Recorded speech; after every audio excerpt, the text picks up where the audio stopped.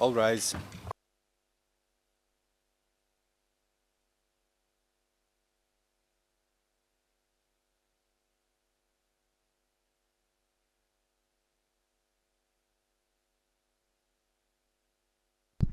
The Kosovo Specialist Chambers is now in session. Be seated.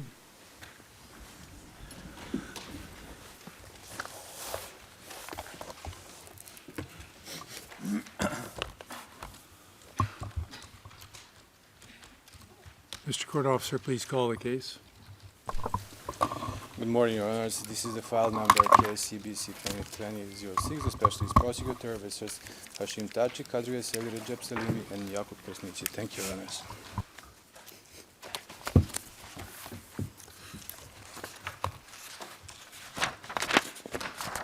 The record should reflect that all of the accused are present in the courtroom today.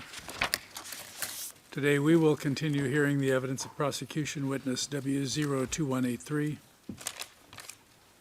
Madam Court Usher, please bring the witness in.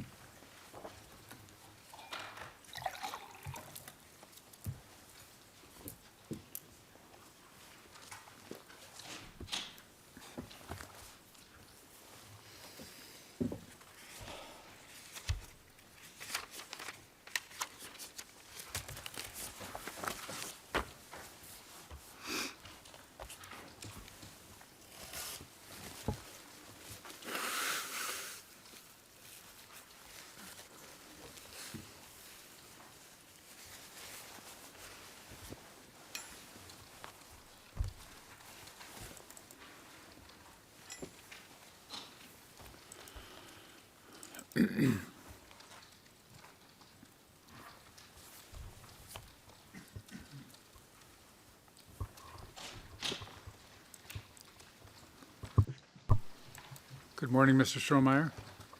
Good morning, Your Honor. We continue with questions from the judges. Judge Metro will have some questions for you. Thank you, Judge Smith, and good morning, Mr. Strohmeyer. I'd like to follow up on one particular issue that you were asked about by the parties, and most of my questions will pertain to the PGOK or PGK, the Provisional Government of Kosovo. My first question is really a clarification. Am I right to understand that from the point of view of the United Nations, this provisional government did not have a lawful existence? Did I understand your evidence correctly on this? That's correct. And does it mean, therefore, that, again, from the point of view of the United Nations, you did not regard the decrees or decisions that were adopted by this provisional government as having any legal validity? In other words, they were not law in Kosovo from your point of view? That's correct. And would the same be true of appointments made by the PGOK? You did not regard these as legally valid or relevant to your own mission? Correct. Now, am I right also to understand, and if I misunderstood your evidence, please say it in your own words, but that you, the United Nations, were being careful in the way you approach these individuals, not to give any legitimacy or the perception of legitimacy to this provisional government? I mean, we weren't careful in engaging with those individuals, but we were careful not to engage them in any potential government function. There was a question posed to me in the course of the statement whether I had ever heard of anyone referring to Mr. Thaçi as Prime Minister. We certainly, that would be one of those examples. We would not refer to him as Mr. Prime Minister. And that was my next question. I looked at the records of the meetings you held with I mean you meaning KFOR/UNMIK with Mr. Thaçi and Mr. Cecu, and they seem to be always referred to as UÇK leaders or representatives. Can we understand from this that when you were talking to Mr. Thaçi or Mr. Cecu, you were addressing them in their capacity as leaders of the KLA, not as ministers of any would-be government? Is that correct? That's correct. Now, you were asked in particular by Mr. Mišetić about your knowledge of the time, circumstances, and place of creation of this provisional government. Do you recall these questions? Yes, I do. I want to see or to show you a few documents and see whether you can assist us a bit further with this. Can the registry please bring up Exhibit P1138, please?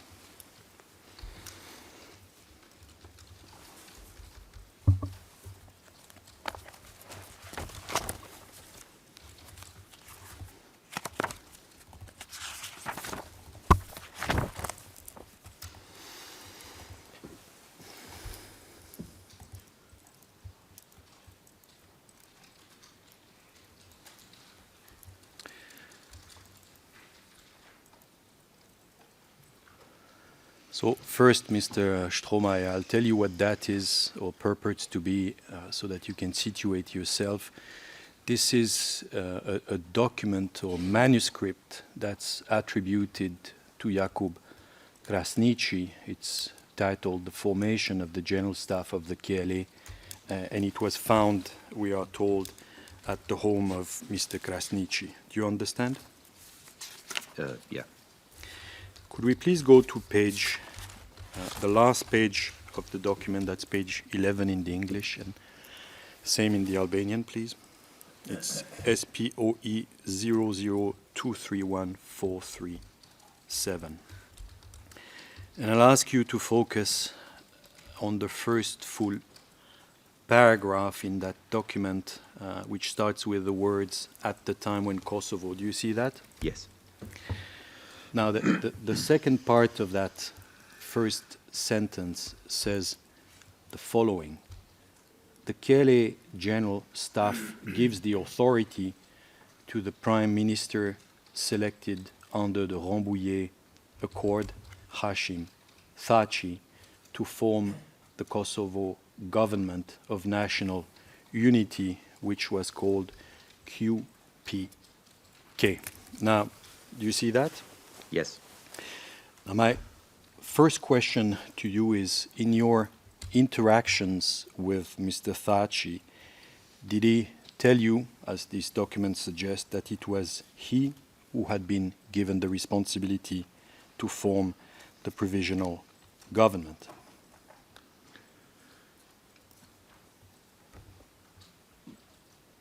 Likely, but I don't have any specific recollection of this anyway. This would have been in the Grand Hotel, but I don't have any specific recollection of this. I'll come to the Grand Hotel in a second. Can we then go to page 8 of that same document? Go a bit back and forth. It's SPOE 002314334.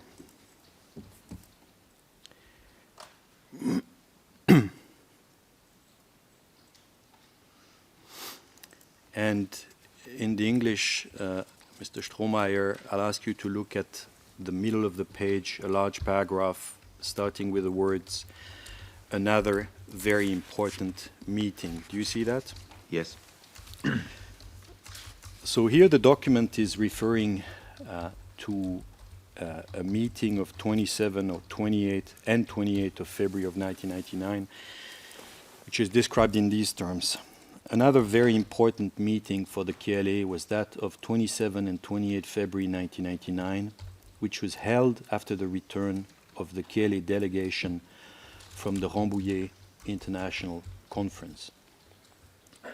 In this meeting, 4 matters of vital importance at that time were discussed, namely, A, the General Staff was informed about the course of the Congress. B, the KLA delegation to go to the US was discussed. in fact, it never went there. C, a final decision as to the Commandant General of the KLA was taken. And D, the candidate from the KLA ranks for the position of Prime Minister of the Provisional Government was selected. Now, my question is similar to the previous one.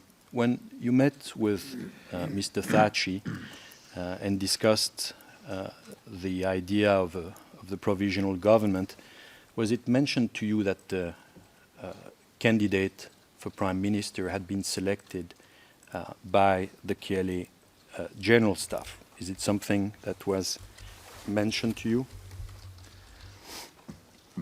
No, I mean, in some form, and I think in one version of my statement that may have been mentioned at some point, that I had a recollection that people were referring to him as Prime Minister. We did not, but the specific circumstances, how this was arrived at, I'm not even sure whether I had that knowledge at the time. Certainly, I don't recall it right now. Now, the document goes on to say the following. The provisional government was to be formed to lead the country after the Rambouillet conference ended. The agreement reached at Rambouillet had provided for Jakub Krasniqi to be the Prime Minister of the provisional government, but no government was formed. This matter was not made public. Now, I'll stop there for a second.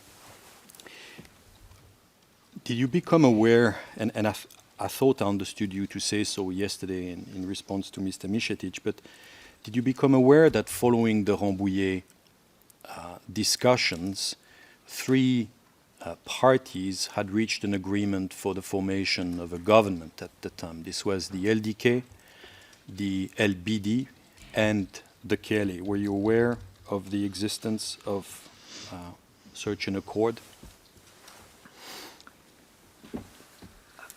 I may have been, but I don't honestly recall this.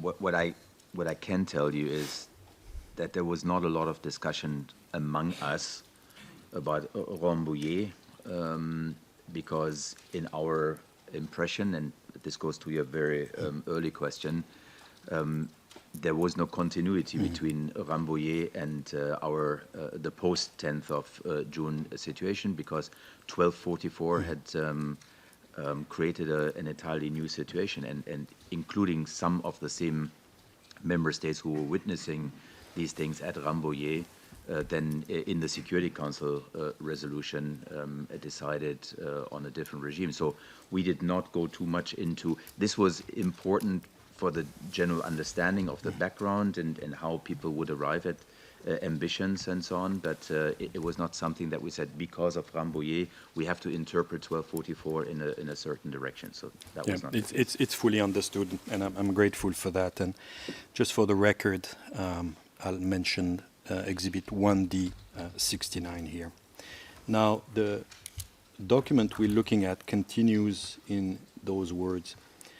We also informed the members of the General Staff of the talks which had taken place about the formation of a government, but no government was formed. Even if it had been, this would not have done any harm to the Albanian people and to the political processes. At the end of it all, the war had been waged in order to form a national government, and if such a thing were achieved at Rambouillet, this would be a great victory for a war of liberation. At Rambouillet, the head of the Kosovo delegation had been Hashim Thaçi. The agreement reached at Rambouillet between the Kosovo delegation and the Serbian delegation was supported by the KLA General Staff and had nominated Hashim Thaçi as Prime Minister. Now, is this account again consistent with what You've told us before that Mr. Thaçi had been introduced by some or described by some as being Prime Minister of a provisional government. I believe so, yes. And I'll mention here also Exhibit P645 for the record. Are you aware, Mr. Strohmeyer, that in early April of 1999, so a month or 6 weeks before your arrival on the ground, the KLA had formally announced the formation of a provisional government and outlined its composition? I want to say no. I may have had some information at the time, but as I explained, I think on the first day, while I was in Mr. De Mello's department in New York at the time, and dealing with some aspects of what we call the Kosovo crisis, but I wasn't that deeply involved that I would have followed the events of this detail. But you told us a few times yesterday and the day before and again today, if I understood correctly, that at some stage you met with Mr. Thaçi at the Grand Hotel in Pristina, where he would have presented you with some sort of an organigram of that provisional government. Is that right? That's correct. I want to show you another document then and ask you about it and whether it resembles in any way what you were presented with. And I'll ask the registry to please bring up Exhibit 1D70. 70.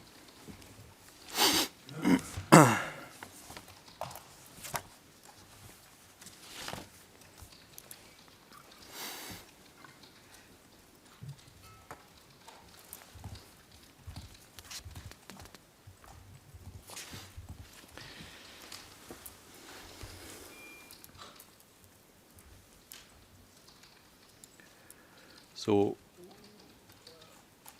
what we have. I just wish to point out it's not an organogram. Thank you, Mr. Micetic. The document we have in front of us here, sir, is titled The Communique of the Government of Kosovo. It's dated and located Pristina, 2 April, that would be 2 April 1999, and it was published in Kosovo Press. Now, I'll give you a second to read it for yourself, and then I'll ask you a question.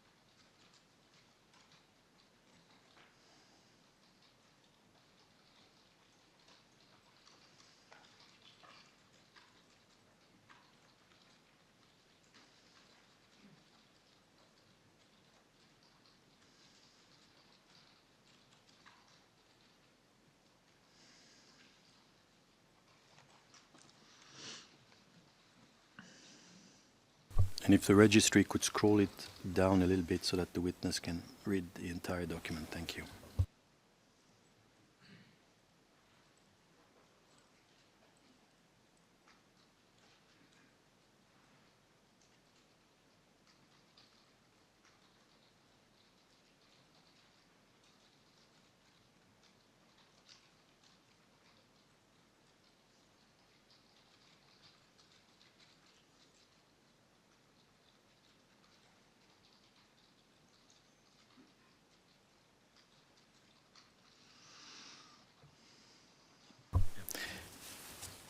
Just a couple of points here. If we can scroll it back up, please.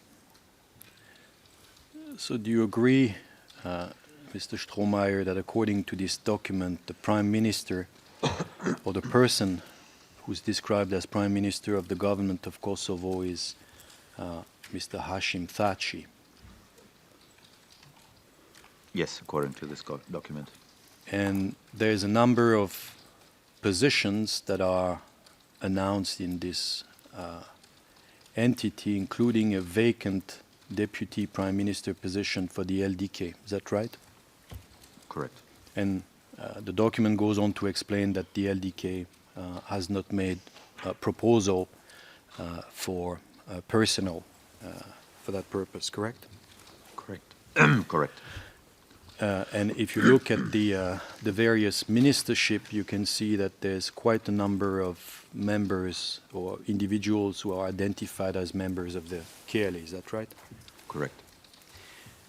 Now, my first question is, to the extent, of course, you can remember, is whether the structure that is being described here corresponds in any way to what you recall Mr. Thaçi to have presented to you as an organigram, if anything. I honestly, I don't really remember details of the paper that were shown to us. I mean, as I said, it was when I said organigram, I meant it was presented to us, so that's at least in my memory, as the structure of a government with different ministries and so on. And I said, I think in my testimony before, that I remember it being a very short, one page or not much more, very short document. So it may very well be the document that I have in front of me here, but I couldn't say this with any certainty. Do you recall whether the organigrams contained any names of people who were supposed to fill these government positions? I don't really. I'm sorry. Now, we'll go back to the previous government in a second, but you've been asked a number of times to explain what your understanding of Mr. Thaçi's position was at the time, and also asked to give your opinion on what Sir Mike Jackson, had said about it. And when asked that same question, General Jackson said that his understanding of Mr. Thaçi's role and power was comparable, paragraph 30 of the statement, was comparable to that of the commander-in-chief. And he described Mr. Cecu as the most senior military man within the KLA at the time, and as Mr. Thaçi's subordinate. So would this description and opinion of Mr. Jackson be consistent with your own understanding of what Mr. Thaçi and Mr. Cecu's roles were at the time? Your Honor, if I could just elaborate for 1 second on this, because I want to be accurate. And as I think I stated, and I've seen from the documents, that Mr. Thaçi signed the undertaking as Commander-in-Chief. So from our interactions, because they were more on the civilian side, did not think of Mr. Thaçi necessarily in terms of a commander-in-chief, in terms of military command. Mr. Jackson, however, had a different reality in different conversations in a more military environment, and so that may have been the aspect of Mr. Thaçi that was much more, or stood out much more for General Jackson. For us, it was just very clear, at least for me, it was very clear always that Mr. Thaçi was on all matters political. I mean, when we had conversations around the composition of the KTC, the applicable law, when we scheduled meetings on disgruntlement around the police force and the inclusion of the UGK into the police force, it was always scheduled with Mr. Thaçi, and then on one occasion he brought Mr. Checo with him. So for us, that was the reality. Mr. Thaçi was the go-to person, I think, as I said it yesterday. And at some point in all of this, of course, we had heard, and I'm sure beyond me, there were people who were aware of the whole Rambouillet history, that there was some background to this. In terms of Mr. Checo, as I also said, for me, it was clear functionally what you described. Functionally, it was clear that he was the senior most military, sort of at the next technical level, who we had to interact with, and that's how. I mean, he was our interlocutor, and that means first and foremost General Jackson's interlocutor, and then when I was there, mine at those early JIC meetings.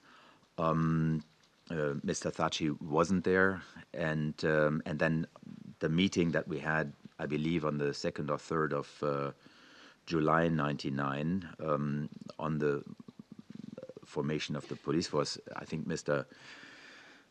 Thaçi told us that we should, for all continuing conversations on the formation of the police force, that Mr. Checo was our go-to person.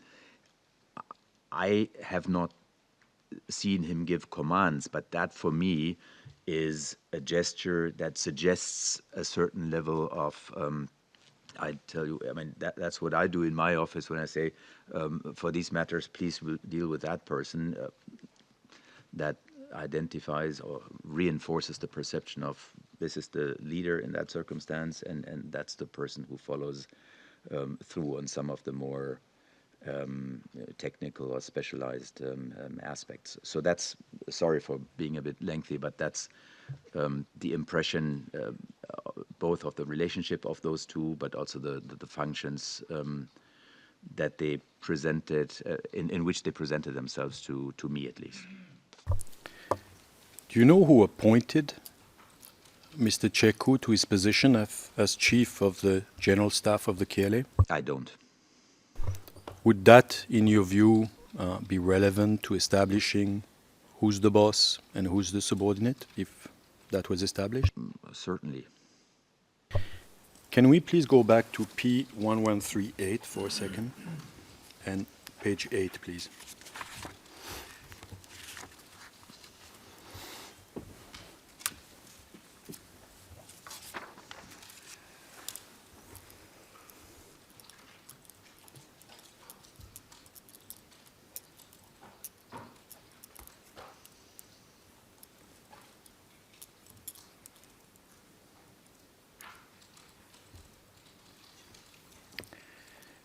And if the registry could scroll down a little bit on the page, thank you. I'll ask you to look at the last paragraph, Mr. Strohmeyer.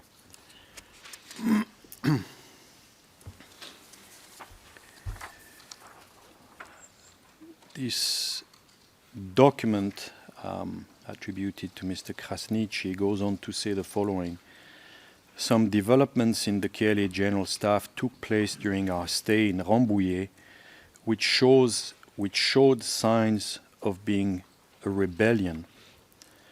The situation created was analyzed thoroughly in the meeting, and we reached the conclusion that the interests of the war for freedom and for independence of Kosovo stood above every personal interest of each individual and member of the KLA General Staff. Now, during your encounters with Mr. Thaçi, when other circumstances, did you become aware that there had been, to use the words here, a sort of a rebellion within the KLA leadership during Rambouillet? I personally wasn't, no. Can you look at the bottom of the page of what I've read to you in the footnotes? You will see that what I've read to you is sourced to two different sources. One are the minutes of the KLA General Staff meeting of 27, 28 February 99, and the other one is another publication of Mr. Krasniqi. Do you see that? Yes. I want to show you something and ask you to see whether you can comment on it, and that's exhibit P1431.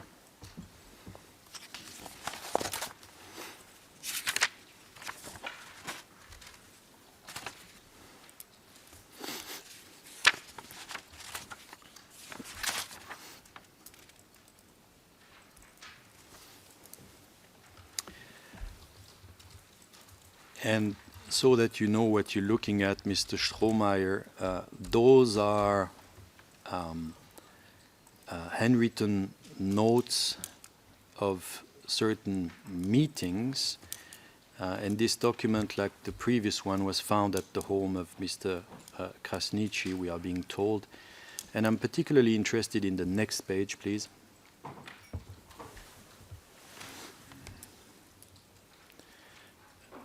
You can see here it's at least a partial recording of the meeting or a meeting of the General Staff of 27 February of 1999 in Divjak. Do you see that? Yes. And it discussed, among other things, the General Staff position on the election of the commander. And I'll ask you to look at the little record under the name of Fatmir. Do you see that? Yes. Now, the first thing I'll ask you is do you know or are you familiar with anyone with the first name Fatmir who was a member of the General Staff at some stage, including in February of 1999? I don't recall that, no.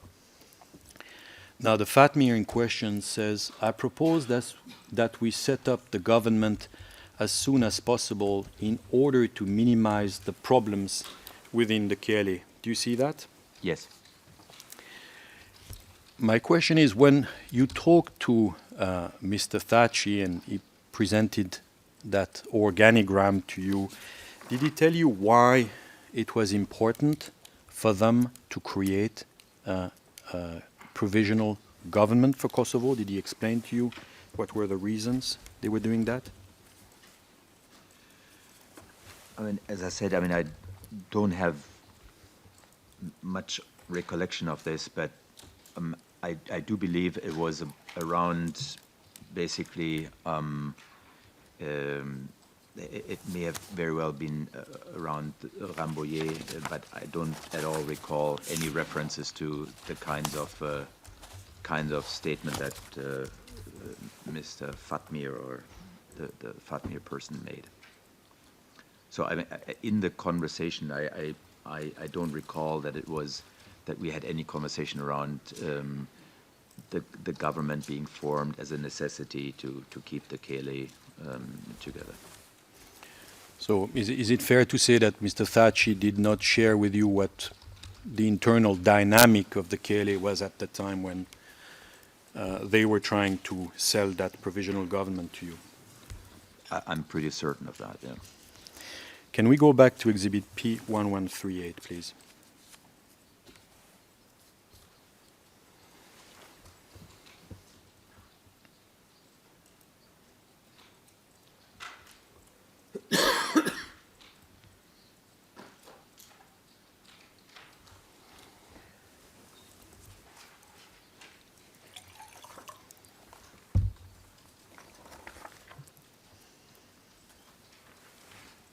And to the last page, please.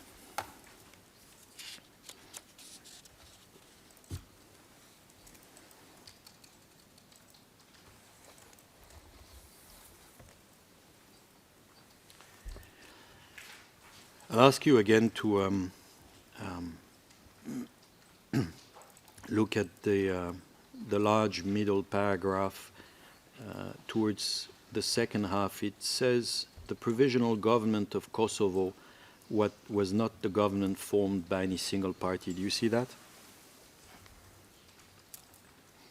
It says this: the provisional government of Kosovo was not the government formed by any single party. Yeah.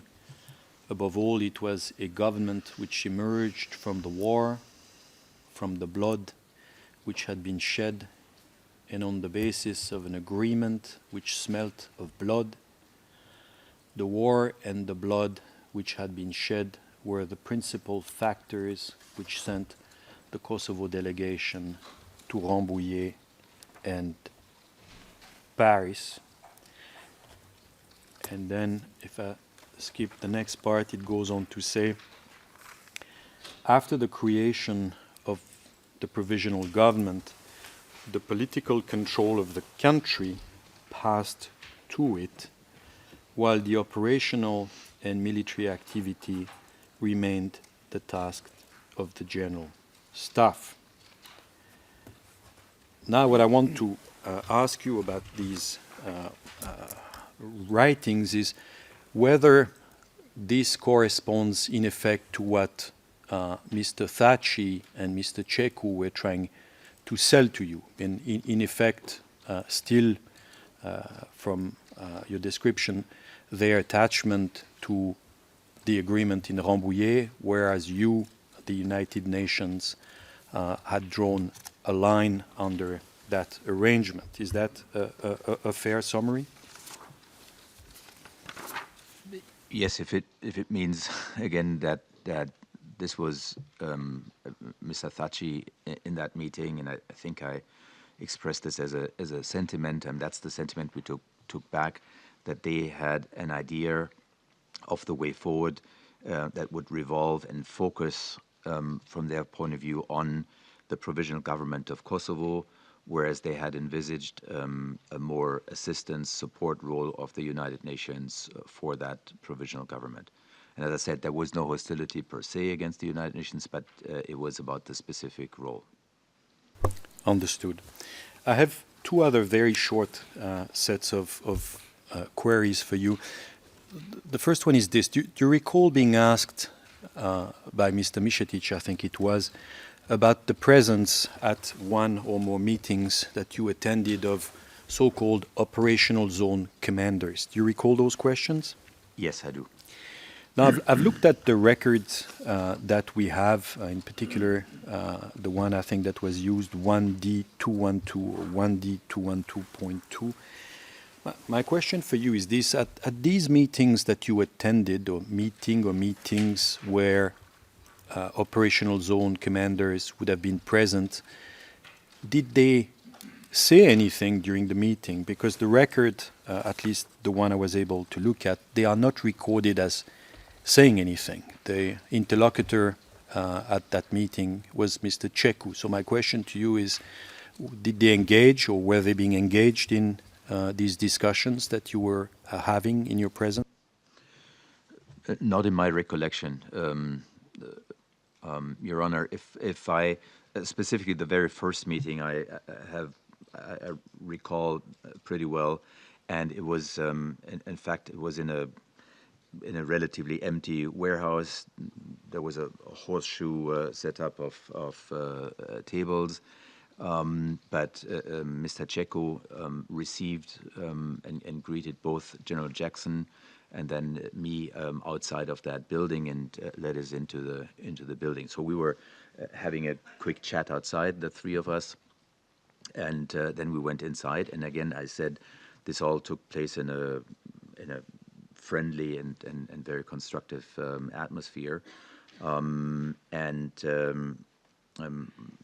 I was basically at that at one end of this, and it was throughout the first conversation, but also the second conversation, that it was just the three of us basically speaking. So that it was very clear. It was Mr. Cecu, Mr. Jackson. They had the main roles in this. And they would sometimes call on me, or I would signal if there was a point that required clarification. So it was the three of us, in my recollection, who were speaking, no one else, which also explains maybe a little bit why I don't have a very specific recollection of who else may have been at those meetings, because I don't think they had any speaking roles. And the same also went for Mr. Jackson's staff or my staff members, I mean, my UNMIC colleagues who had accompanied me. Thank you. And one small clarification: when you leave Kosovo, sometimes in late August 1999, I understand, was, to your understanding, the demilitarization process of the KLA completed by that stage, or was it still ongoing? It was still ongoing in my view. And lastly, you were asked questions by Mr. Dixon for Mr. Veseli about the doings and the whereabouts of Mr. Kadri Veseli during your time in Kosovo. Do you recall those questions? I do. Now, under Resolution 1244, was the KLA authorized to continue running an intelligence agency?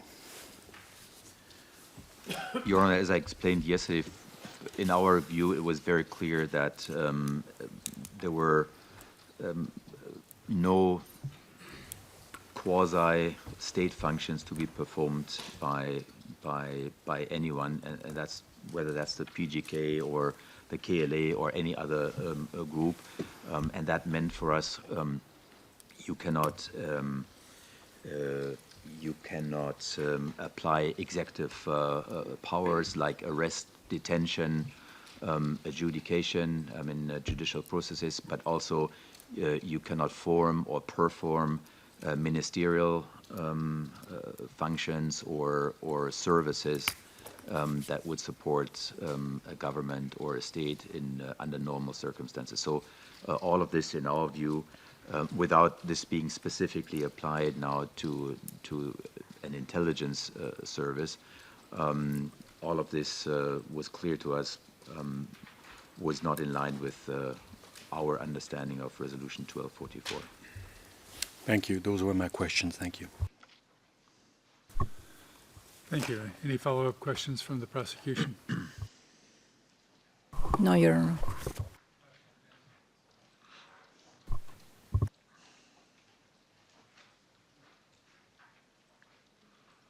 Yes, thank you, Your Honor. Good morning again, Mr. Strohmeyer. Good morning. I just have some follow-up questions to the questions that were asked of you by the judges, as well as the answers that you've given yesterday and today. Now, yesterday, in answer to a question from Judge Bartha, if I can just find it,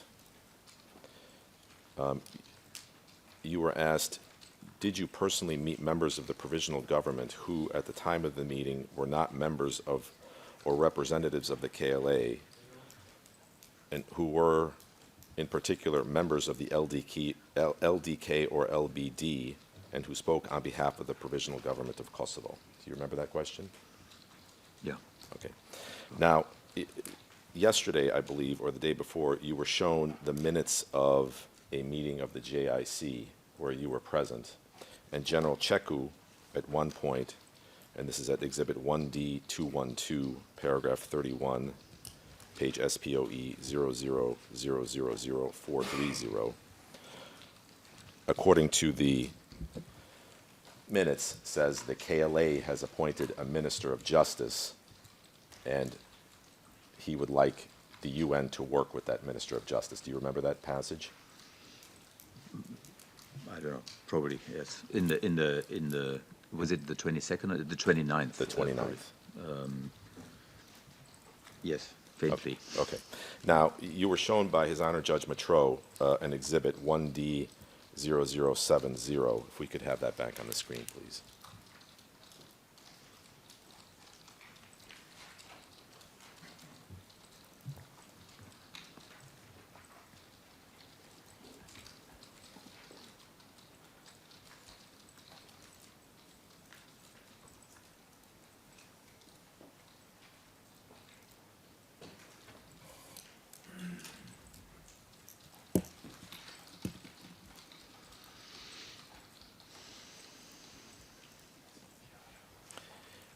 And you see on the screen there at number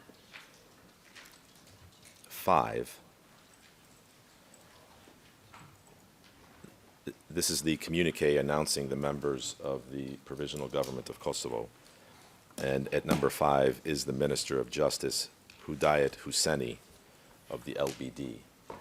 Now, do you recall whether you ever met a person, given that you were the legal advisor to the UN and he was the Minister of Justice of the PGOK, whether you met a person named Hudayet Huseni? I don't recall meeting that person. And while I cannot, I don't recall from today's perspective, but I think, given what I explained earlier, we would have been advised probably and highly cautious to meet with self-styled ministers of a provisional government that we obviously did not recognize or considered as in contravention to Resolution 1244. So if I met that person, I would not have met him as Minister of Justice, maybe in a different circumstance or different occupation. Okay, but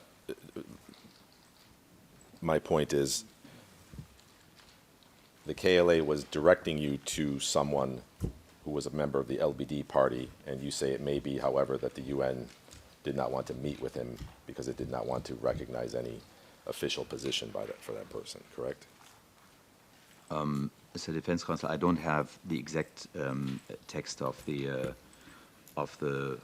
transcript now of the 29th of June in front of me, but if what you read out to me doesn't give a name and an affiliation of a party, it refers to a Minister of Justice had been appointed. So even if that was said in that meeting, that did not mean that I had any clear idea of what party or what individual was behind that. Okay. I'll turn to a different question. You were asked, actually in an answer you provided to Judge Bartha yesterday, you said, for us, there was no continuation from Rambouillet that led to 1244 and beyond.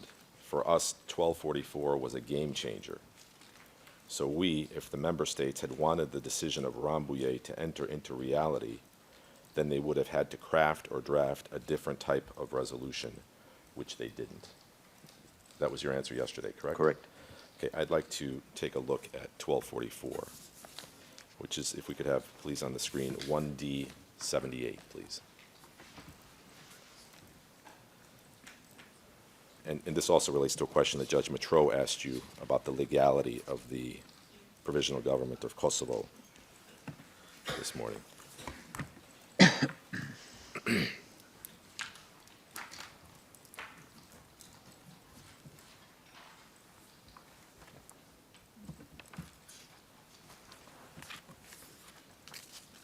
It's in the prosecution queue. Yeah.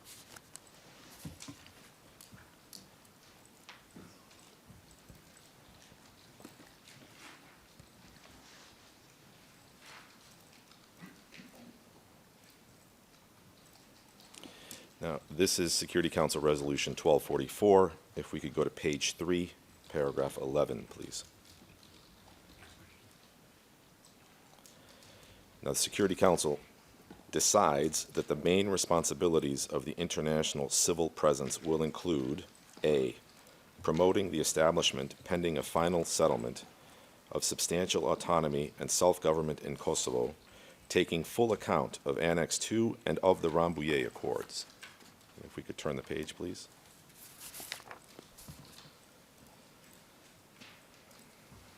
E, facilitating a political process designed to determine Kosovo's future status, taking into account the Rambouillet Accords. And as you saw, the paragraph I read previously says that international civil presence must also take into account Annex 2. So if we could please go to page 6 in the document, which is Annex 2, to the bottom at paragraph 8.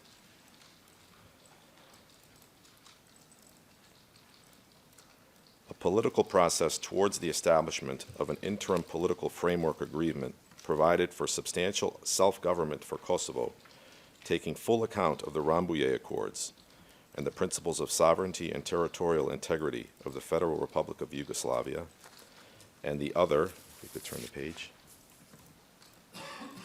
countries in the region and the demilitarization of the UCK. Now, my first suggestion to you, Mr. Strohmeyer, is in fact that the contrary is true, that the Security Council obligated you to take into account the Rambouillet Accords as the international civil presence. Correct? No, it's not correct, Mr. Defense Counsel. The Security Council resolution obligates us to take full account of the Rambouillet Accords. It doesn't ask us to implement the Rambouillet Accords. Well, that's not my question. No, I said it But- asked you to take into account the Rambouillet Accords. it asks us to take into account the Yes. Rambouillet Accords. Yes. And then yesterday, I showed you a code cable where there was a discussion of the composition of the Kosovo Transitional Council, where the special representative of the Secretary General had decided that the formula for the Kosovo-Albanian composition of the KTC would be based on the provisional government decision reached at Rambouillet, correct? Correct. So the SRSG, in fact, was taking into account the provisional government agreement as per his obligation to do so under 1244. Absolutely. Okay. So my suggestion to you is that this was a much more complicated and, let's say, a not so black and white issue as to what terms of Rambouillet would apply and wouldn't apply, and how the civil presence would interact with the Rambouillet agreement. Would you agree?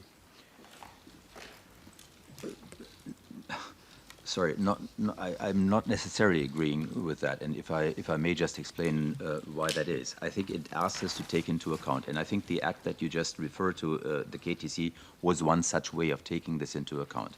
But I think the resolution, particularly paragraph 11, makes very clear the task that we had to perform, number one, and that did not, I mean, the logic of paragraph 11 did not suggest that we had to build upon or build around the institutional framework conceived of or prepared in Rambouillet. The second thing is, I think it also, in that same paragraph that you just read out to me, says to take into account the integrity and sovereignty of the Federal Republic of Yugoslavia, and that, as I explained on the applicable law, was a very central point, that it would have been, at that point, it was considered still a part of Serbia, just under international administration, and it would have been difficult to simply accept a separate government for Kosovo, as was decided in Rambouillet. But all these, the implications, the political implications, of course, needed to be taken into account, which you just referred to yourself, the SRSG did. If we could go back a page in the document, please. If we could scroll down to the bottom, to paragraph 8. What the Security Council there says is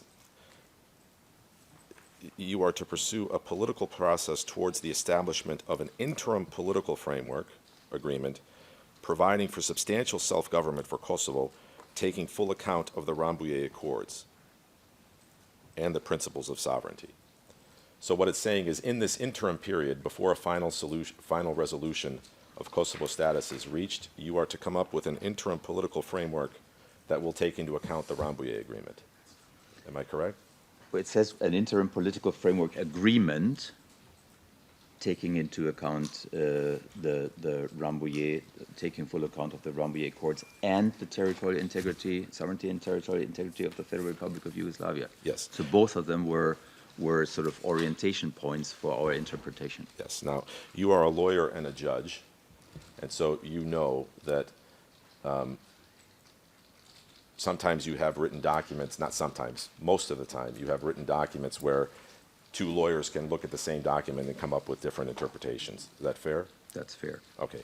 So looking at the provisions that I just read to you, you may have had a different interpretation of the document than the representatives of the KLA and the PGOK had, but they also could have had an interpretation that the Rambouillet agreement to create the provisional government of Kosovo was in fact allowed or part of the process incorporated into 1244. Whether you agree with them or not, it could still be considered a good faith position to take. Would you agree? Yes, initially in the first meeting or meetings or so, that could have been a position. We then, as I also explained, there were a number of occasions where we continue to explain why these things were in some of those creating of institutions and so on, PGK, were in contravention of our interpretation of 1244, which was at that point supported more broadly by the UN, including the Security Council. Yes, and as those discussions were happening over time, that's when the KLA started itself transition into the KTC, correct? Correct. That's, and I think in one of my statements, in one of my testimony, I say that over time I had the impression that they were coming to terms with the fact that the PGK as such wasn't going to happen, but that it was the KTC, in fact, that was going to be that political center of gravity. Thank you, Mr. President. I see the time. Give you a 10-minute break, witness. Thank you.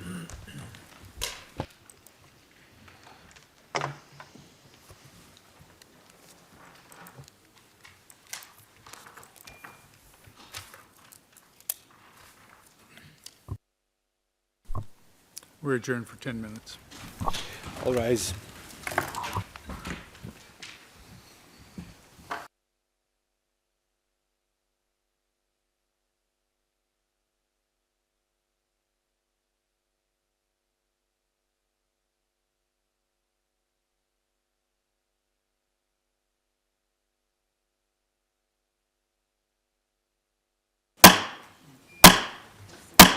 All rise.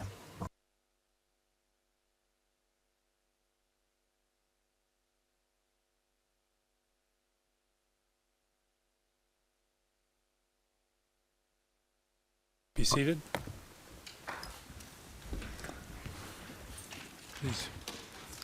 Please bring the witness in.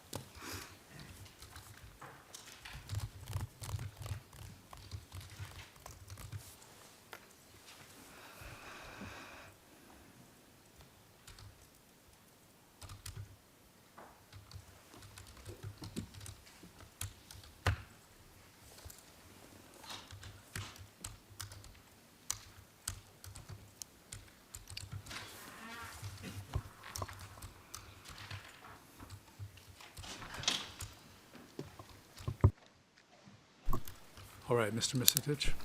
Thank you, Your Honor. Mr. Strohmeyer, yesterday you were asked by Judge Bartha, do you remember FARC, or rather the conduct of FARC members, ever being mentioned as a reason, not as one of the primary reasons, but as a reason of concern for the security in Kosovo at all? Do you recall that question? I don't recall exactly the wording anymore, but I remember receiving a question on the FARC. Yes. Do you know if FARC wore KLA uniforms? Objection beyond the scope. No one mentioned, well, I guess you did mention FARC, right? Yeah. Okay. Yeah. Overruled. Go ahead. Could you just repeat the question again? Do you know if FARC had its own uniforms or whether they wore KLA uniforms? I don't remember. Okay. So if FARC members were wearing KLA uniforms, would you have been able to distinguish whether they were FARC or KLA soldiers? I personally would not have. Okay. Next question.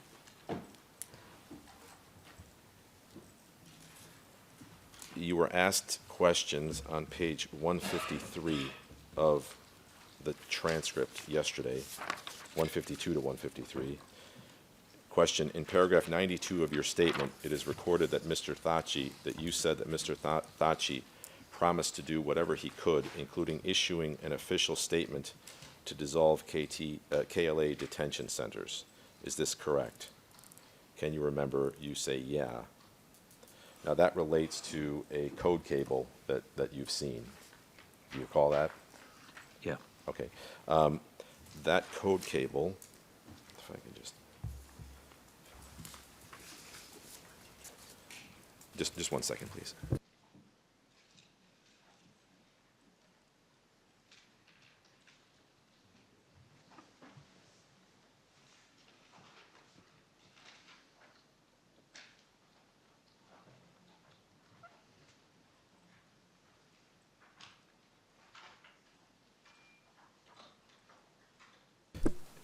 Let me call up a different document then. SITF 001-72903 to 001-72904.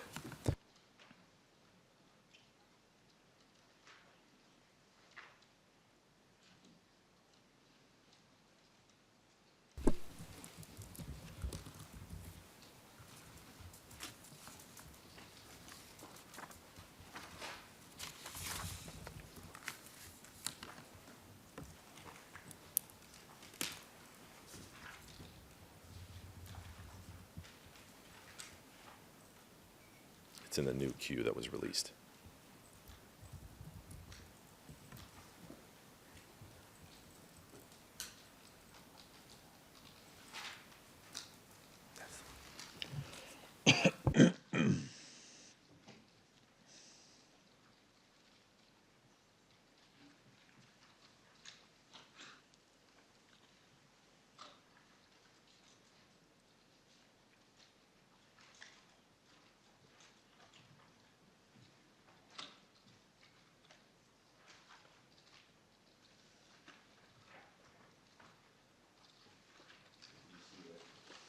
You see that's a code cable from the 13th, or sorry, a daily sit rep from 13 July 1999.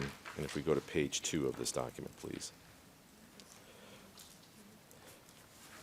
The incident that was allegedly brought to Mr. Thaçi's attention, you recall, was about Serbs and Roma being released from a detention center near Pristina.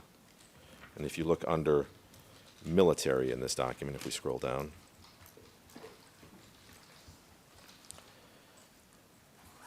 it says, KFOR at UNMIC's request have attempted to find 5 sites where the UCK are allegedly detaining prisoners. 3 sites could not be found for lack of information. At 1 site, bodies were found that were at least 2 weeks old. A 5th site was found in Pristina, where 3 Serbs and 4 Gypsies were found. Those detaining them were not in uniform and were let loose as the detainees were unwilling to testify against them. Now, do you recall that in the incident with this detention center that the people who were detaining these people were not in uniform? I don't recall. Okay.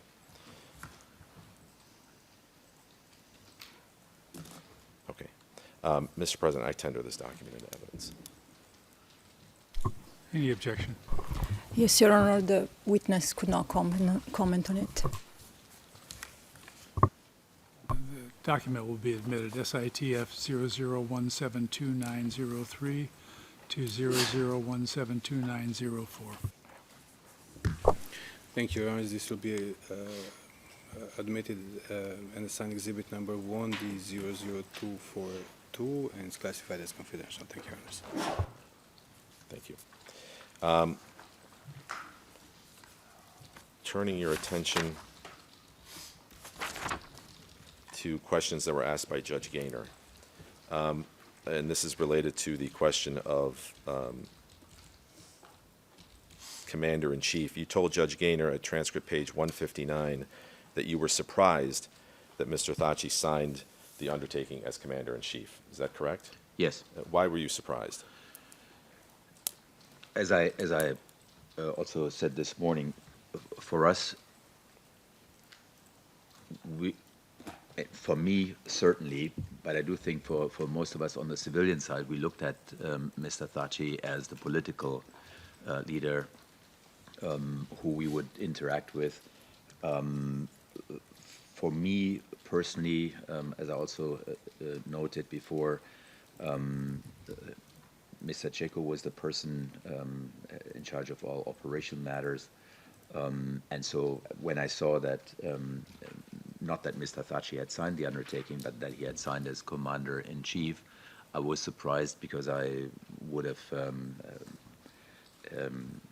expected either someone else signs or it's more in a political leadership function. That's the cause of my surprise. But it may just be, as I also tried to explain this morning, the specific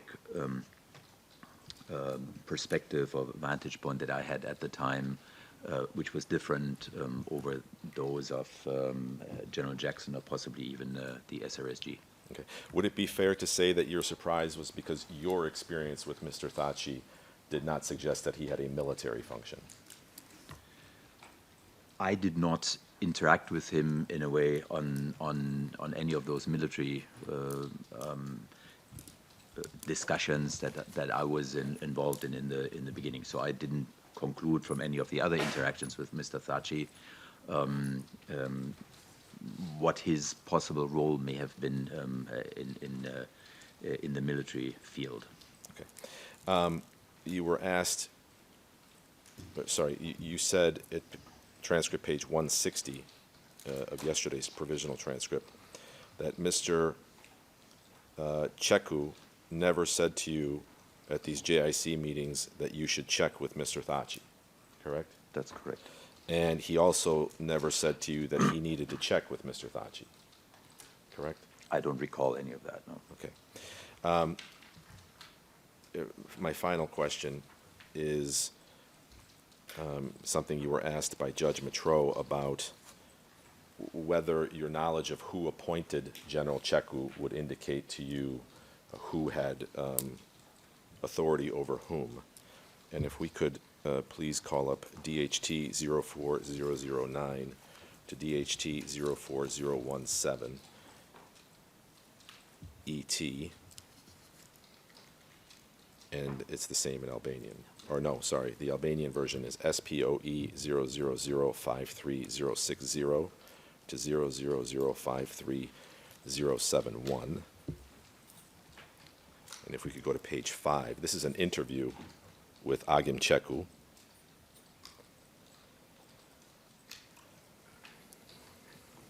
And he discusses how he was appointed Chief of the General Staff. And Zedi is a newspaper in Kosovo. And the question is, was the procedure for your election as Chief of the General Staff of the KLA done in Kosovo or earlier? Mr. Cheku responds, and I'll wait for the Albanian, sorry.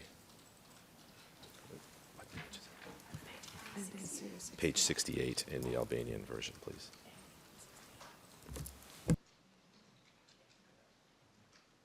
That's good. Thank you. I'll read it again. The question put to Mr. Cheku is, was the procedure for your election as Chief of the General Staff of the KLA done in Kosovo or earlier? And Mr. Cheku responds, during the contacts we had, such a thing was mentioned. There were tendencies for me to engage in a leadership position, even without being in Kosovo. But I did not accept this assessment. Even my activity has never been public. Only a very narrow circle knew about it.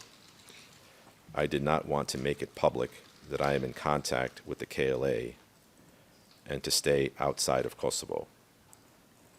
I insisted that the decisions about my concrete commitments be made in Kosovo. Then we stayed at the General Staff for a few days, and my work was discussed for a long time, and the decision to appoint me Chief of the General Staff of the KLA was made by the entire General Staff, not by one person. Now, in your interactions with General Cheku, do you recall whether he informed you of this, that he had been appointed by an entire body known as the General Staff?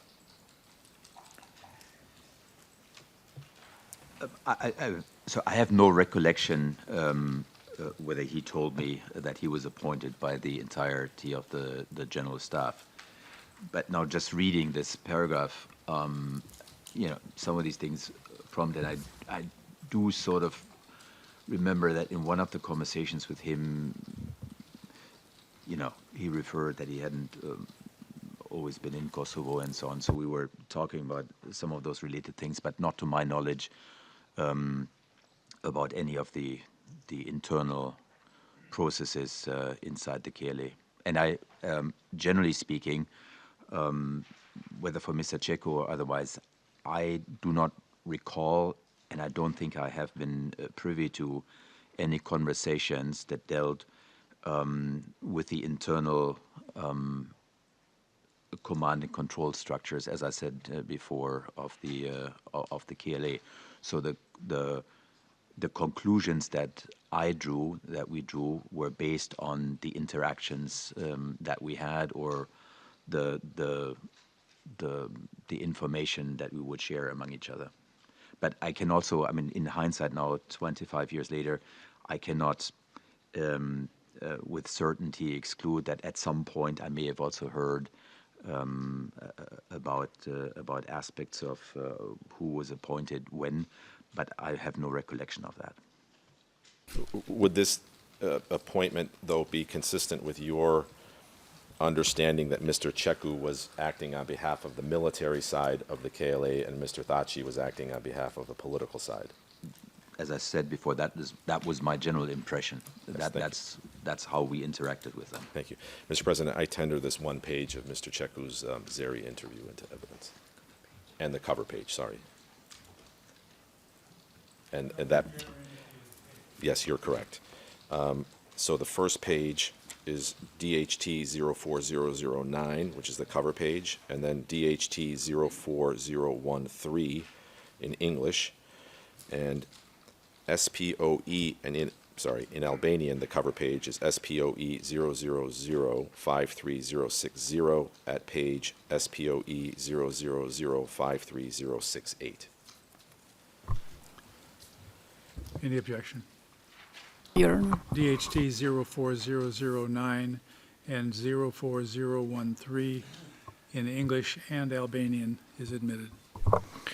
Thank you, Your Honor. Those two pages in English and corresponding in Albanian will be assigned exhibit number 1D00243 and it's classified as confidential. Thank you, Your Honor. Mr. Mišetić, I have a question for you, if I may. You're not proposing to show the witness the decree of 28 April of 1999 on this point? No. I prefer Mr. Cecco's own account. Thank you. Yes.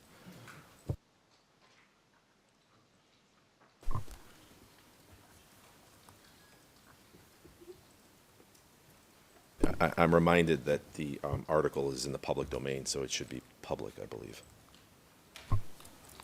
No objection, it will be public. Thank you, Mr. President. Thank you, Mr. Strohmeyer, for being here for 3 days and for answering our questions. And, Mr. President, I thank you for the time. All right.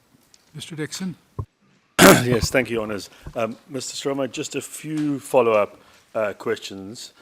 Firstly, in relation to a question that was put to you by His Honour Judge Metro, a specific question was asked. Now, under Resolution 1244, was the KLA authorized to continue running an intelligence agency? And you explained about no quasi-state functions in your answer. Can I clarify with you, though, that this resolution certainly did not prohibit national civilian intelligence services liaising with each other, those that existed in Kosovo and those abroad? They could continue to cooperate and have contacts and share information. That's right, isn't it? Again, you mean international services of member states? Yes, with those in Kosovo who were involved in the sector, much in the same way as you were liaising on the civilian side with those in Kosovo, the international intelligence agencies were doing the same. As far as you know, nothing prevented that from happening. To engage with individuals in Kosovo? Yes. No? No. And also, nothing in the Security Council resolution prevented training to take place. In fact, that was the whole purpose, was to try and provide skills and training for the future. This being in the intelligence sector I'm asking about, I know it was happening in the civilian and military sector as well. Well, that for me is a different conclusion, said Defense Council. I mean, training is towards an institution. It's towards an end. Engaging with individuals on information and observation is a different story. Of course, we would say everyone who operates in this area has a right to engage with individuals as long as they are not identifying themselves as carrying out a function of authority. So I would have been very surprised that the establishment or training towards the establishment of an intelligence service would be conducted outside of the framework of 1244. But my question is, I understand what you're saying, is that the Security Council resolution certainly didn't prohibit the process towards establishing provisional bodies in the future. And in fact, it used that language, and that was the whole purpose. You were there for an interim period to assist and train so that in the future there could be provisional bodies and then final bodies taking over. Yes, via unmic and a transparent process or a process. So if there was an unmic process in place towards the establishment of genuine Kosovar intelligence services, of course we would have also supported training for those purposes. Yes, and the resolution wasn't there to prevent that happening. It was there to, in fact, facilitate that.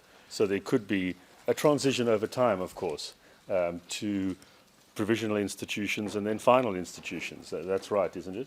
Objection asked and answered. Overruled. Answer the question.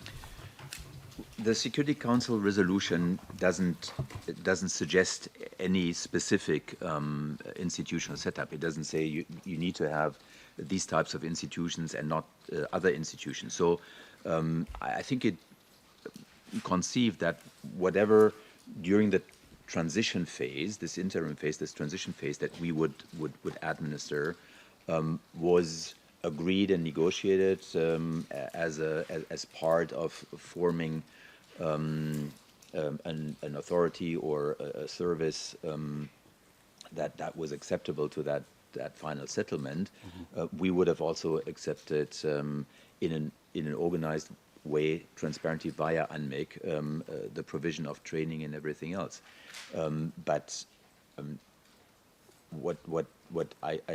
So it's not about whether it's written in the Security Council resolution to have an intelligence service or not.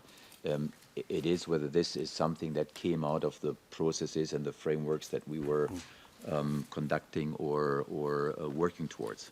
Yes, I mean, that's precisely my point. It wasn't specific. It was left open and flexible so these things could develop. It didn't prohibit any of those processes. It was there to encourage them. Isn't that right? No, it's not right. I mean, it's not to encourage, to say if it wasn't if it wasn't done by UNMIC, then others can fill the gap. No, I wasn't saying their that. own institution. So if it was UNMIC wasn't dealing with the setup or the development of an intelligence service, therefore it was okay because it wasn't precluded that someone else would do so. I would say that is not consistent with our understanding of 1244. Yes, I agree entirely. My point was that under the framework of the resolution, the international institutions, in particular UNMIC, the General Assembly member states, would oversee a process of moving towards provisional institutions in time. Not that it would be done separate by those locally, but it would be done as part of the international community's undertaking. Well, the member states oversaw through the Security Council, and otherwise the member states contributed towards that. So again, I just want to, I'm not entirely sure what your the question is going towards, but that's what I'm trying to make clear. Even if member states individually felt that they would like to aid and support the setup of intelligence capabilities inside Kosovo, then in my view that would have only been consistent if those member states had run this through a process that was agreed, approved with, in fact, probably not only UNMIC, but also KFOR at the time. So it needed to be an agreed process. Otherwise, we would have probably also seen this as a challenge to 1244. Yes, that's exactly my point. That it was an agreed process. It was happening. As you said before, you weren't necessarily aware of those processes, but that was going on, and it wasn't prohibited by the resolution. It was, in fact, understood as being part of the transition process. Well, I'm not sure I agree with that final part of your conclusion, that it was because it was not prohibited, it was part. I mean, maybe I'm not understanding your question, so I apologize for that. But if you're inferring that a member state, because it wasn't expressly prohibited, or a group of member states could simply go and develop its own relations with assets or capacities, capabilities inside Kosovo, then I would say that that is not consistent with Resolution 1244. Yes, and in fact, you didn't know of any of those processes going on, or whether they were happening. At least I don't. At least I have no recollection today of those. Yes, and I think we are in agreement in that the resolution does make it very clear that you are in charge of the transitionary process. You said yesterday that this was unprecedented at the executive level.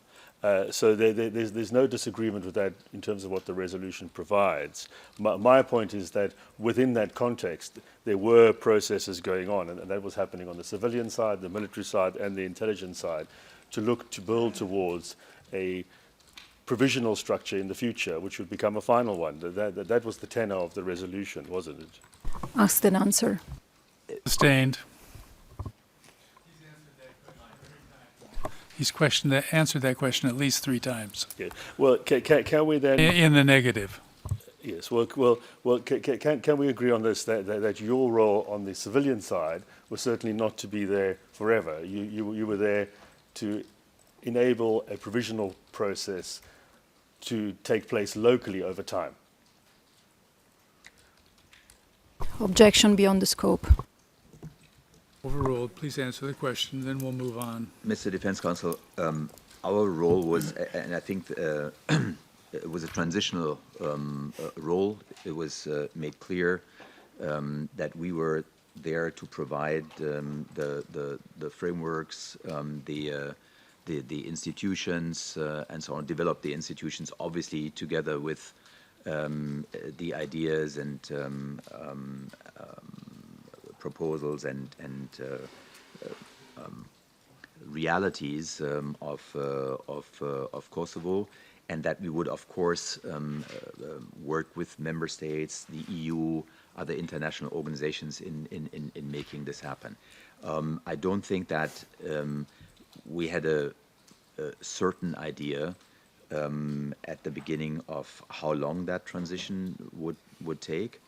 So it was not sort of a sense that we were doing all of this and in 6 months someone else would take over. I mean, we did think that this was going to be a multiple year process, and I don't mean that in a 1 or 2 year. I mean that to mean as a longer term, Yes. a longer term process. I'll come on to timing later, but if I could just go to one further question asked by it's on a Judge Metro, and that was at pages 14 and 15. You will ask lots of questions about decisions of the general staff at the time or before that.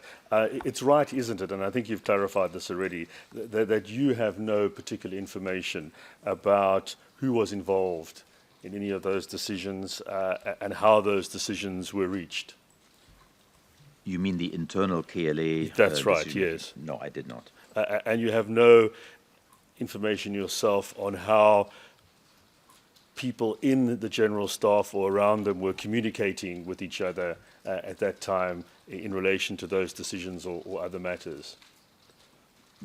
Not what would have been shared with us by our interlocutors themselves, but I didn't have any detailed knowledge of communication structures and hierarchies.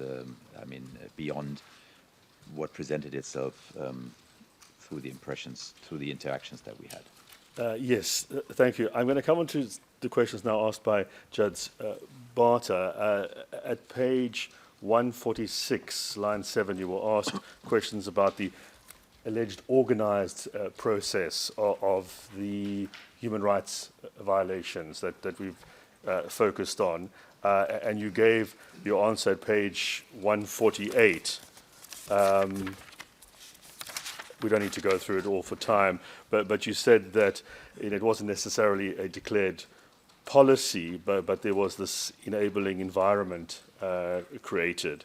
And then you also asked about other non-state actors, and you answered that in part of your answer that the KLA was the only one there looking at establishing so-called parallel institutions. Do you remember those answers? Yes. Now, just some questions arising from that. If I could have, please, on screen, SITF 40009-162 to 163, please.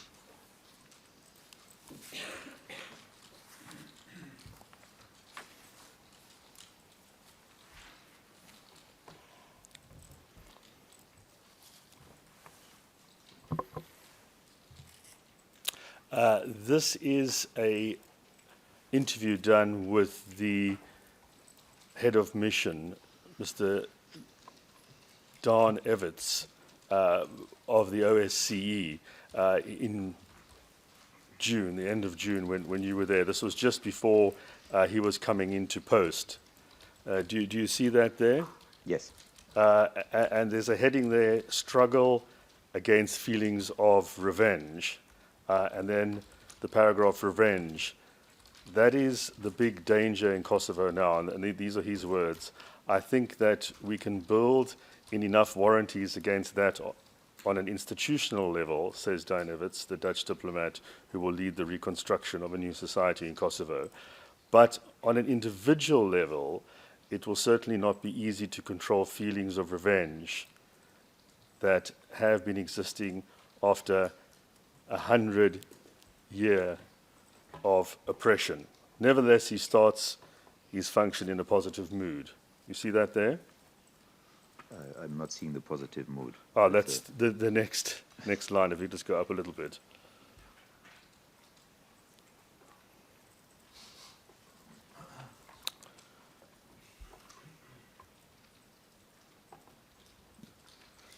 So he was coming in at the same time as you. This is his assessment. I know you've downplayed revenge to some extent, and you focused in your answers yesterday on this enabling background or culture. Do you accept what he says here, that at the individual level, it was very difficult to control these feelings of revenge on the ground. Look, this is an opinion. This is a view that Mr. Everts expressed for himself, and I don't think it's up to me to comment on his observations. What I tried to explain yesterday is that we understood that even individually, there was no great love lost between individuals. I also accept the fact that there were individual acts and responsibilities for revenge.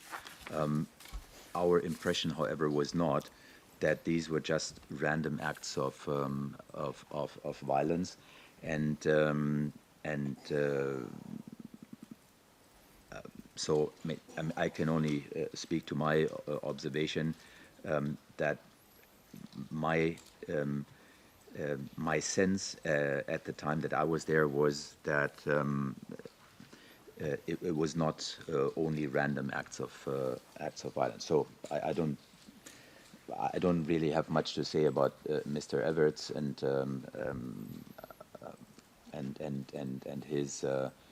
his early observation, but he seems to suggest that there is both an institutional level that we could deal with as well as an individual level. But I also, just to be clear, I've never disputed that there are individual feelings of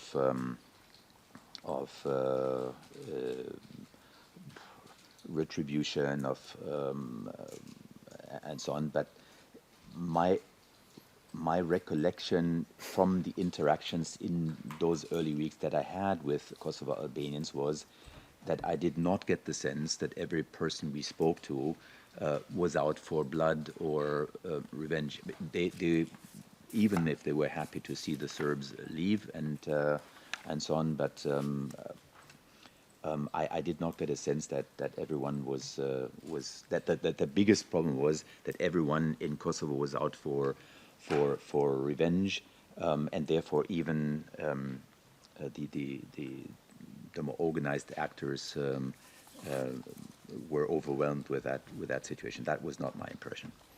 Well, can we just look at what General Jackson said about this? I'm just going to read out a portion of his statement, so we don't have to bring it up at paragraph 76 for those following 087358.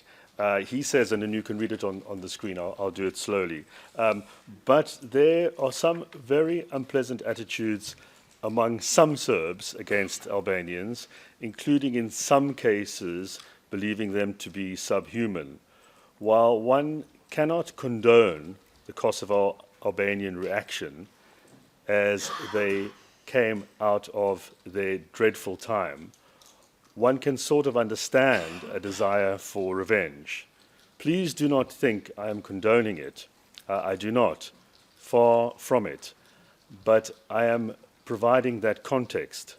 Kushner, he's referring back to the special representative, aided, I hope by me, had to erode this sense amongst some Albanians, not necessarily the KLA per se, that violent revenge was a legitimate response to what had happened to them. You see there what General Jackson's assessment was of the same time period. We have that word there, per se, again. I remember you used it in relation to the Serbs. Not all bad guys per se. He's saying not necessarily the KLA per se. So not making a generalization about who's responsible, but saying amongst some Albanians there was this profound sense of revenge given the background. Do you agree with his assessment from the same time period? So again, I mean, the same. I mean, General Jackson had his perspective and his view. I do agree, as I just noted, that this was a situation where, of course, also emotions were running high for very understandable reasons. But to be very honest, we were not necessarily in the business of understanding the motives for some of the acts that were happening every single day. I mean, that's important for us to understand, but we were there to find a measure to stop them and curb them or address them if and when it happened. So we had many of these discussions among ourselves, and some of those views were also expressed by some of my colleagues, and then there were other views. So I have to, that's why I'm making the point from where I was sitting, from my interactions to my recollection. We knew that there were individual acts. I understood, again, not only that there was no love lost, but that people were in many cases. I mean, that was sort of quote unquote the whole celebration over the liberation. You know, that there was a sense that this oppressive regime that had existed before was now gone, and they did not want either the representatives of that or the stakeholders in that to continue their presence in Kosovo. We understood all of this, and nonetheless, also for reasons that I tried to explain yesterday, my impression, the impression of some of my colleagues, was certainly that these were not just random acts of violence, and I'm referring now to these types of things that we've seen over a number of these reports that I was presented with over the last few days. Well, is it right? I mean, they weren't random in the sense that people were returning, finding their houses destroyed, finding bodies, and then in some cases acting in revenge because of what they saw. So it had the appearance of a pattern of being organized, because this was happening in a number of places when people decided to take the law into their own hands wrongly.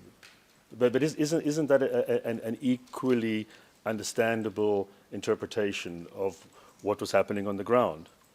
Objection argumentative. Yes, he's stated his position, and you're now just arguing with him about his meaning. Well, if I can put it this way, you talk about a pattern and being organized. Revenge attacks by some people can also equally look as though they are taking place according to a similar pattern. The same things are happening in a number of different places. Isn't that right from your experience? Mr. Defense Counsel, as I've again stated on a number of occasions, I do not exclude now that there were random acts of violence, that there were revenge and violence in whatever form, and I never have. Of course, these things happen, and there were probably also a number of those. But I also try to explain now on a number of occasions that the way this was conducted, sometimes systematically identifying, or those were some of the informations that really there was one neighborhood, there was overnight a lot of activity, then one neighborhood the next day. A lot of the Serbs were fleeing. Then we some of, not me necessarily personally, but colleagues spoke to some of those people packing up and leaving, or they spoke and came to us and said, last night they told us, if you're not out by tomorrow. So, these don't have the hallmarks of random acts, spontaneous acts of violence and retribution. They have the hallmarks of some form of organization in that respect. And for us, I think I referred yesterday, we had a longer discussion over rules of engagement and performance of different military contingents there. That's why we had such a discussion and went to KFOR a number of times and said, we need more presence in the street. We need more patrolling at night in particular, because that's when a lot of these things would happen. And as a result of that, we then saw, particularly in Pristina, which I remember most, more presence of KFOR, more patrolling, particularly at night. So I'm just saying, giving you some impression, some of the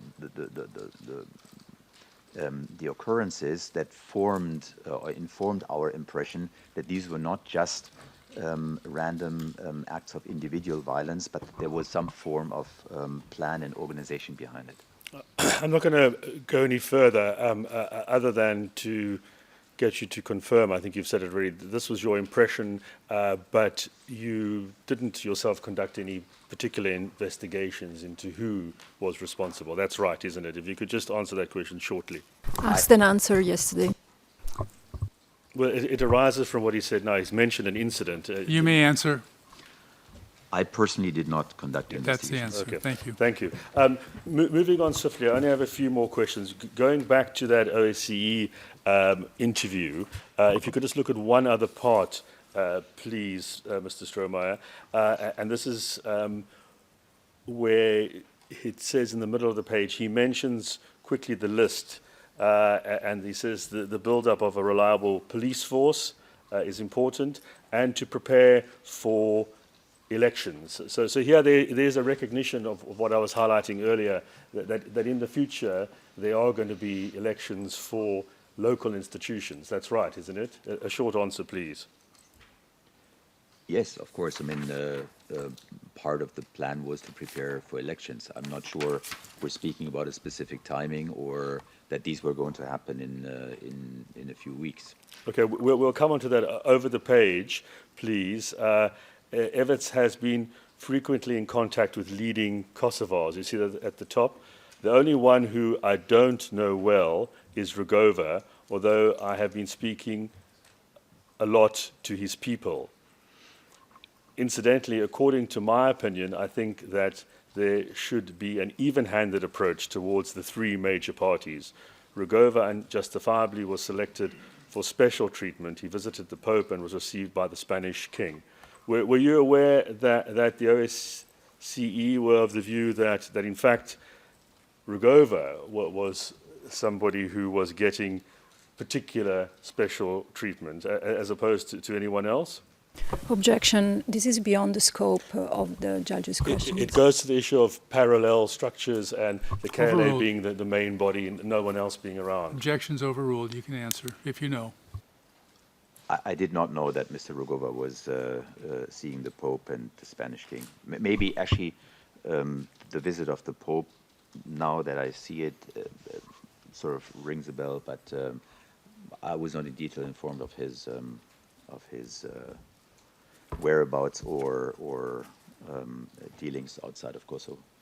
This implies a certain unbalance, it goes on, because one becomes partial. We should not forget that the war has changed the situation drastically. The UCK, for instance, has become rather popular. So this seems to suggest that we need to take the KLA into account, and not the other way around, that it's the KLA that's dominant and we need to take Rugova into account. Were you aware of this analysis at the time from the OSCE?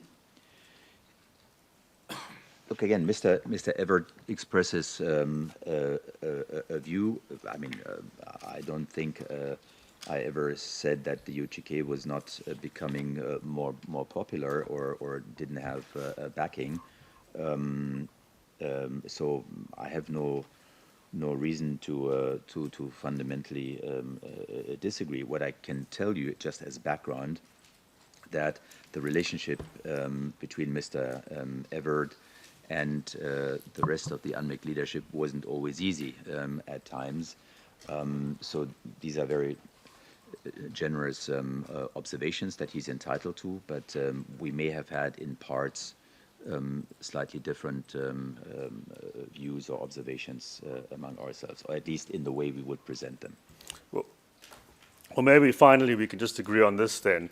He says here, when elections can be held will also depend on the question how the creating of political parties will develop, and then refers to the Rambouillet Agreement. A period of 9 months was mentioned. That's in fact Article 4, Paragraph 2, so that's actually in the Accords, says Evert. I prefer to think of a time schedule of 1 to 2 years. So he is envisaging here, going back to your earlier answers, that there would be elections, there would be institutions set up across government in due course locally. That's right, isn't it? That's what he says in his in this interview or press release. I cannot tell you whether that was the general view held at the time in UNMIC. I'm not sure he represents that view. And as I said, there were over some of the. I'm not saying this specific one, but I recall other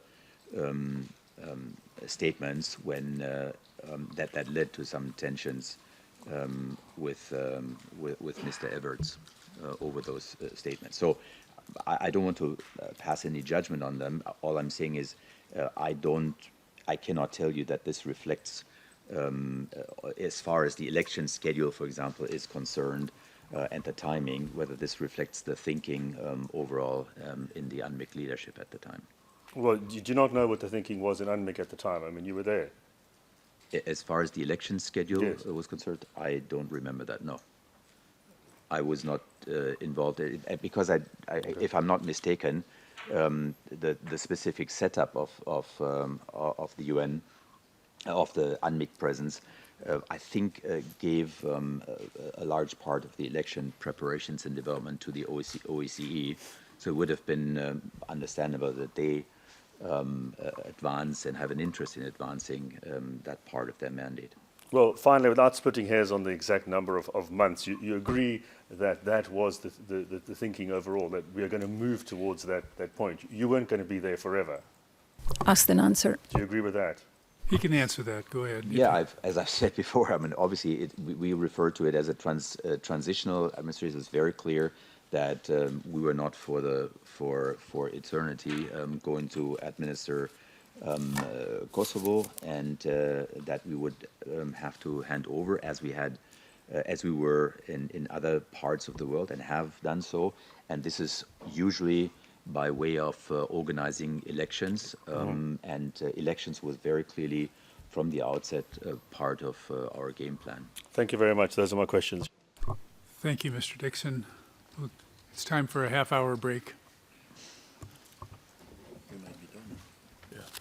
If there's no other questions. I overheard that from the judgment show. I have 5 minutes of questions, Your Honour. I'm aiming to really keep it in that. Thank you. I may do, but I'm grateful for the break now. It will help to clarify that. Thank you.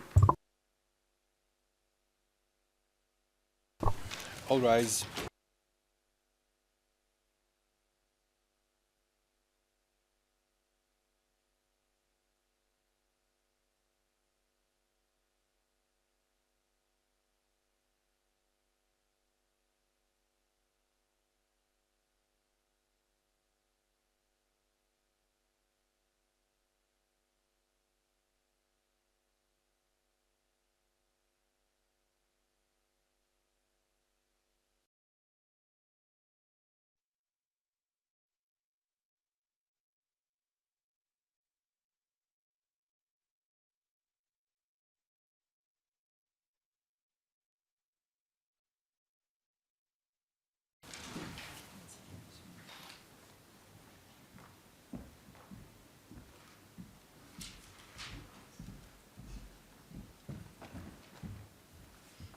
Be seated.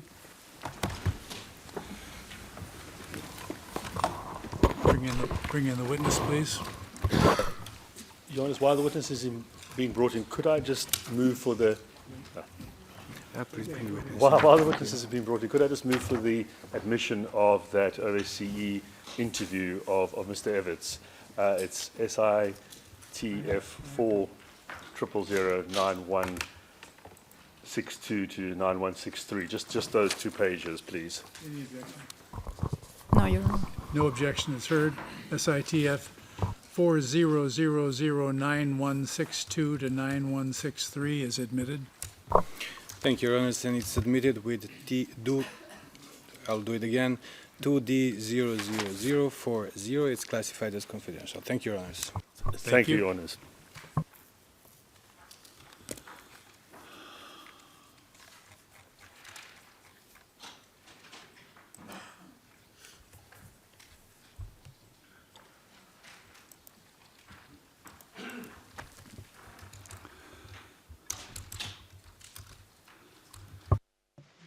A few more questions, Mr. Strohmeyer. We're getting close to the end. Please give Mr. Tully your attention. Thank you, Mr. President. We're very close to the end, Mr. Strohmeyer. I have 5 minutes of questions. I think they can be answered with yes and no. Please don't let that limit you if you feel you need to explain, but let's try and stick to yes and no. I'm only asking a question about one question you were asked by the judges, and that was by Judge Bartha yesterday. At page 134 of the real-time transcript, and this related to threats of the VJ and Serbian forces and their re-entry into Kosovo. So I'll read out the question in part, and I'll skip ahead of the bits that aren't relevant to the question. So at line 16 of 134, Judge Bartha read to you from paragraph 22 of preparation note 2, and you recorded as saying, you remember that there was instability and larger security issues relating to Serbian forces wanting to re-enter Kosovo along the southeastern border. There were always tensions in Mitrovica and Kosovo Polja. There was a fear for repenetration and discussions around the Serbian forces. When the internationals arrived, nobody believed Serbian forces would simply withdraw. And Judge Bartha asked you if you recall saying that last week, and your answer was, in part, maybe Milosevic had announced that Serbian assets or agents would reconnect with assets on the ground, and so that's how I was asked whether I was aware that there were such elements operating on the ground, and I said no.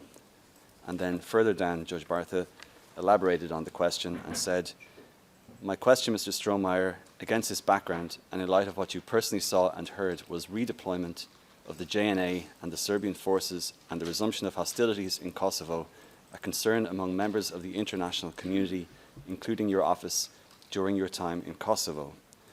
And skipping down, I understood your testimony on page 26 of our real-time transcript to mean that you were not privy to discussions on this issue and therefore cannot recall details, but I assume you can say whether or not there were concerns about Serbian forces being redeployed or not.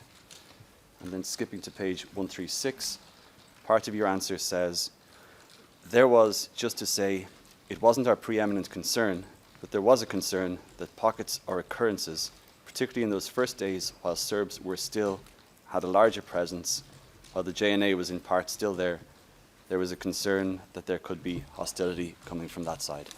You remember the questions and the answer you gave? Yes or no? Yes. Okay. So, you don't need to restate the reasons that you gave to the judge, but do I understand that your answer is that you are confirming, generally speaking, that the re-entry of Serbian forces existed amongst the international community while you were there in Kosovo? Sorry, that concerns or fears over that? Concerns of the re-entry of Serbian forces into Kosovo, those fears generally existed, you recall, amongst the international community.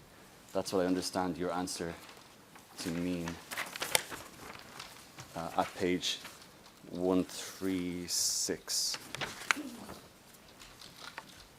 which is, it wasn't our preeminent concern, but there was concern that pockets or occurrences, particularly in those first days while Serbs were still, had a larger presence, while the JNA was in part still there was a concern there could be some hostility from that side. So, yes, in the very early days, there was a concern, and I believe yesterday I expressed that we were witness to a shootout and various things. What I do not recall whether this was, and that's what I elaborated on, whether there were organized pockets, whether there were plans to redeploy and connect people from Serbia over there. So I was not privy to any of those discussions. That's my next question. So when you say you weren't privy to all of the details, am I right that one of the key details that was missing from the information you had at your disposal was, and in our submission, or I put it to you that it is a key detail, is you did not have information about how likely it was for those fears to be realized. Is that accurate? Yes. Okay. Would you agree with me that Mike Jackson, General Sir Mike Jackson, would be a person who would have access to the information which would inform a full spectrum analysis of whether that was likely or not? I would hope so, yes. Yes, thank you. Mr. Court Officer, can I please have on screen, and sorry, I think we need to go to private session for this. It's a 107 document. Into private session, please, Mr. Court Officer.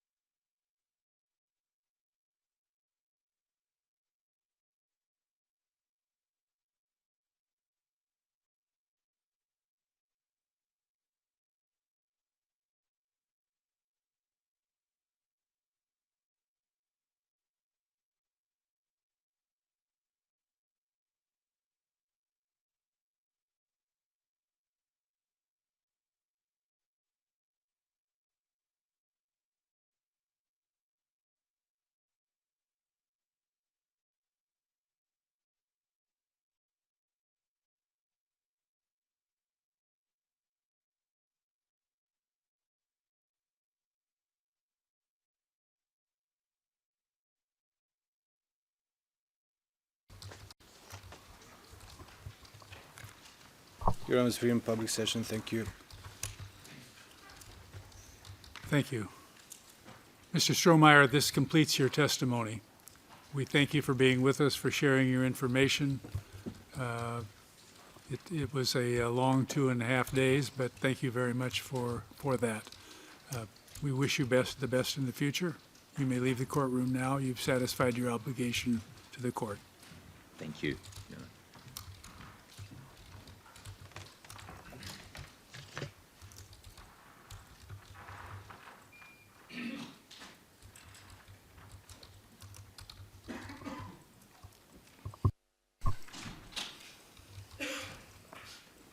I've been told the next witness is ready to begin. We will take a 10-minute break and come back to the courtroom at that time and start. So, thank you. We're adjourned for 10 minutes. All rise.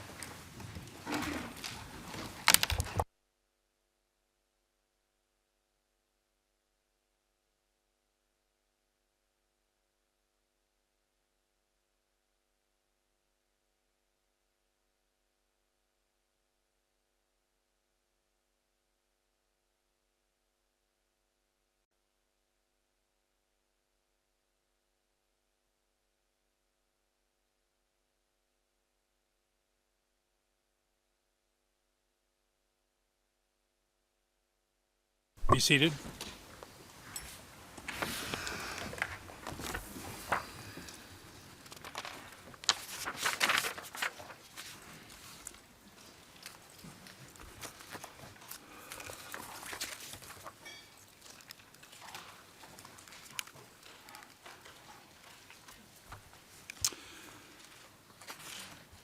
We'll now start hearing the evidence of prosecution witness W04874. Madam Court Usher, please bring the witness in.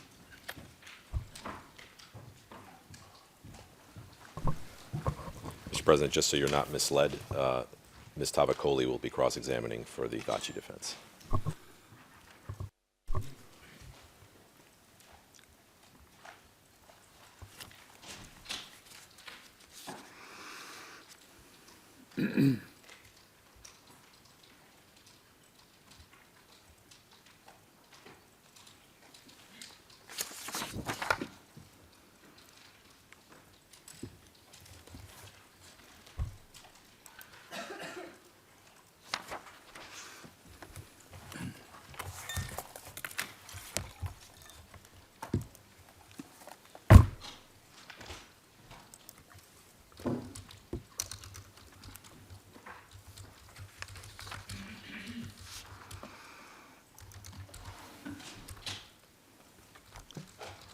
Good afternoon, Mr. Clark. Good afternoon.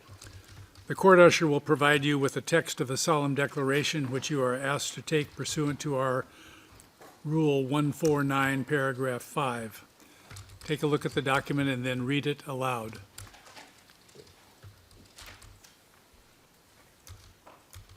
Conscious of the significance of my testimony and my legal responsibility, I solemnly declare that I will perform my expert analysis conscientiously and to the best of my knowledge, that I will state my findings and opinion accurately and completely. Thank you. You can be seated now.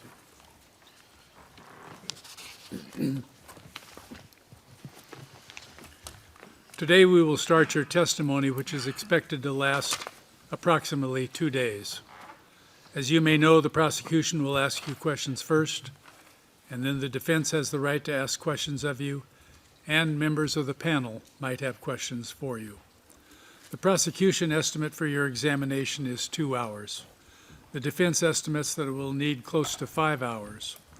As regards each estimate, we hope that counsel will be judicious in the use of their time.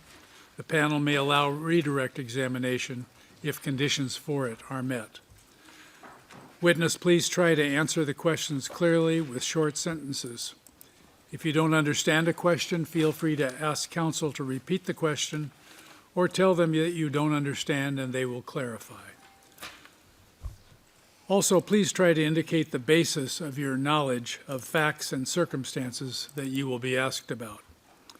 In the event you are asked by the SBO to attest to some corrections made regarding your statements, you are reminded to confirm on the record that the written statement as corrected by the list of corrections accurately reflects your declaration.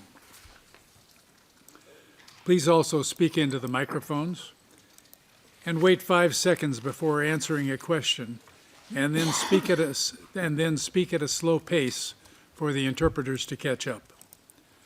During the next days while you are giving evidence in this court, you are not allowed to discuss with anyone the content of your testimony outside of the courtroom. If any person asks you questions outside this court about your testimony, please let us know. Please stop talking if I ask you to do so, and also stop talking if you see me raise my hand. These indications mean that I need to give you an instruction. If you feel the need to take a break, please let us know and we will accommodate it.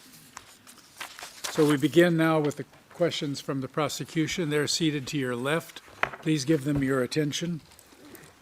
Mr. Potts, you have the floor. Thank you, Your Honour, and good morning, Dr. Clark. Good morning. We've met before, but I'll introduce myself again. I'm James Potts, a prosecutor with the SPO, and I'll be asking you questions for the next 2 hours or so. Could you please first state your name for the record? My name is John Clark. What is your date of birth? 5th of September 1951. I'd like to call up 103-133-103-135. This and the remainder of the items I'll be calling up today are not for public broadcast.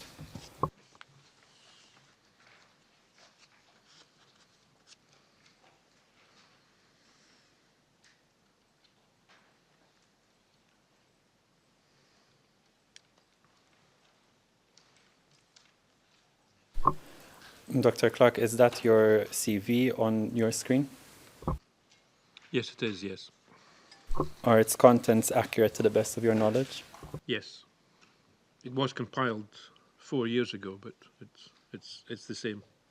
Are there any additions of significance you'd like to note? Nothing of significance, no.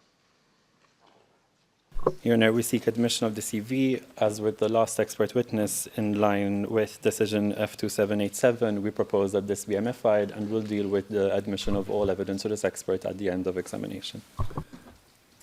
Thank you. Please mark it MFI. We'll consider this at the end of the testimony. Thank you, Your Honours. 103-133 to 103-135 will be marked for identification with P01989 and is classified as confidential. Thank you, Your Honours. Thank you. We can take this down, and instead I'd like to call up 103-108-103-132, please.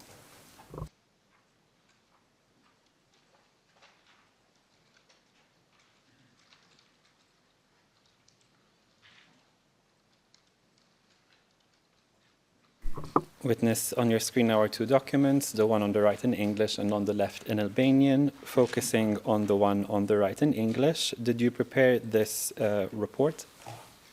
I did, yes. And did you prepare this report following the receipt of a letter of instruction from the SPO? Yes. Let's please take the Albanian version down and instead call up 102-430-102-442.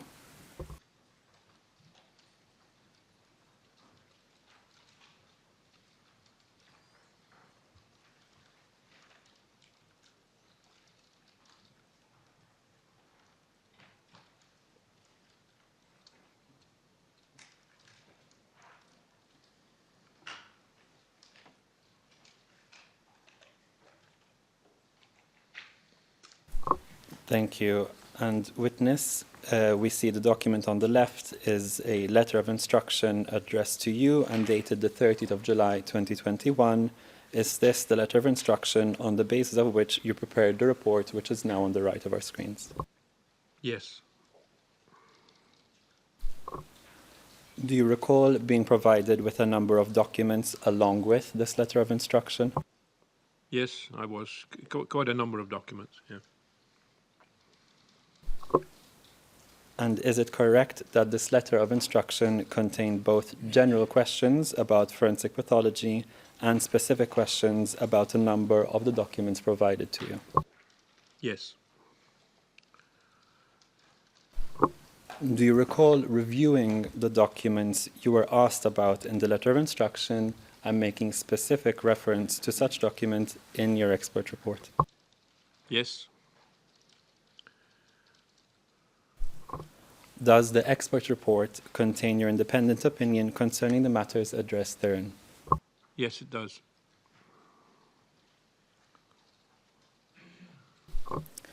Do you recall recently being provided with an opportunity to review and provide clarifications in relation to your expert report? Yes. Do you recall noting that there was one issue in the report which you wanted to address? Yes, there was. And is it correct that that issue concerned a seeming inconsistency in relation to the autopsy of one or more individuals? Yes, it was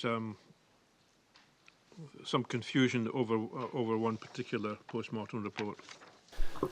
And we can take the document on the left down. And, Your Honor, at this stage, I would ask to go into private session for the well-being of family members of a victim. I estimate I won't need more than 5 minutes in private session. Into private session, please, Mr. Court Officer. Let's keep the... Oh, sorry.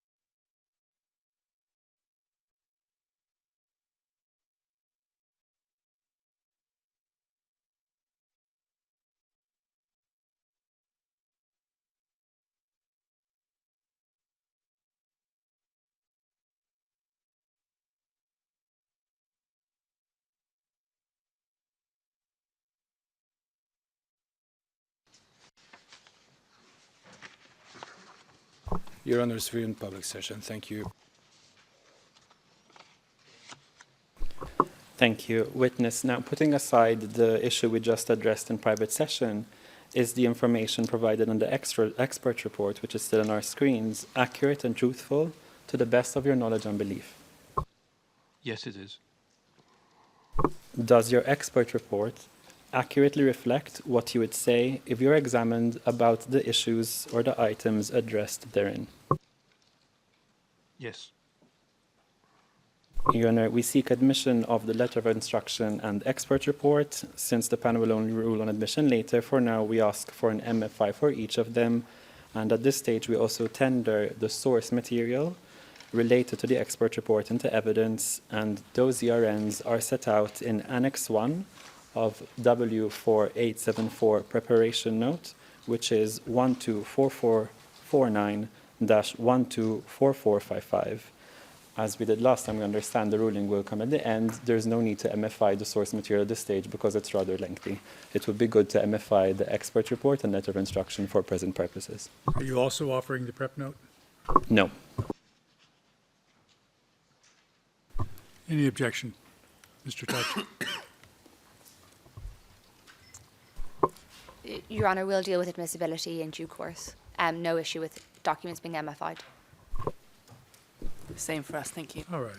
As for us. I take it nobody else objects. So the letter of instruction, which is 102.430 to 102.442, will be granted an MFI. It will be marked for identification with B01990, classified as confidential. And then the pathology report is 103.108 to 103.132. That will be granted an MFI. This will be MFI'd with P01992, classified as confidential. Thank you, Alice. All right, go ahead. Thank you. We can keep the expert report on our screens, and next to it, let's please call up SITF 00414-169 SITF 00414-223 ET.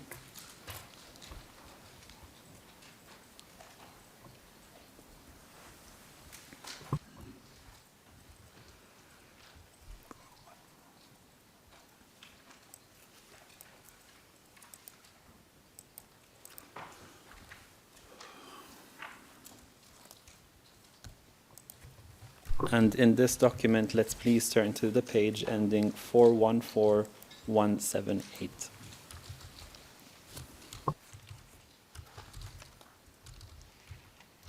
Thank you. And in the expert report, which is the document on the right, let's please turn to the page 103114.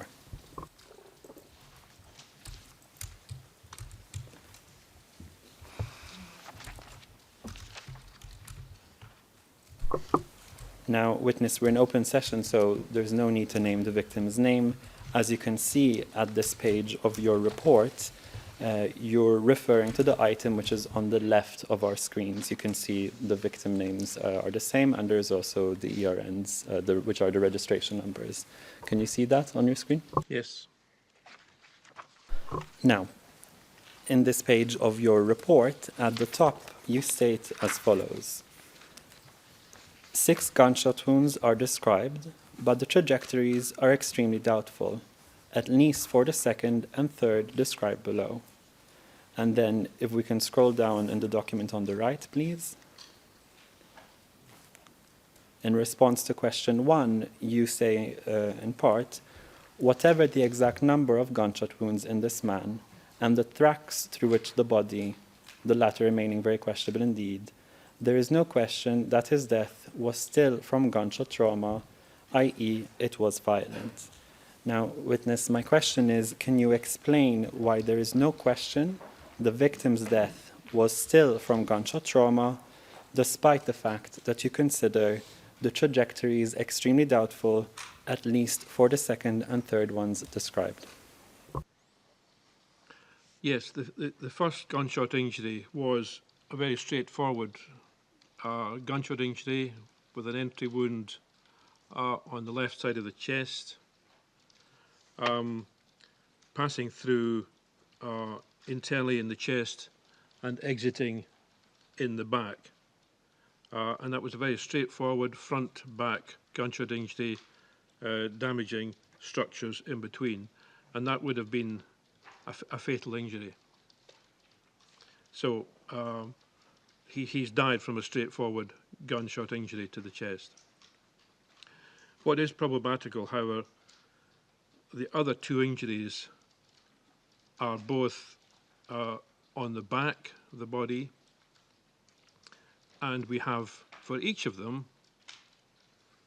the entrance and exit wounds close by, so both on the back, which would be very unusual, unless the gunshot was at a very shallow angle across the back, which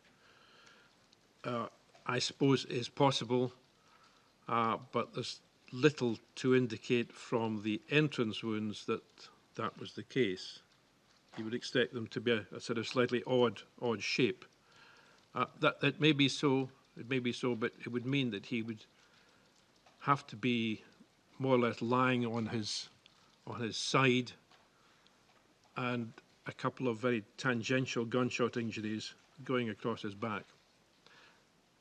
That may be the answer. I don't know. I don't have any photographs to help me there. But whatever, he does at least have one straightforward fatal gunshot injury.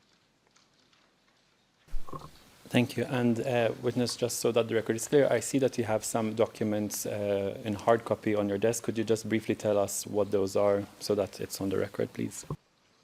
Yes, I have my report, which has already been presented. I have copies of the translated versions of the post-mortem reports I'm referring to, and I have a number of body diagrams which I have prepared, which just indicate these various injuries.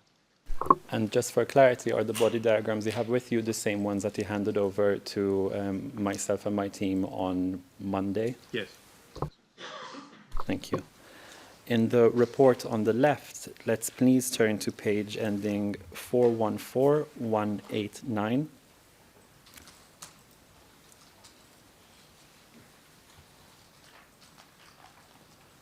And in the expert report, which is on the right, let's please go to page 103117.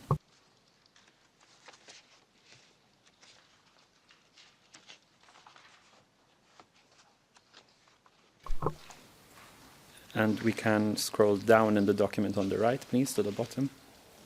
Thank you. Once again, witness, we don't need to mention the victim's name, but as you can see, at the page of your report that's on your screen on the right, you're referring to the victim addressed on the document on the left. Can you see that? Yes.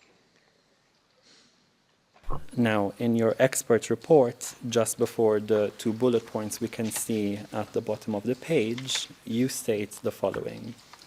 Some of the trajectories appear questionable. And my question to you is, would the fact you consider some of the trajectories appearing questionable have any impact on the assessed cause of death for this victim, which is multiple gunshot injuries? No, they don't. I mean, he's still died of multiple gunshot injuries. It's just that I somewhat question the various tracks, the entrance and exit wounds. And in your experience, how easy or difficult or on a scale is it to, let's say, track or map the trajectories of gunshot wounds, in particular when there are multiple gunshot wounds? Well, it's not an easy job, particularly with lots of wounds in the same sort of general area. Although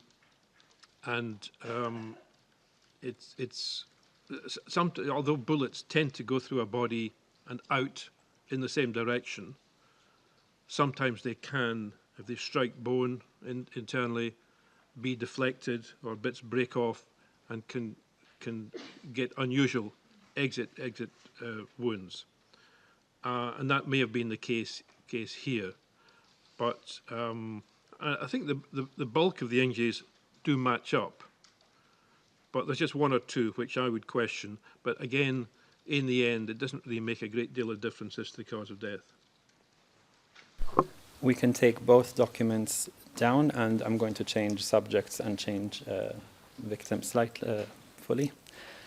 Could you tell the court briefly what livor mortis means? Livor mortis is not a term that I use, but it's the same as the other terms are lividity or hypostasis. It is one of the standard changes which occur in the body, physical changes that occur in the body after death. Briefly, your temperature drops, the blood in the body drains to the lowest point of gravity, and that is livor mortis, lividity, hypostasis. So if you die on your back, you'll get this purple staining of the skin on your back. If you die on your front, you get it on your front. If you die standing up, you'll get it in your legs. It's just the draining of the body. That's what that is. And briefly, the other two changes are rigor mortis, where the muscles become stiff, and then decomposition, when the body starts to degenerate. In general terms, if you can answer that, how soon after the moment of death does the process you just described, in particular lividity, hypostasis, livor mortis, generally set in? Livor mortis would generally appear possibly 3 to 4 hours after death. It's not an immediate phenomenon. It takes a few hours, 2, 3, 4 hours or so, and it'll show apparent. And it gives this general purple discoloration, pink or purple discoloration of the skin. And can a forensic pathologist like yourself generally easily distinguish livor mortis, lividity, which sets in, as you said, after death, to, for example, bruising, which occurs before death? Generally one can, because of the distribution. Occasionally there can be some doubt. A specific bruise can look like that, but generally it's straightforward. I'd like to call up P00858, and there's no need to call up the English translation. We'll start at page SITF 00189-124, please.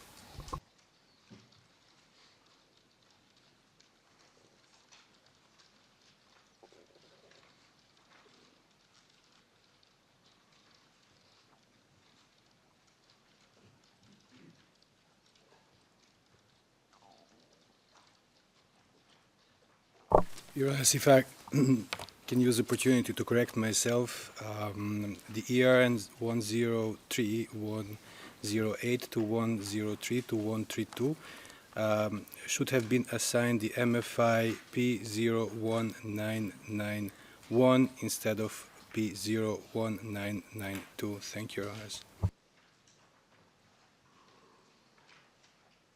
So noted. Thank you. Thank you. And in the document on our screens, I'd like to turn to page SITF 00189-124, please.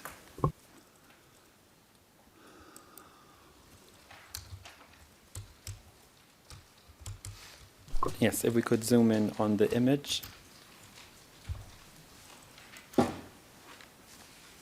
Perhaps zoom out a little bit so we can see the full image. That's good, thank you. And witness, for now, I'm just going to ask you to take a look at the images as they appear on your screen. We're going to go through a couple of them, and then I'm going to stop and ask you questions about some of them in particular. So this is the first one. I'd now like to turn to the next page, 189125.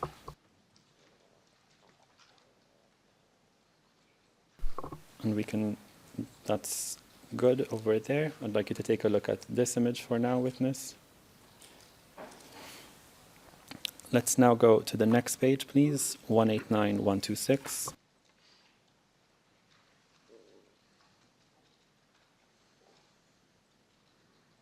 And this is the first image which appears, and we can scroll down slowly so that we can see the image at the bottom of this page as well. And if we can zoom in onto the victim over here. Thank you. Let's now turn to the next page, 189127, and the same there. We'll start with the photo at the top. We can scroll down slowly, zoom in a little bit, and scroll down slowly, and now onto the photo at the bottom of the page.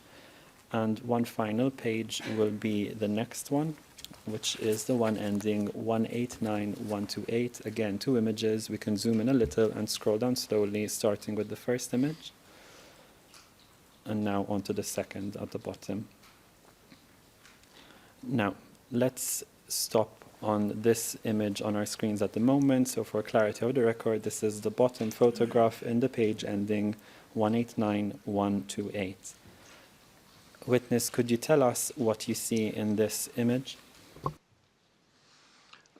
I see 2 main things.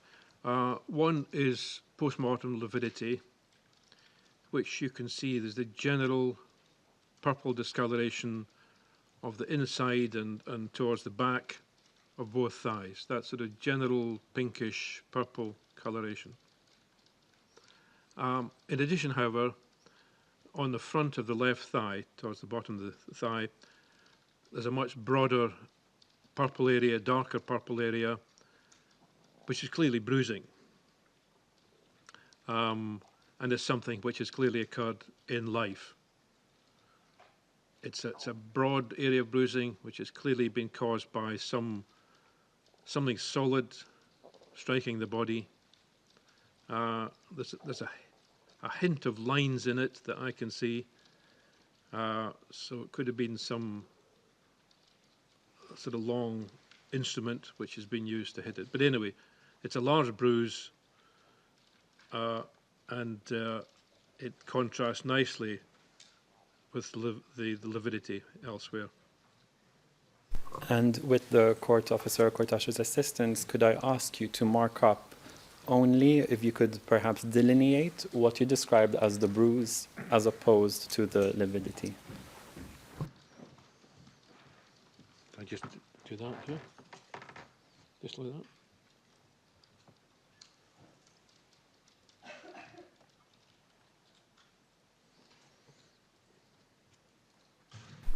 Thank you. That's clear. And Your Honor, we would, in due course, tender this a screenshot of this for admission for clarity of the record.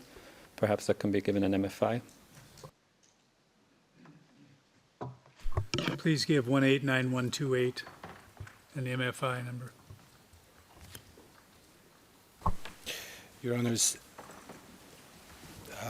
this will be said with REG 01199 and will be then MFI'd with MFI P01992. Thank you, Your Honors. And let's please go up towards the... Oh, sorry, I'll allow the court officer to finish the screen capture.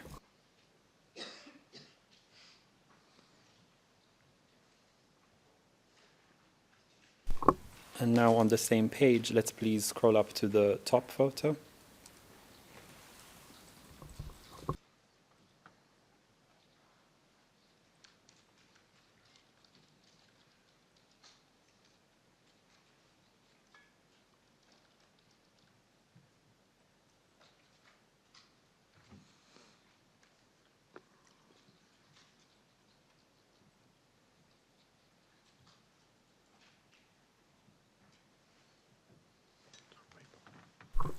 Yes, I see them. The marking remains, so I understand. Just bear with us, Mr. Witness. We're just going to reopen the document.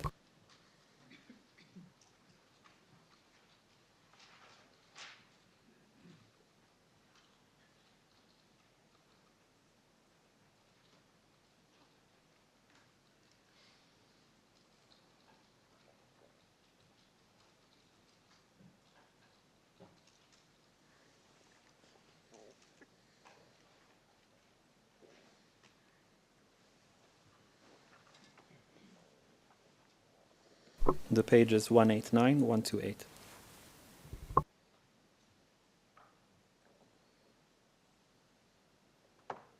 Thank you. So we'll focus on this image for now. I think that's good for the moment.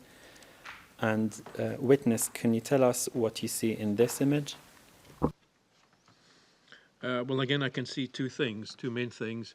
One is the post-mortem changes, particularly in the legs, the lividity on the back of the thighs, and the bending up of the lower legs in position of rigor mortis. So these are just post-mortem changes. On his back, again, there's a better picture, but... If we can perhaps zoom in onto the back for a moment.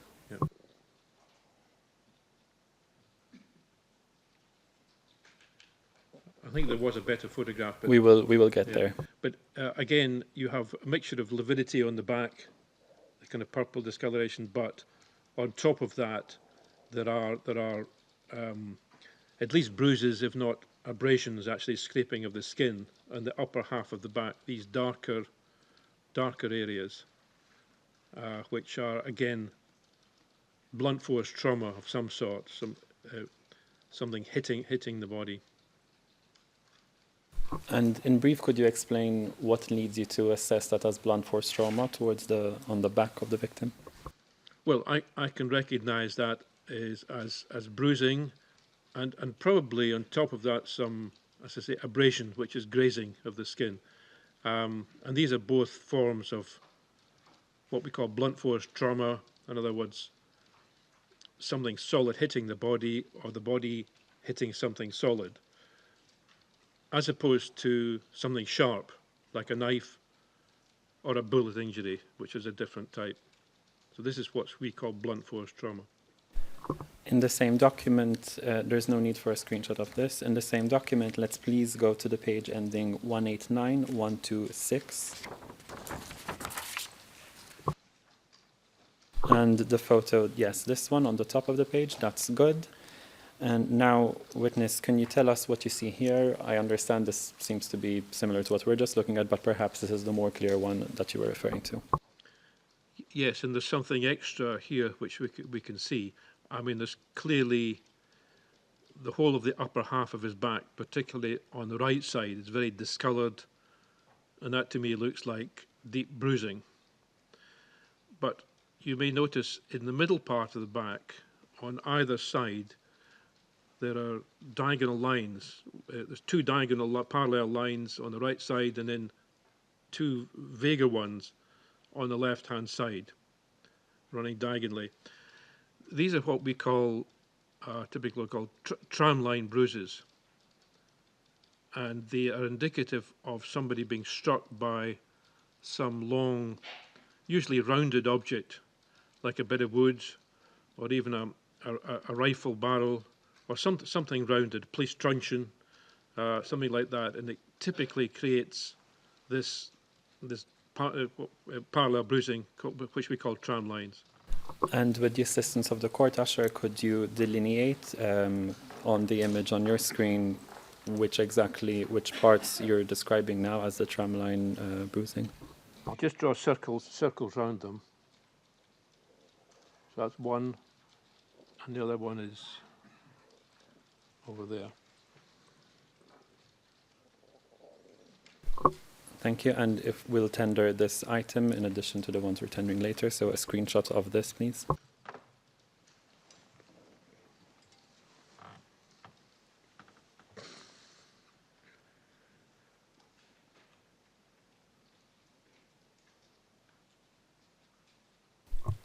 Do you want an MFI number attached to that?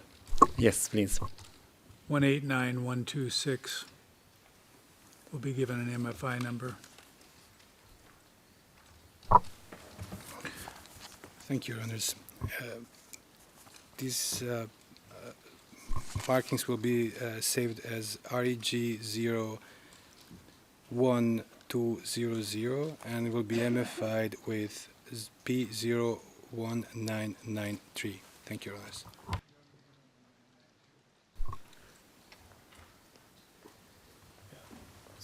We have a 1992 already. You're going to put them together?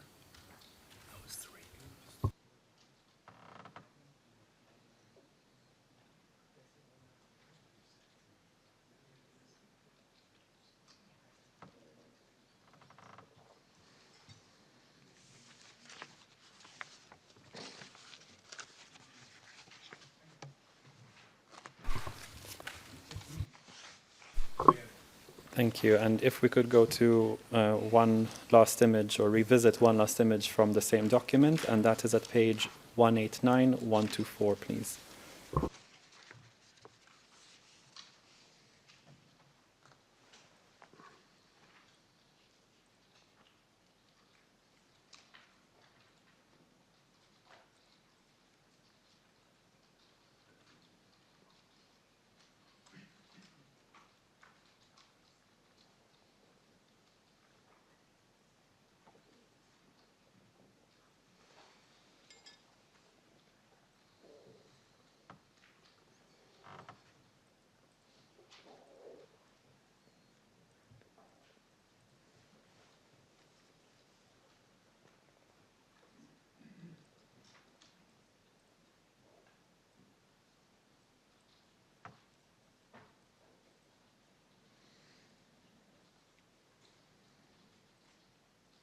Yes, thank you. And if we can zoom in on the image,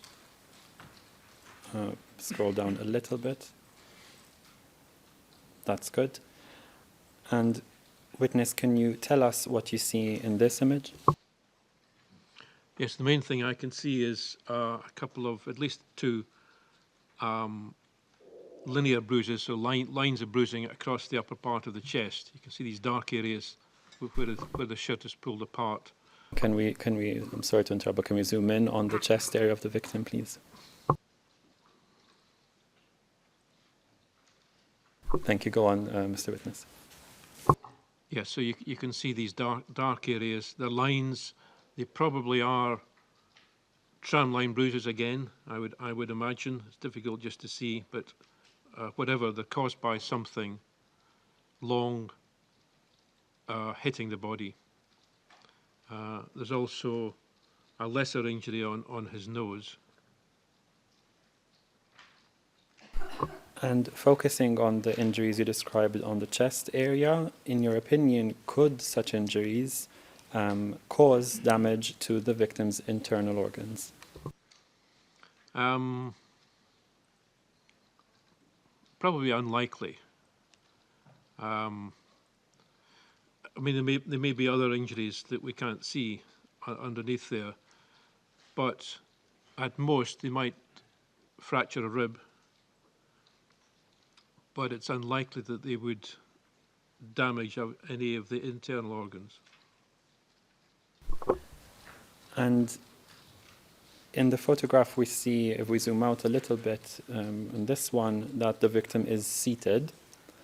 Could you tell us whether anything in this and more importantly the other photographs that we looked at for this victim today indicates whether or not the victim may have been seated when he died or shortly thereafter? Yes, thinking back on the distribution of the lividity and the rigor mortis, that fits entirely with him having remained in that chair after death. And so everything becomes fixed in that position. So yes, he, if he has not died in the chair, he has been in the chair after death as the post-mortem changes develop.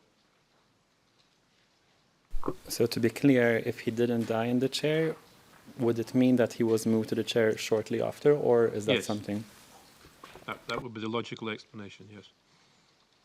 And again, based on the various photographs of this victim that you've reviewed today, is there anything that you saw that could indicate when the victim died, at least relevant to when the photographs were taken? I would think he's been dead at least a number of hours. It's not just immediately dead. It could be several hours.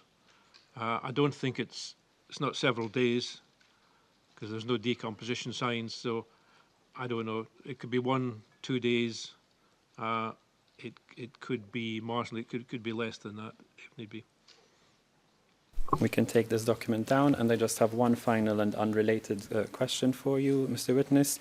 Could you briefly explain what is meant by a tapered projectile?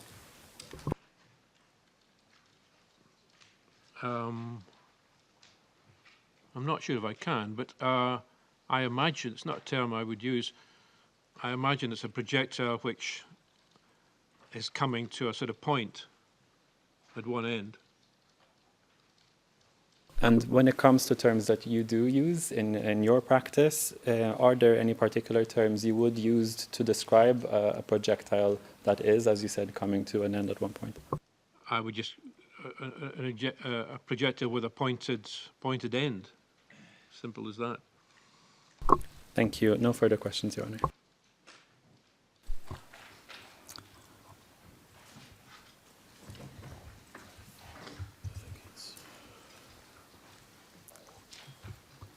I take it, Ms. Rowan, you're going to be first.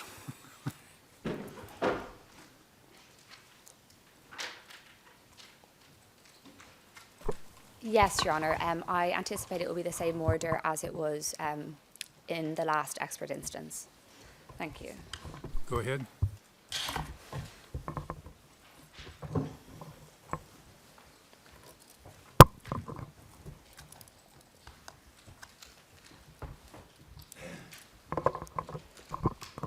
Mr. Clark, good morning. Hello. Well, afternoon Yeah. now.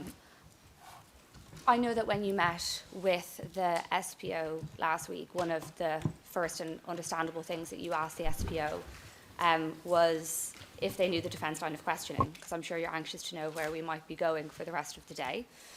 So perhaps if I could start there and let you know Yes, it was just a general, of course, general interest. Yes, so what I'd like to discuss with you this afternoon is first of all look at the instructions that you received from the prosecution, so what you were asked to do by them and what you weren't asked to do. Yes.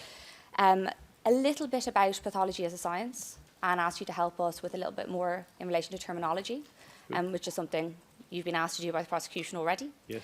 And then I would just like to go through your report with you, Right. and to look in a little bit more detail at some of your findings and expand a little bit more on some of the observations that you have made.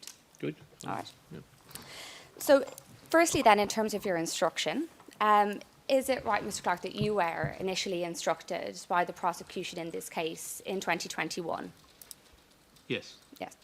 And while in your professional career you are somebody who's had a lot of experience in the Balkans, you had not had involvement in any of the cases that you were asked to examine by the prosecution. Is that right? No. Exactly. And as you were asked by the prosecution, it's right that you were provided a package of material that accompanied your instructions. Yes.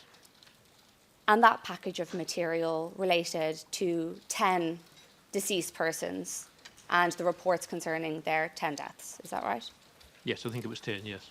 Yeah. We've also dealt with an 11th deceased today that we'll also come on to deal with. But just for clarity of the record, you did not conduct any of those original autopsies. Is Not that right? at all, no. You weren't present when any of those autopsies were conducted? No. You played no supervisory role in any of that work when it was being done or after the fact? No. And Interpreter's note, we kindly ask the speakers to make a pause between question and answer. Thank you very much. of many warnings I'm sure I will receive for going too quick this afternoon, but I will try to slow down. Was it made clear to you, Mr. Clark, that in terms of the instruction that you had received, that the prosecution in the course of this case won't be calling the pathologists whose reports we've looked at, but they've asked you to look at those reports instead? Is that your understanding of what's taking place? Yeah, that wasn't specifically made clear, but it's my understanding Yes. of the point. Perhaps then if we could have your letter of instruction, please, not for public broadcast. We now have an MFI for it as 1990, please.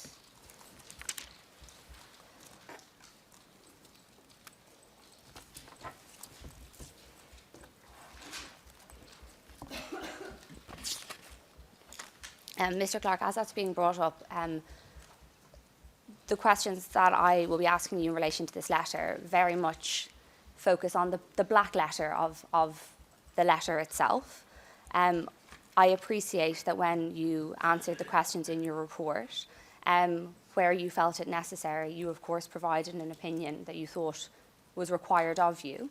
But what I would just like to focus on is exactly what you were asked specifically to do by the prosecution. Do you have a copy also of this letter with you, or are you working with us on screen? No, I don't have that with me. Okay. I'm working on the screen. No problem. So you can recognise that as a letter when you were initially instructed, and we can see the date in the top left-hand corner. Yes. And it sets out in general terms there, we see at point 2, where you are asked to set out your independent opinion in relation to the questions that are set out in Annex 1. Is that right? Yes. Just pausing there for a moment, was it explained to you at any stage during your dealings with the prosecutor in this case that your role in these proceedings is as an independent expert? That was the implication, yes. And you understood that to be the case, as Yes. it ordinarily would be? Yes. Ms. Rowan, you have to slow down. You have to give a pause. Yes. Of course, everything that we say, Mr. Clark, is being interpreted, and because we both speak in English, I forget to pause to allow the interpreters to catch up with us. All right, Mr. Clark, could we please have page 3?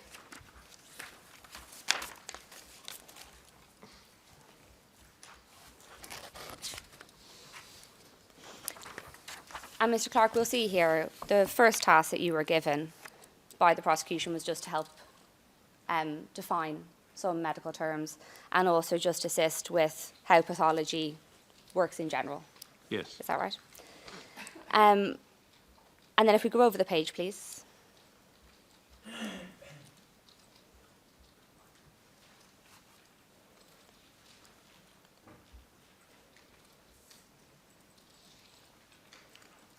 Thank you very much.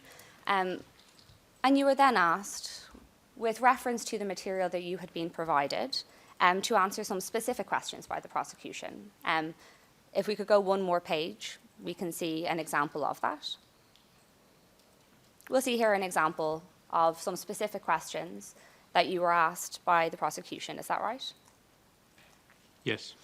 And then when we see your report follows that structure and those questions as provided by the prosecution. Is that right? Yes. Yes. So what you do in your report is you answer the questions that you were asked by the prosecution. Indeed. Indeed. Now, in terms of what you were not asked to do by the prosecution in this report, is it right that you were not asked by them to comment on the quality of the underlying work that you were looking at? I think, as I recall, if you go back to page 1 of the instructions. Of course, that would be of the PDF. The Mr. Clark, if we could assist, please. It ends 430.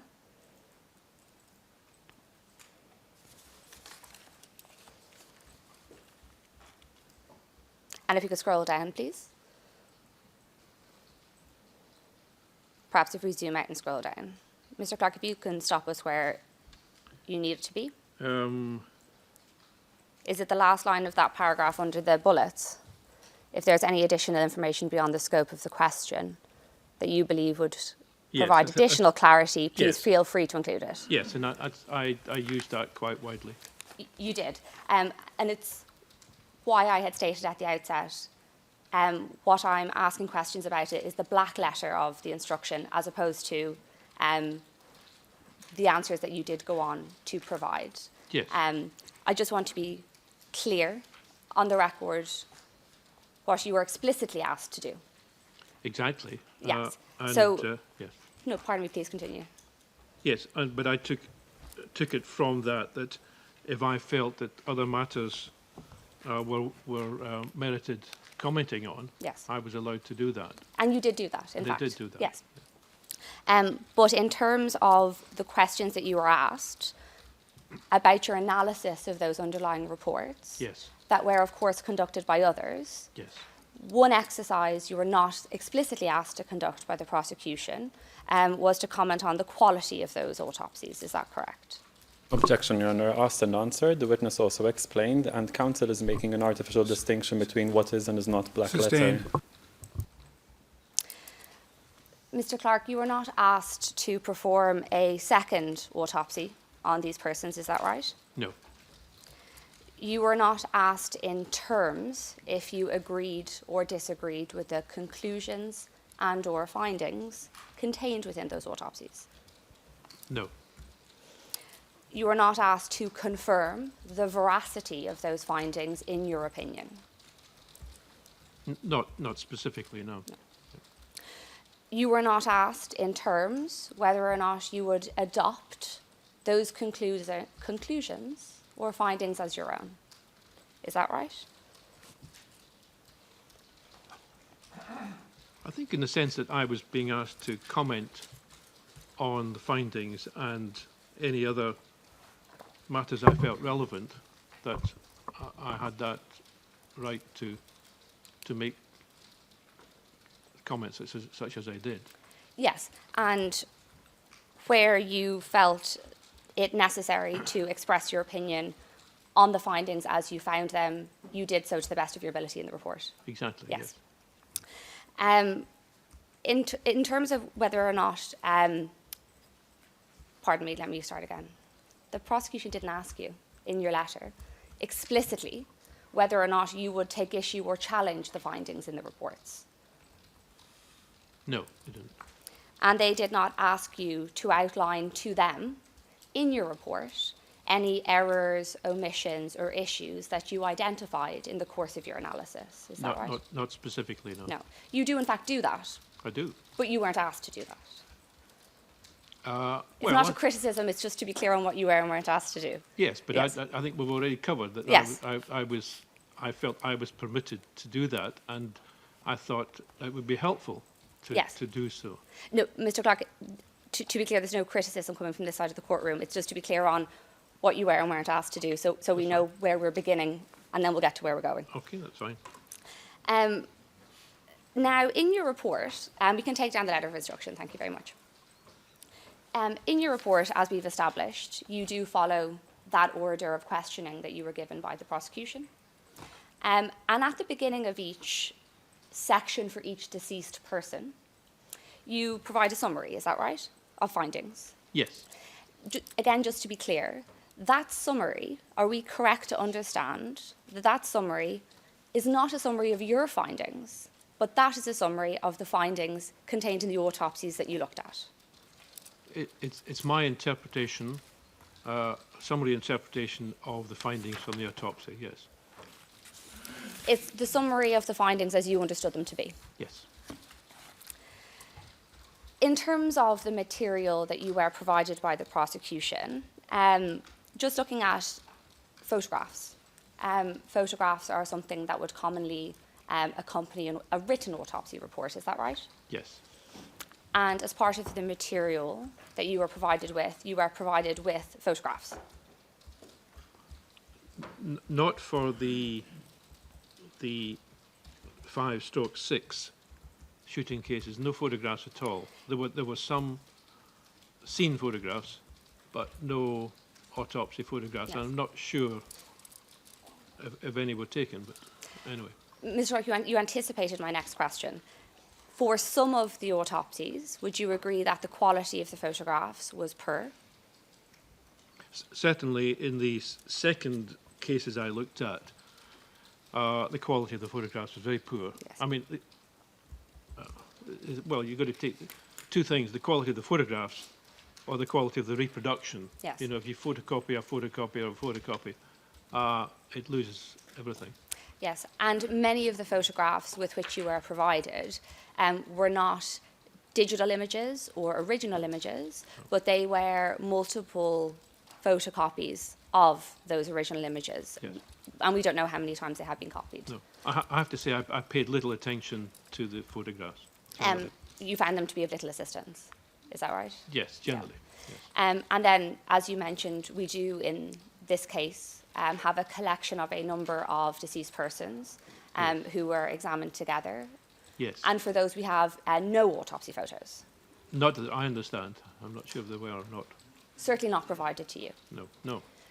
What were provided to you were a number of crime scene photographs. Yes. Yes. Yes.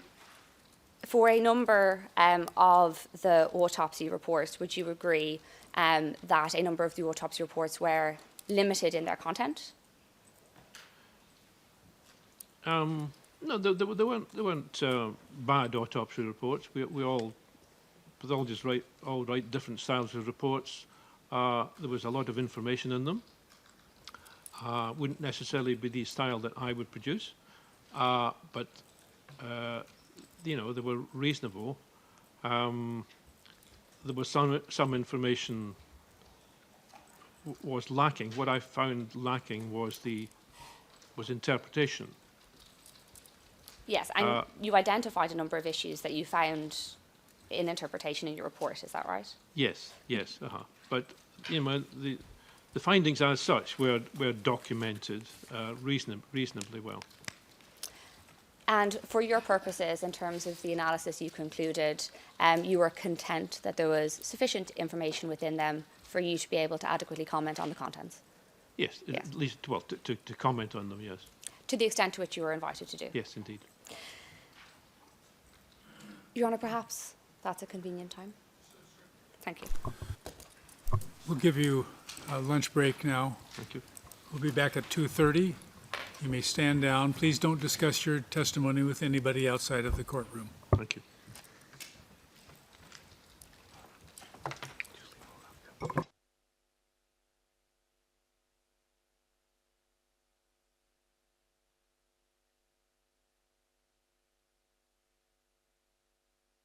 We're adjourned until 2:30.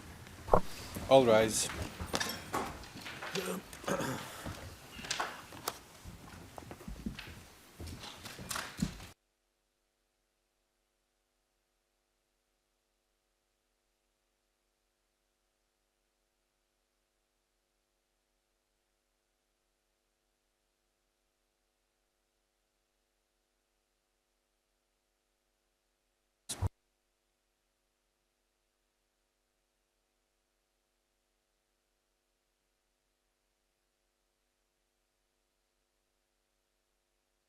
Be seated.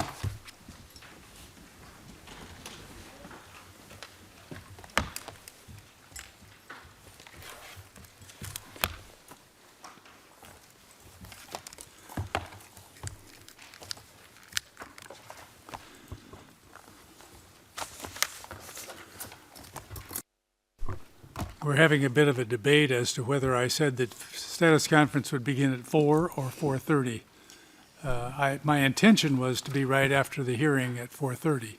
Does anybody have a different remembrance? Your Honour, we actually went looking for some emails this morning trying to answer the same question, and I understand that the answer we came to is Your Honour has said 4.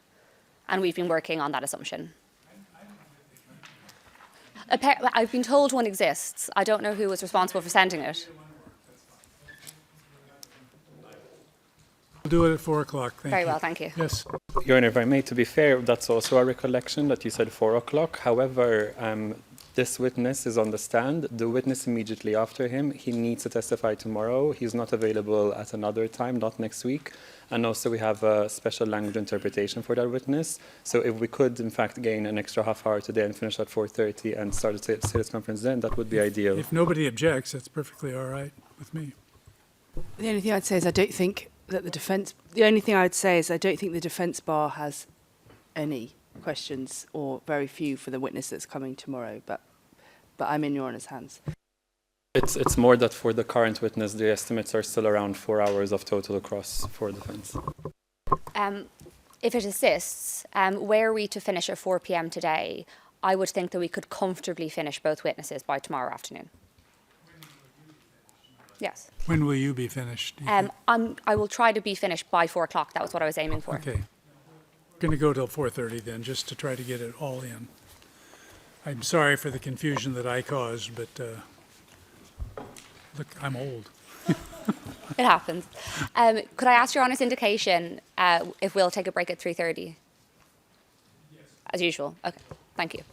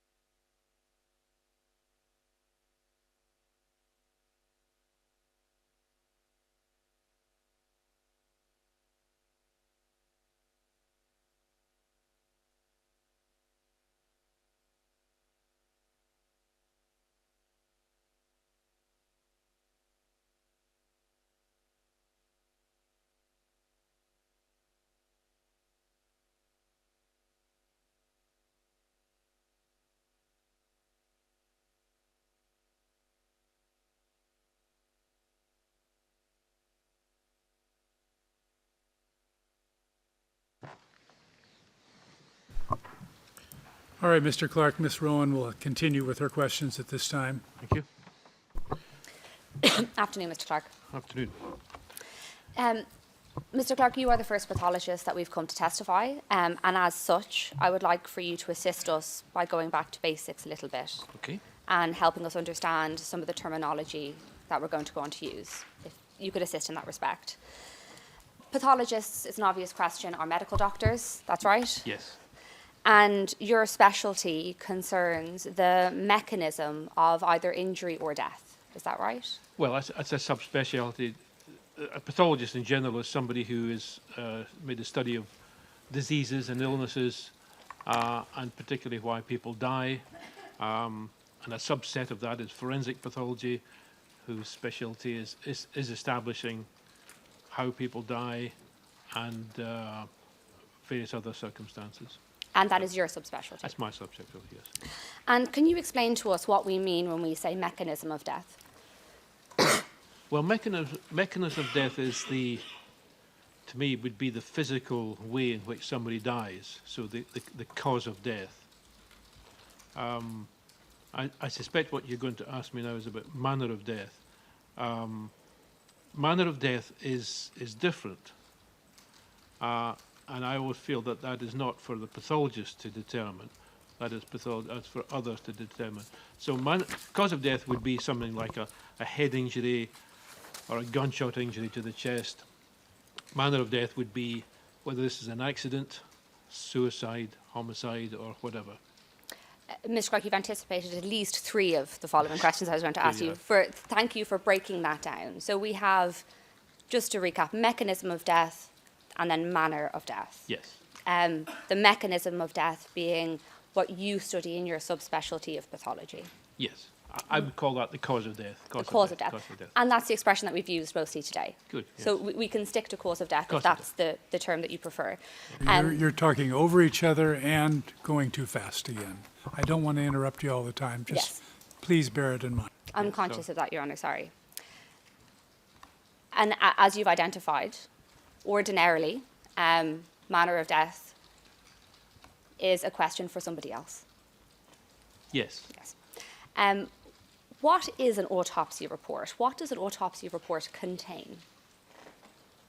Well, an autopsy is simply an examination of somebody's body after death. And from that, pathologists will look at external findings and then internal findings. From that, we'll produce a report listing all these findings. And usually, would also bring in some conclusions at the end, which bring the findings together. So in terms of 2 of those aspects you just mentioned, an autopsy report would, you would expect, contain both the findings and the conclusions of the pathologist. Yes. Both of those would be expert opinions. Would you agree? But the pathologist's opinions, their opinions as to what they found. The findings are not necessarily an expert opinion. Expert means an opinion. So the basic part of the pathology report is just a recording of the findings. Then you would bring in your expertise to determine, to comment on what these findings mean. You're right. So you would outline your findings of fact and you would comment upon them, bringing in your expertise to form conclusions based upon those findings. Yes. And you would expect those to be recorded in an autopsy report. Yes. And that is the purpose of the autopsy report largely. It is, yes. Now, we look at around 10 autopsy reports in this case. Some of the most common injuries that we're going to go on to look at are either blunt force trauma or gunshot wounds. Yes. It might seem like a very obvious question, but what's a gunshot wound? A gunshot wound is a wound caused by a bullet. Well, not necessarily a bullet, a projectile from a firearm, which could be a bullet or it could be pellets. We strike the body and cause injury. Now, looking at blunt force trauma, you touched upon a definition of this earlier. Yes. And you had described blunt force trauma earlier to be when something hits the body or the body hits something? Yes. When something hits the body, for example, if somebody is punched, that could cause a blunt force trauma. Yes. Somebody could be hit with something. I could pick up a jug from beside me and hit somebody with it. That would be a blunt force trauma potentially. Generally, yes. Yes. If you fall to the floor, you can be caused blunt force trauma by the impact upon the floor. Indeed, yes. So there are a number of ways in which the body can suffer a blunt force trauma. Exactly, yes. And in order to examine or to conclude how that might have been caused, somebody in your field would need to examine the injury itself to try and explain how that blunt force trauma specifically was caused. Yes. I mean, often there's no answer. A bruise is a bruise, and you could think of 100 ways in which that bruise could be caused. All we can say is that that's a bruise, that's, you know, it's a fresh bruise, it's not 3 or 4 days old. It could have been caused in countless ways. So. And a bruise is the main, but not the only, indicator of a blunt force trauma or the only thing that would result from a blunt force trauma. Is that right? No. Just very briefly. Yes. We tend to think of 3 types of injuries caused by blunt force trauma. One is an abrasion, which is kind of grazing of the surface. It's just scraping off the surface of the skin.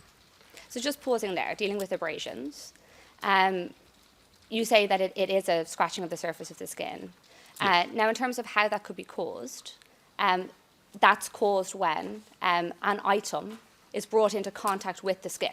Is that right? It's usually when it's a rough surface which scratches against the skin.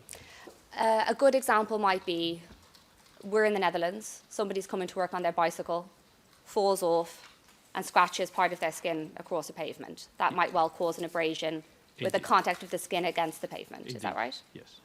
Okay, so that's abrasion, that's one form. The next form you were going to identify? Second one is a bruise. Yes.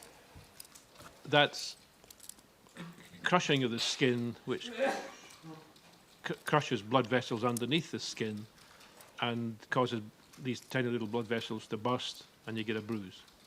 So it's more a kind of a more general force.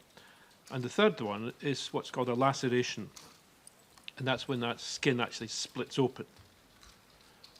And you usually get lacerations over bone, because if you punch somebody, say, in the arm, then the skin will give. If you punch somebody in the head, then it can't give and it splits open. Well, it can split open over the bone. Same on the back of the hands or the shin. Yes, and you touch there your eyebrow. A good example of that type of laceration being caused might be when we see boxers in a ring, we see their faces bleed, and that could be as a result of the blunt force trauma they cause each other to the face, can cause the skin on the face to break and bleed. Is that right? Yes. If that same punch had been to the arm, it's only going to cause a bruise. Yes. But because it's over a bone, which can't give, then it could split open. So we can see bruises, abrasions, and lacerations all present on a body when it has suffered a blunt force trauma. Yes, and it could all occur at the same time in the same impact. We could have all, we could have one. Yes. And there's also potentially a fourth that could be caused by blunt force trauma, and that's a bony injury. Yes, if you like to do that, yes. We tend to think about external injuries and then internal injuries, but you're right. And could you explain to us how that might take place, or how that might occur, how a blunt force trauma could cause a bony injury? It generally has to be quite forceful, blunt force trauma. But so if somebody was in a road accident, for instance, they could suffer fractured ribs or a fracture of the limb bones, femur, tibia, etc. If somebody was struck over the head, something heavy, that can fracture the skull. If somebody had fallen on the back of their head, that could cause a fracture at the back of the head, underneath the external bruise or a laceration. But a bony injury, as you've identified, would tend to indicate that the blunt force trauma was of a significant or a more significant degree of force in order to enable it to cause that type of injury. Well, yes. I mean, you would never really produce a fracture from, say, a punch. Yes. It would have to be something a lot more forceful than that. Thank you for your assistance with those skeletal remains. Most but not all, well, about half of the bodies that you were asked to look at in this case were skeletal remains, is that right? Yes. And it is possible to perform an autopsy on skeletal remains, that's of course true, yes? Very much so, yes. And pathologists deal with both fresh corpses and with skeletal remains alike. Yes. But in terms of limitations, would you agree that you are, as a pathologist, more limited when you are dealing with a skeleton than when you are dealing with a fresh corpse in terms of the findings that you might be able to make? Very much so, yes. Yes. Because when, of course, again, it might seem obvious, when you are dealing with a fresh body, you have the skin, the internal organs, the soft tissue, which gives you the opportunity to examine a far broader array of possible injuries or illnesses than you have the capacity to examine when you only have the opportunity to look at bone. That's right, yes. And what are the implications of you being unable, as a pathologist, to examine internal organs when you are looking to determine cause of death? Well, if you, in general, most people who die are going to die from some natural disease or conditions which will affect the soft tissues of the body. And also, if we want to take samples of blood for analysis, etc., we need the soft tissues for that. So if all these are absent, then we've lost a lot of our usefulness, if you like, to determine how people die. But when we're looking at trauma, trauma often affects bones, and bones will remain. With soft tissues will disappear, bones will remain, and so we can still see any trauma which is in the bones, and we can start to analyse that. Yes, and when looking at skeletal remains, that is where the attention focuses on seeing whether or not you can identify trauma to those bones that you have the capacity to examine. Yes, that's all we can go on. Yeah. If it's just skeletal remains, we've got to look at the bones. Yeah. And had that body in life suffered injury otherwise than to its bones, you would be unable to determine that from the skeletal remains ordinarily. So I didn't follow that. That's my fault. If there had been an injury, yes, other than to the bones, yes, that would not be visible to you when examining the skeletal remains, is that right? yes, yes. And you mentioned natural disease. If, for example, a person had died as a result of heart failure, for example, again, without the capacity to examine the heart, the size of the heart, at the time of death, again, you wouldn't be able to identify that as a cause or a contributory factor because of the absence of the soft tissue. That's correct, yes. Now, as you mentioned, the focus then on skeletal autopsies focuses on the bones.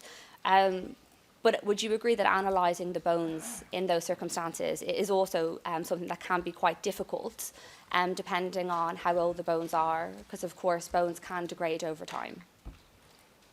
Yes, it's not so much how old the bones are, because bones tend to stay much the same unless they're centuries old. The difficulty with trauma with bones, it could be caused in a number of ways. It could be, again, blunt force trauma, just like, say, an accident or fall or something like that. Or it could be perhaps bullet injury. It's going to cause fracturing as well. Or shrapnel, from an explosion. They will all damage bones. Now, a lot of the times we can distinguish them. A bullet going through bone or striking bone causes a characteristic pattern, and we can begin to recognise that. If a bone is caused by, say, a blow or a fall or whatever, that tends to be just a fairly clean fracture with no bits missing. And we can recognise that as blunt force trauma and not as a bullet injury. But it's not always as easy as that. Yes. And it is more difficult than it would be had you the full corpse to examine. Very much so, yes. And just touching briefly before we move off, clothing. Clothing can be something that can inform pathological findings, is that right? Yes, it can, yes. And is that because sometimes in clothing, when one is dealing with injuries, for example, caused by either stab wounds or gunshot wounds, for example, one can be assisted by markings in the clothing that may relate to those injuries, is that right? Yes, that's right. And of course, again, clothing, not always, but is something that is often missing when dealing with skeletal remains. Yes, that's right. Or it can be damaged after death as well, and that creates problems. To such an extent that it may be that it's so degraded that you cannot properly draw any conclusions or findings from it. Yes. Depending on the manner in which it may have been buried or exhumed. Yes. Turning to your report, Mr. Clark, where I'd like to start, and perhaps if we could have it on screen with us, please, is at page 14. Mr. Clark, I'd like to keep us in public session as much as possible. So what I intend to do is not name any of the persons that we're dealing with, but please do let me know if you're not following. And we can go into private session and use the identifiable names for the persons concerned. Oh, the P number would assist, yes. Could I please have page 14 of MFI 1991, please?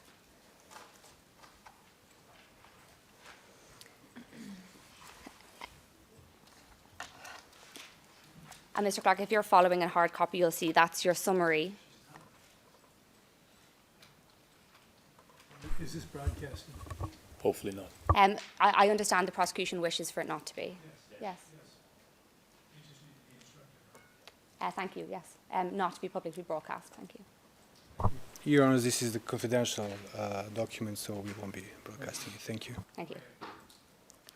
If we could have page 14 on screen, please.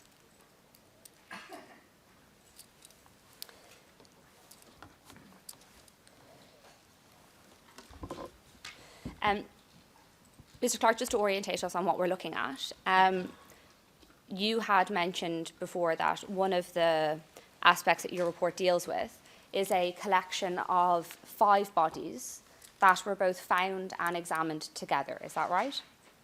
Yes.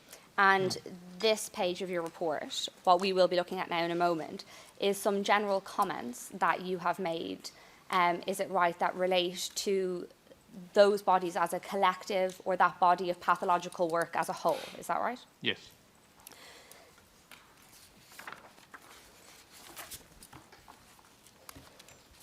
Now, just dealing briefly before we come on to the detail of your comments, it's right that for these bodies that you received autopsy reports, but no autopsy photographs. Yes. Yes. And you did receive some photographs, but those photographs were crimes of scene photographs that included clothed bodies only. Is that right? Lying in situ. Yes.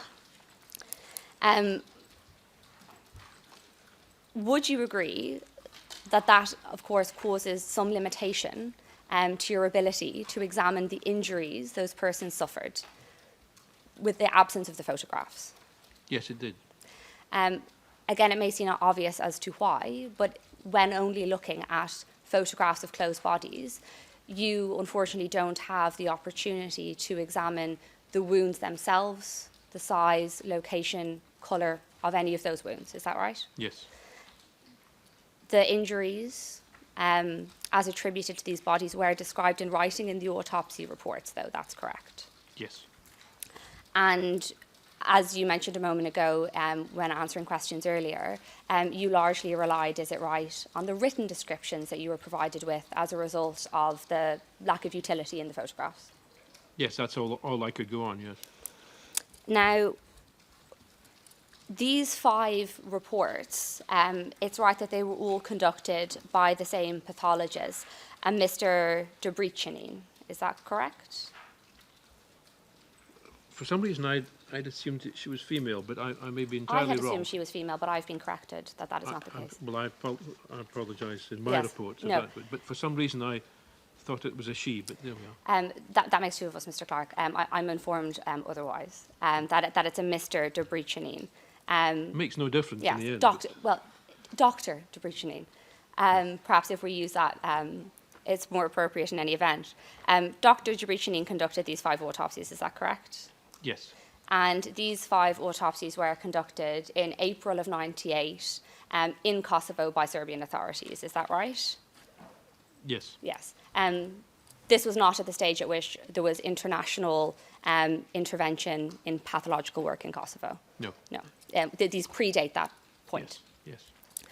Then perhaps turning to page 14, I'm not going to deal with all of the bullet points that you outline here, but it's right that when making these general observations that at this point you do point out some irregularities that you had noticed in the underlying reports. Is that fair? Yes. Now, I count it to be bullet point number 4, and the bullet point beginning returning to the injuries. Perhaps if we can just deal with this here.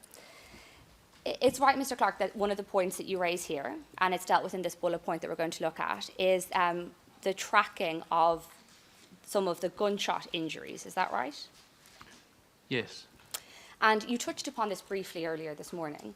But one of the things that you had observed when looking at this body of work as a collective, as in your opinion, some of the track marks recorded in the underlying autopsies appeared to you to be illogical. And you've recorded that here, is that right? Yes. And you also note that what compounded that lack of clarity was that there were, of course, no accompanying diagrams of those purported injuries that you could examine. Is that right? Yes.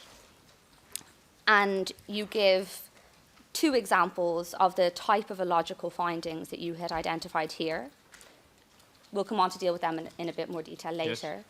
But the examples you give is for one of the deceased persons, a gunshot wound was noted as entering and exiting through the forehead.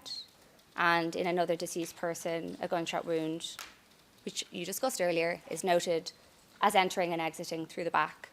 And in your view, that those seem to be logical findings for you, and you point that out here.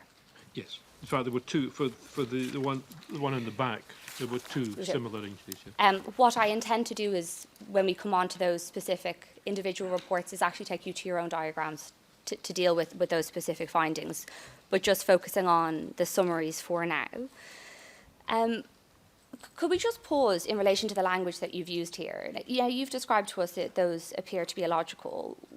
How should we understand your description of them as being illogical? Would it be fair to say that by illogical you mean these may not be correct, these findings, because they lack logic in your opinion and therefore may not be correct? Well, at face value, they appear illogical. In other words, that an entrance and exit wound are very close to each other, which is odd. Now, that can sometimes happen. But I'm surprised that the pathologist made no comment. I mean, if I'd seen a case and I was convinced that, yes, this was an entrance and that was an exit, I would think that's unusual. I better explain that. It may be that he is correct. Pathologist correct. Yes. But I'm surprised that there's no recognition that this is unusual and no kind of explanation for it.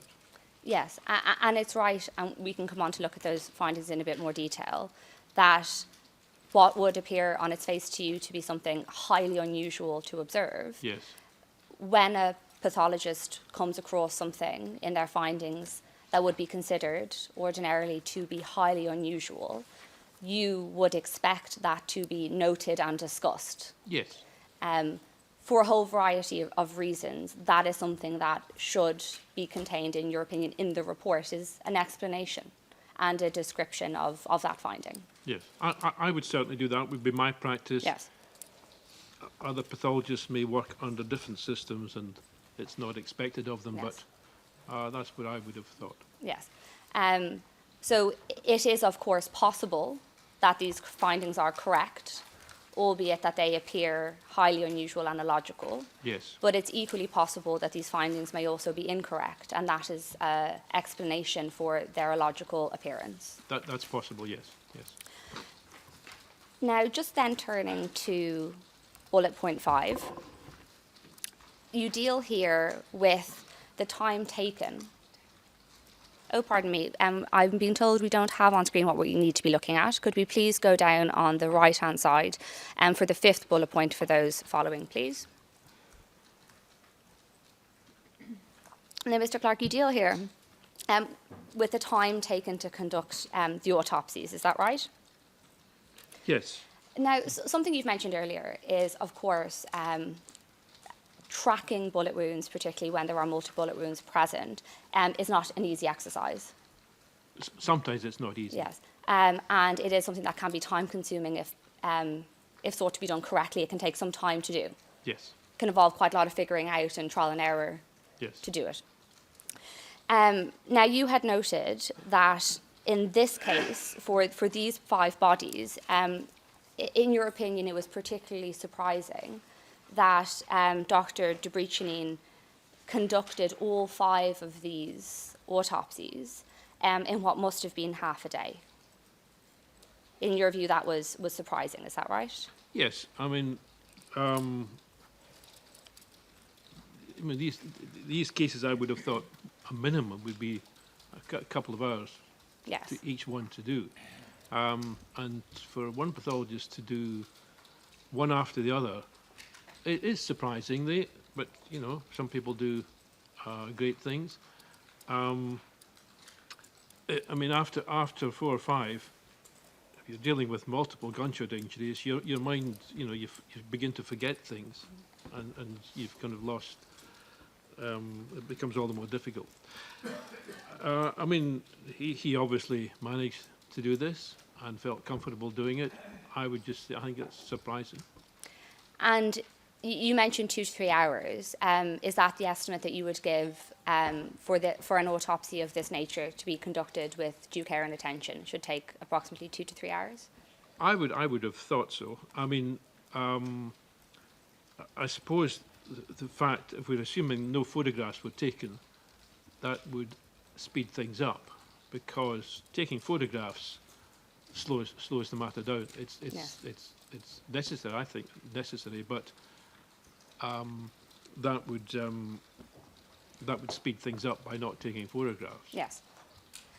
But the speed at which these autopsies were obviously conducted was something that you felt sufficiently significant to comment upon. I did, and, Yes. and my understanding, there may have been 6. I don't Yes. know, 6 cases, but I only looked at 5. Pardon me. Yes. Yeah, it's surprising. Yeah. Now, could we turn the page on the left-hand side, please? We're just going to go over to page 15, and it is the 6th bullet point, please. And in the Albanian, we will need to go on the previous page because we need the bullet point before. And if we go over in the English, thank you. It's the top bullet point in the English, and we'll need to scroll down to the last in the Albanian. Thank you. Top bullet point, Mr. Clark, we're looking at here again, something that again surprised you in this report that you thought worthy of note, which was that you note that you were surprised that there were no bullet or bullet fragments found at all in any of the bodies that were the subject of these autopsies. Is that right? Yes. I mean, here's a group of men with up to, I don't know, 20, 30 bullets going through their bodies. I'm just surprised that, and you know, hitting bone at stage, surprised that there would be no bullets or bullet fragments still in some of the bodies. Having said that, if the bodies had not been x-rayed, because that's how you would best pick them up, you might not pick them up, because bullets are notoriously difficult to find just physically, unless you know where to look. But in a circumstance such as this, when dealing with this volume of gunshot wounds and this number of bodies, you would expect to find at least one bullet, at least one fragment across the course of all of these autopsies. And is it fair to say that you were surprised that the case was that there was a total absence of that? Yes. I believe elsewhere in your report, when commenting on this in an individualised setting, you had described your response to this, that you thought it was astonishing, which is a fairly strong Yes, phrase. yes, yes. Is that a correct way of understanding this, that considering the number of bullet wounds that we are talking about, it is quite astonishing that this pathologist doesn't note any bullet being found or any particle of a bullet being found in the bodies themselves? Yes, it's surprising. Maybe I'll take away from astonishing. I'd say surprising, very surprising. But if he was not making efforts to look for these, say by X-rays, and was relying solely on just physically finding them, because you know, when a bullet fragments, it can go into very small pieces. Then. Yeah, they might not find them, but it's surprising, and just given by my past work with looking at large numbers of people who've been shot and the number of bullets and bullet fragments we did still find in people, yes, including high velocity ammunition. It's surprising there's nothing here. It's worth just pausing there. You mentioned your previous experience. Looking at a collection of autopsies of persons killed in a fashion such as this is not something with which you're unfamiliar. What I mean by that, perhaps I can ask the question in a better way. Given the experience that you had in the Balkans and the experience that you've had in your career, for you, your career has involved numerous autopsies on persons who have been shot multiple times. Is that correct? Yes, that's right. So you have extensive experience in dealing with either individual bodies or groups of bodies who have been subjected to multiple gunshot wounds. Yes, that's true. And your surprise that you have expressed in court today is based in that direct experience. Yes. Yes. And considering that you are a forensic pathologist, you would expect, would you agree, bullets often to be something that you are in fact looking for because they have an identified forensic purpose.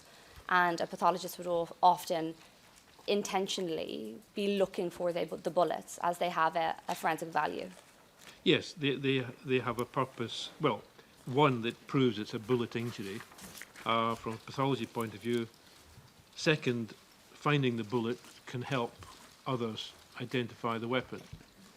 So there is a purpose in specifically trying to find bullets and bullet fragments. So would it be fair to say that you would ordinarily expect a pathologist, when dealing with gunshot wound injuries, ordinarily to be intentionally looking for bullet or bullet fragments? Yes.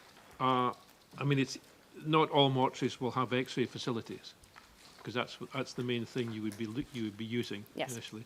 Not all mortuaries will have that, and that's nobody's blame. Unless you do an X-ray beforehand, it might be difficult to find them. Yes. But we obviously don't know whether or not this pathologist was assisted by an X-ray or not. There's no indication whatsoever, no. And whether or not one has the assistance of an X-ray or not, it would not change your view that that is ordinarily something that you would expect a pathologist to look for in any event. Yes. Interpreters note, we kindly ask the speakers to make a pause between question and answer. Thank you. Mr. Clark, your final bullet point, it's a long one, if we could break it down.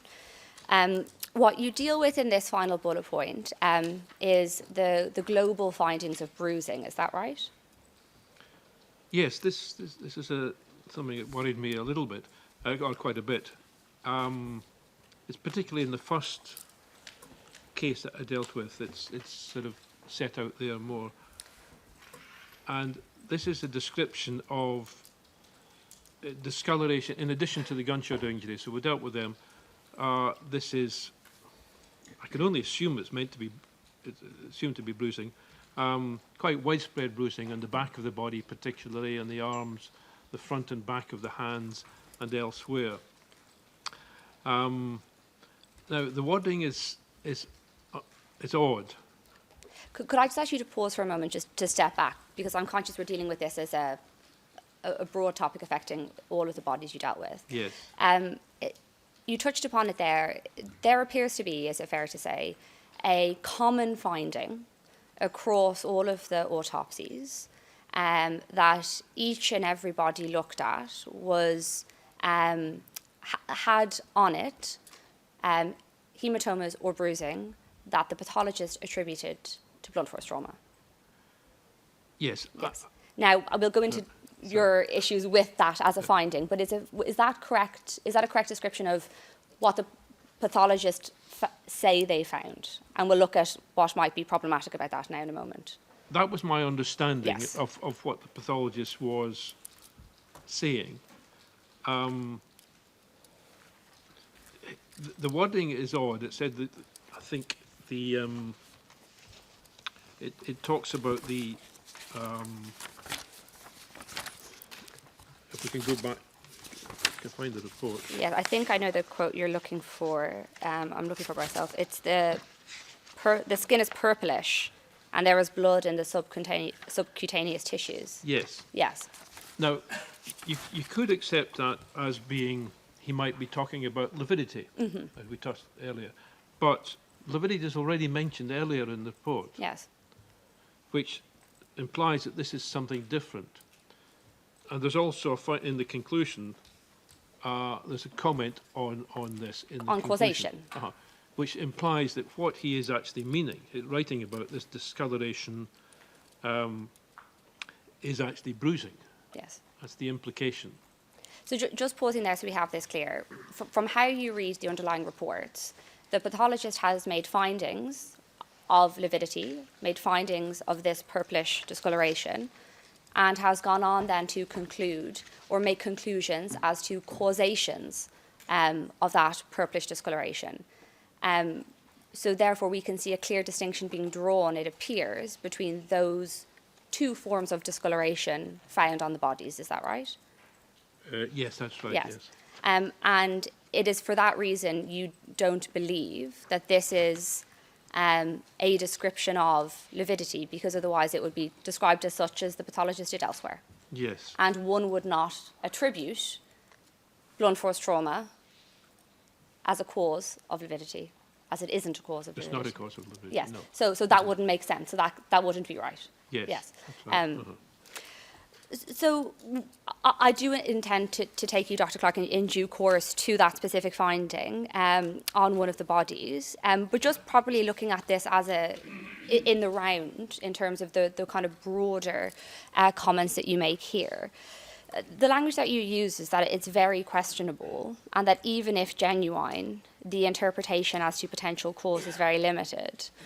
And then you end this paragraph by also saying that some doubt has to be raised about the alleged bruising and its interpretation. Now, perhaps if I could just pause there for a minute before looking at the why. But in terms of the two issues, am I right to understand your concerns as having a twofold nature?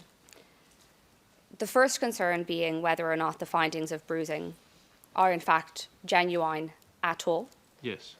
And then secondly, if in fact genuine, what can be said in terms of interpretation as to causation? Yes, exactly. Okay. So we have those two kind of competing concerns to deal with. Is that right? Yes. So the first of those concerns, would it be fair to say, is relatively straightforward, and we'll come on to the specifics. But would it be fair to put it in this way, that as a result of what you have seen in the autopsy reports and your analysis of them, you query whether or not these bodies had bruises upon them as described? Yes. So did the bruises exist at all is up for question in your view. Exactly. Yes. Now, that's a little bit more straightforward. The second issue then is about interpretation, and Yes. you explain in this paragraph the detail of that. So just looking at that, you say in our first paragraph here, the apparent bruising described in each of these men is very questionable. Even if genuine, the interpretation as to potential cause is very limited.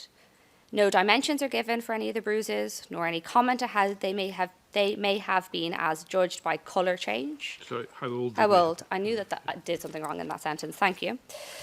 The distribution was primarily to the back of the body and limbs, with none at all on the head, only a small number to the chest, and no accompanying abrasions or lacerations, as may be expected with bruising over bony surfaces, such as the back of the hands and the front of the lower legs. Bruising of the palms of the hands is also extremely uncommon, and yet described in each man. What I'd like for you to do is help us break that down a little bit. Firstly, starting with dimensions.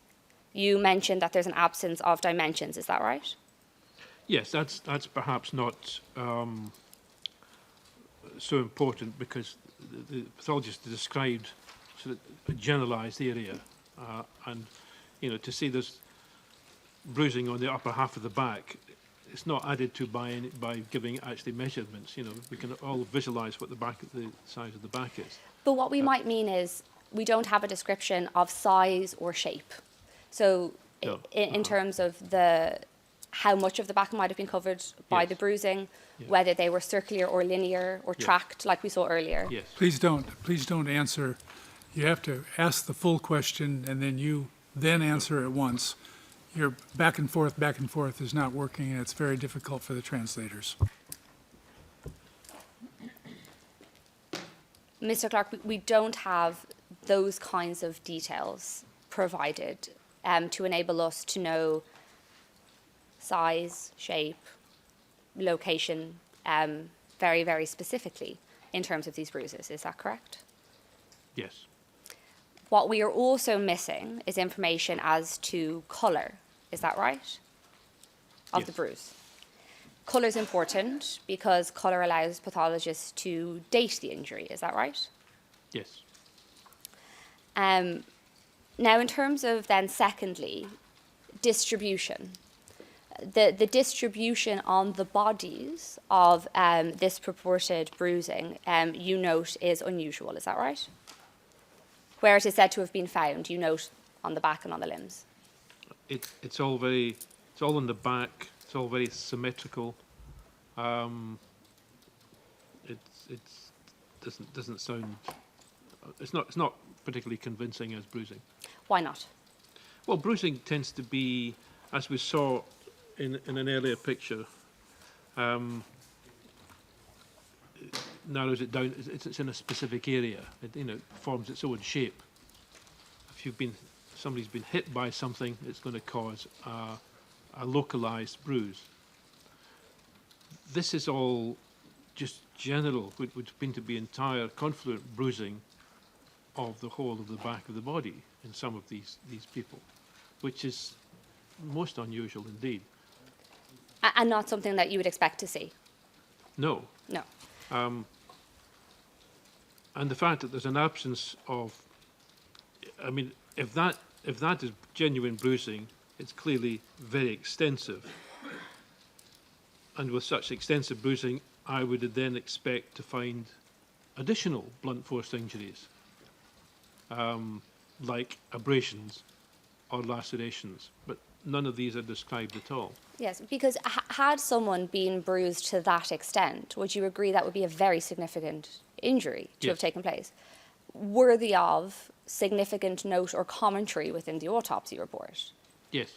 And again, that makes, the significance of that would make it all the more unusual or unlikely for such an injury to be absent accompanying abrasions or lacerations. Yes. Yes. And this is certainly not, again, a pathologist looking at bruising, were it to be genuine in this form as described, it would be highly unusual for a pathologist to see that. Is that right? Yes. And again, like we said with the unusual gunshot tracking, when a pathologist comes across something very unusual, that would tend to therefore lead to additional comment in the autopsy, explaining why there's an unusual finding in it and providing the details of that unusual finding. Yes. And that's absent. Yes. One of the other manners of distribution that you had commented upon being very unusual, or in the terms that you used, extremely uncommon, was bruising on the palms of the hands. Is that right? Yes. As a starting point, that's an extremely uncommon injury to see in persons. Yes. In one person. In anyone, yes. Let alone 5 persons. Yes. Yes. And you again note that that is something that you would not expect to see, as it's unusual. Yes. And not to repeat where we've been before, but where a pathologist too have found that injury, you would expect additional comment because it would be unusual. Yes. And particularly a pathologist, when examining a collection of bodies, all of whom appear to have a very similar and distinct unusual injury, would perhaps give a pathologist more motivation to comment upon that unusual finding. Yes. Which again is absent. Yes. So that's the distribution as you've noticed. And then, as you've helpfully explained to us already, we've talked about how lacerations and abrasions can be caused by blunt force trauma. And we've dealt with how that comes about. Now, it's right that in all of these underlying autopsies, where all of this unusual bruising is noted, in none of those instances is there notes of accompanying abrasions or lacerations. No, there's none. And that is unusual. Yes. It's unusual in one person. In addition, it's unusual for a collection of persons. Is that right? Yes. Going back to what we were speaking about in relation to the dimensions or the significance of these injuries, as you mentioned a moment ago, these injuries are described as very large bruising across large parts of the body. As you've said, involving, that would, if genuine, have involved significant force. Yes. Therefore likely to have involved an instrument or instruments. Yes.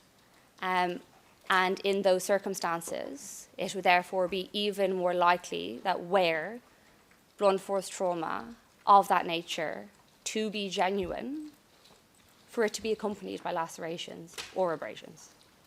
Yes, at least some of them, yes. At least some. Yes. And here we have none. None. Now, the second paragraph, we've touched on this, but just to deal with it finally, just read this for the record. The allegation would appear to be that the bruising was caused by blows from a solid heavy object, but with no comment given as to when this might have occurred or its significance. If it is being suggested that the men were beaten prior to having been shot or in the days beforehand, it seems remarkable that there were not at least some injuries to the head and other parts, and that the injuries were all so symmetrical unless the beating was sophisticated and specifically targeted. That remains a correct reflection of your review? Yes. Again, you note that finding as being remarkable in your opinion, is that right? Yes. Now, no comment, as you've observed here, was given by the pathologist as to when these beatings may have occurred, is that right? Yes. Would you agree that it ordinarily would be something that a pathologist would comment upon when a finding of blunt force trauma is made? Age is something that should be commented upon of a blunt force trauma. Yes, in general terms, one would say this is a fresh injury or perhaps a few days old or older.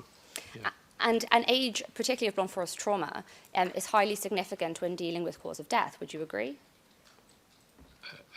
If it's related to the cause of death, yes. Exactly, because if it's an old injury, that is a relevant factor when looking at cause of death. Yes. And one may be examining a body with a view to determining a cause of death, and it is not uncommon for bodies to have old injuries in any form, whether it be bruising or internal or Yes. bony. Yes. So a key role of a pathologist is to identify when a injury is found, the age of it, and then go on to make a finding as to relevance or otherwise in terms of cause of death.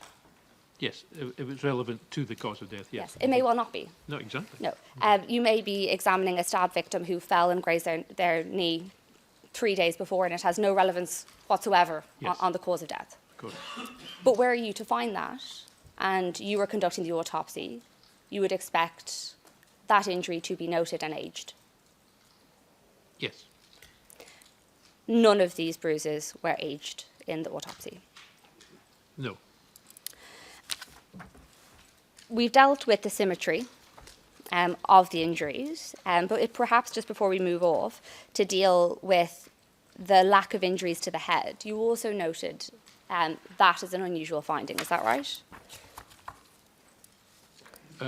Yes. No bodies were said to have any injury to their heads. Is that right? That's right. And considering particularly the allegation made in the conclusion of this report that these men were the subject of a beating, you found that to therefore be a highly unusual finding in those circumstances. Is that right? I'm not sure the pathologist actually said the person was a beating, but I think that his wording was subject to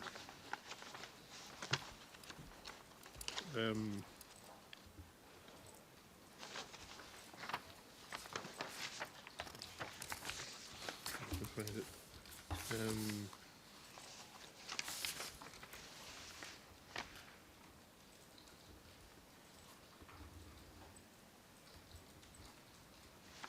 Sorry, I've lost the No, I'm page. trying to assist also, Mr. Clark, and I'm failing. Between the Oh, two yes. of us, perhaps over the break, we'll find the exact words I used. found it this is a conclusion 8 on the first autopsy examination. Describes the injury described under paragraphs 11, 12 and 13 of the finding are hematomas. That's the there's an implication there, that's a bruise. Yes. Caused by a heavy blunt mechanical object in full swing. So all he is saying is that they are being caused by something heavy hitting the body. He doesn't actually use the word beating, to be Yes. fair. That's my interpretation. It's an implication, but it's not the terminology used. Yes, exactly. Ms. Rowan, we're going to need to Yes. give him a break. Yes. Perhaps just one question before we break on something you just said, Mr. Clark. One. Yes. Yes. Mr. Clark, you noted the use of the term hematoma. Now, that is significant because a pathologist wouldn't describe lividity as a hematoma. So we know from the use of the word hematoma, we're talking about a bruise. A bruise, yes. Thank you. We'll give you a 10-minute break, witness, and then we'll come back to the courtroom and finish up this afternoon. Okay.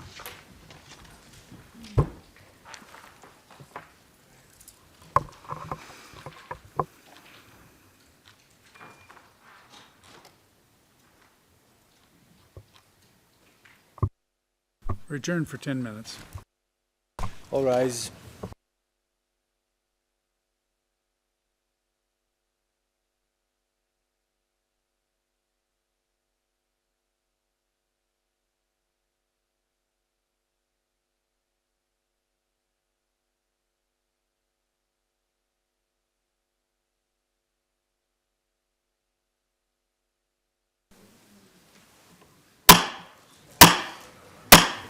All rise.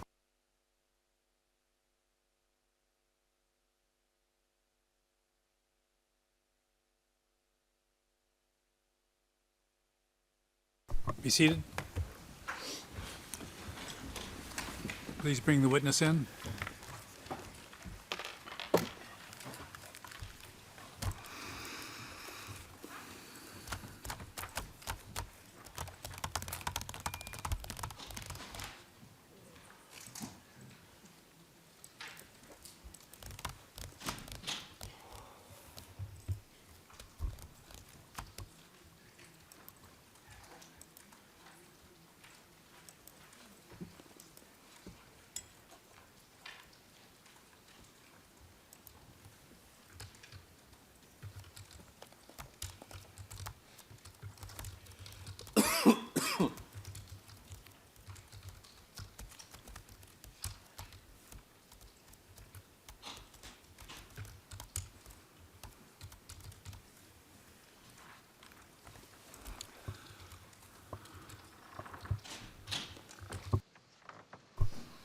All right, Ms. Rowan.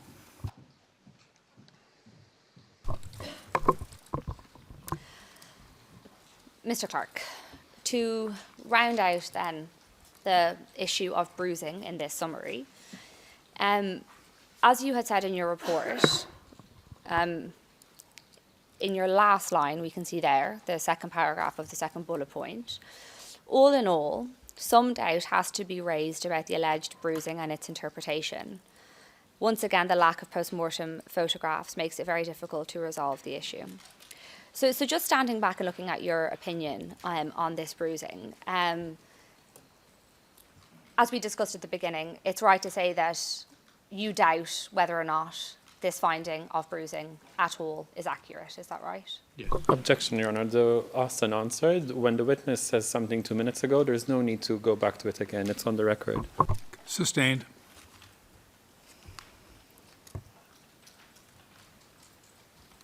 Mr. Clark, what I was hoping to do was to just draw a connection between this concept that you raise of doubt. So you talk about doubt, that some doubt has to be raised. Yes.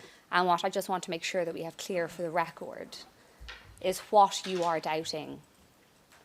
And when you say that some doubt has to be raised, am I correct in understanding that what you doubt is the accuracy of the finding?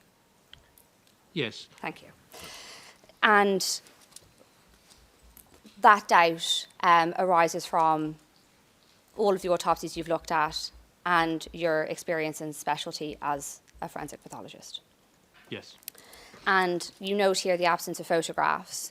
And is it right to understand that the reason that that is mentioned is because you cannot resolve the doubts and the questions that you have without those photographs, and as such they remain? Yes. If I'd had photographs, I could be a lot more convinced one way or the other. One way or the other for that. All right, could we now perhaps go, please, to the first of these 5 bodies, and we will find him on page 4, please, in the English. And now, Mr. Clark, again, I'm not going to use the name of the person whose autopsy we're going to discuss, but you'll be able to see it displayed on screen, or if you're following us in hard copy. And we can see this person's name halfway down the page, and if we could scroll out, please. If you could scroll out a little bit in the English. And if we could just pause there. Now, the first question, Mr. Clark, that you were asked in relation to this body was actually on a different topic. The first question you were asked was about violent death. But because we have been discussing the topic of bruising, I'd like to just stay on that topic for this body and take that out of turn. Is it fair to say at the outset that all of those general observations that we've just gone through in relation to those bruising findings apply to this individual autopsy? Yes. And this part of your report, where you go on, as requested by the prosecution, to answer specific questions, would it be fair to say that we should, when reading your responses to those questions, bear in mind those general observations that you have made about the bruising? Yes. Do they come, could we describe them as a caveat to the answers you give in relation to the bruising? Yes.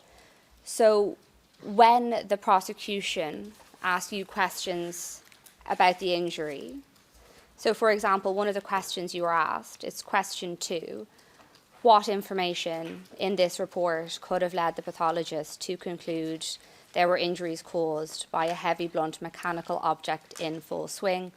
Could you give an example of what kind of object this may have been? Now, that's an conclusion you referred us to earlier. You, of course, go on and answer that question, and we have a second question here.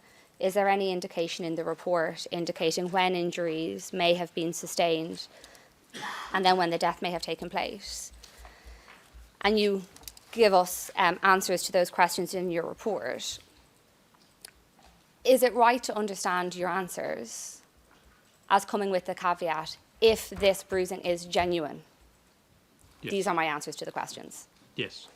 And that we should not interpret or understand your answers to those questions as being a concession or acceptance that any of that bruising is in fact genuine, or you conclude or find it to be so. Yes, that's right. I mean, the caveat is my earlier opinions that we've discussed. Yes. It may be bruising, and I've tried to answer the question. If it was genuine bruising, this is my views, but always at the back of my mind is that this may not be bruising at all. Yes, and we can actually see a good example of how you've dealt with this caveat. And perhaps if we can just look at that, if we could have page 5, please. Question 2.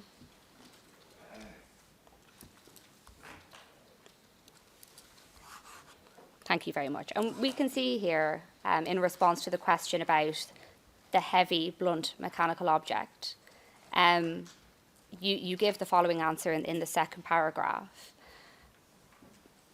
Professor Dobberstein describes multiple areas of presumed bruising, and then you give the wording used in the report. The skin is purplish, and there is blood in the subcutaneous tissues, involving the upper part of the back, around the shoulders, and on the arms and legs, including the front and back of both hands and feet.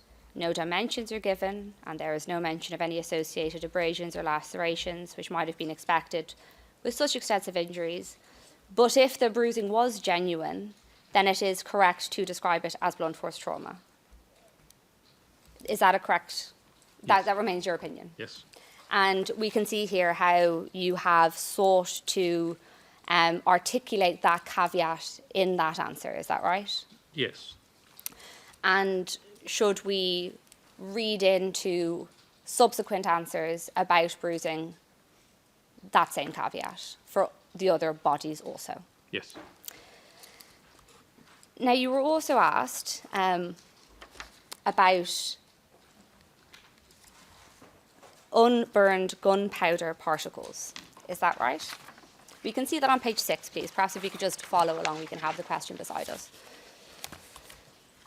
We can see at the top of page 6, you were asked the following question. Counsel is kindly asked to slow down when reading from reports for the purposes of interpretation. Thank you. Question 4, at the top of page 6. We'll see you were asked the following. What does the following mean or imply? Traces of unburned gunpowder particles were found around torn pieces on the jacket that matched the described entrance wounds by applying a chemical method using diphenylamine and concentrated sulfuric acid. You remember being asked that question by the prosecution? Yes. What we're talking about here, is it right, is something more commonly known as gunshot residue or GSR. Yes. Now, GSR or gunshot residue is a term used to describe particles, is that right? Yes, it's a kind of wider. It implies that when a gun is fired, everything that comes out of the end of the barrel. Yes. Which can be flame, soot, unburned powder, and of course a missile. But we're talking about generally we're talking about the soot and the unburned powder. And the particles themselves, they can come in 2 separate forms. We find GSR occurring either as 3 elements of lead, antimony, and barium, or as a combination of 2 elements, antimony and barium. And it exists in 2 different forms, is that right? Well, this is not my field of expertise. Of course. I'll say that. So I'm not going to argue with you about the details of the components, but you're right. Antimony, lead, and for the powder, you're talking about nitrocellulose and nitroglycerine. So the gunshot, the GSR will contain some or all of these. Yes, it can contain 2 or contain 3 and still be determined to constitute GSR. Yes. And we can find GSR, as you've already noted, from firearms. They Yes. produce it. Yes. But it can also, those particles in that composition can also be found in items such as fireworks. Yes, because that's an explosion with gunpowder. in it. Exactly. But it's not unique to a firearm. It's not unique to a firearm. Very common to one. It's common to a firearm. Miss Sorry. Rowan, you have to slow down. You're interrupting the question and the answer. Yes, my apologies. At the same time, as I understand it, this test that's talked about, Yes. diphenylamine and sulfuric acid, it's detecting a thing called nitrates, which is the components of part of nitroglycerine and nitrocellulose. So that, but other substances contain nitrates as well. Yes. So you can get false positives. So although it may be genuine gunshot residue, you'd have to be very careful that you were not picking up things like fertilizers or paint even, which could produce false positives with this. Exactly, because what this type of test is looking to identify is not those very specific particle elements of gunshot residue. It's looking at something broader. Is that right? Yes. Yes. And you note that to be nitrates. Now, that is something that is found in a wider variety of things Yes. than GSR. Yes. You mentioned in your report, and you've just alluded to it there, this test, as mentioned in the autopsy report, because that is what it looks to identify, it is known and understood by those in your field, or by you, to therefore be unreliable at times, or not specific to gunshot residue. Yeah, I mean, it's a good indication, but there would have to be caution in interpretation of it and excluding other potential causes. So it could be a genuine detection of gunshot residues, but there has to be some caution in its interpretation. Yes, it clearly has capacity to have some utility, but you would urge caution around attributing too much weight to any findings that rely upon it. Yes. That'd be fair? And then just before we move off GSR, the particles that make up GSR, and as you've mentioned, also nitrates, can be found also naturally occurring in the atmosphere. Lead, antimony, barium can be found naturally occurring in the atmosphere. Well, depends what you mean by the atmosphere. You mean the air. I don't think it's floating in the air, but it might be in soil and other substances. And perhaps if I use a more concrete example, it would be of more assistance. Were you or I to go into a home in which firearms were kept and be in contact with and socialise with persons who had handled firearms, it is possible that as a result of the presence of A, the firearm, or B, the person who has handled the firearm, there may be particles of gunshot residue in that environment or in that atmosphere that can then come to be on our persons. I think that's true, but I have to emphasise this is not my field of expertise, and I would not want to Yes. be quoted positively on that. So Yes. that I would agree with your general premise, but I'm not an expert on that. Yes, and these are tests that in the course of your analysis in this that you have paid little or no weight to because of the risk in any event of false positives. Well, these are not tests that I would personally be Yes. involved with, but just my general reading is that there's some caution. Yes.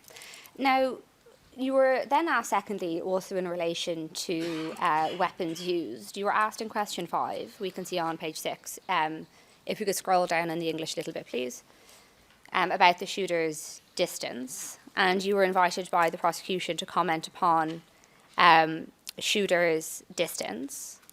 And is it correct that in your answer there you have noted that there was no burning or soot described on the wounds, which would indicate a distance of at least a metre, is that right? Yes, just to put in context, the whole basis of estimating distance of fire is based on all these other things which come out of the end of the barrel, and they will travel a certain distance. The bullet obviously will travel a long way, but the other elements, the smoke, the flame, the smoke, and the powder will only travel probably at most a metre or so. So if these elements are found on the body, either in the clothing or the skin, then that indicates that gun was fired from around about less than a metre, perhaps, round about a metre. So that's what the basis of that is. Yeah, so in the absence of those findings, you're in a position to exclude a shooting range of under a metre, but it is open as to what the distance may have been beyond that. Yes. Yes. And you also just mentioned briefly, and it relates back to the question of GSR, the fact that the chemical tests on the clothing were positive suggested that if genuine, i.e. not a false positive, then for at least those parts tested, the shot may have been reasonably close. Just dealing with that, would you agree that equally the presence of gunshot residue is equally consistent with a shot fired from some distance? A shot fired from a distance, you would not get gunshot residue on the person. The gunshot, by gunshot residue, I am referring to the gunshot residue particles only. So the composition of either lead, antimony, and barium, or two of those three particles, that they may well be on the bullet and may well be found on a body that has been shot. So you could not exclude a distance from further away if there's a presence of gunshot particles on the body. I honestly don't know how much of these particles are carried by a bullet, and so I can't answer that, I'm afraid. But it's my general understanding that you would only get these gunshot residues in a small distance. Now, this is one of the bodies where we have dealt with tracking of wounds also, and we have that in your report in response to your question 5, again, staying on the same page. Now, before we come on to deal with the tracking of wounds, it's right that when you met prosecutors earlier this week, you provided them with some diagrams that you'd created, is that right? Yes. And you provided them with a collection of diagrams that you yourself had created, seeking to track the gunshot wounds as you understood them to be on these 5 bodies. Yes, I prepared these fairly recently as I was kind of reading up for this case, and I thought this will help me if nobody else. Yes, no, well, I think certainly it will help some others, and I'd like for us to have a look at it together, if we could. The ERN full range is, could I keep the English of the report, please, on the right, and could we substitute the Albanian report for the diagram? It's 124715 to 124723.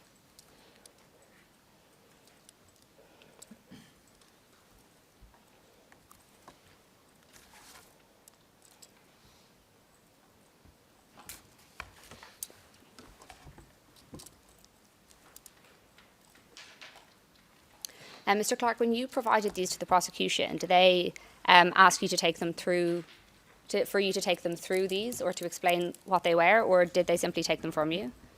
I think, well, there was very little discussion about them. They just took them.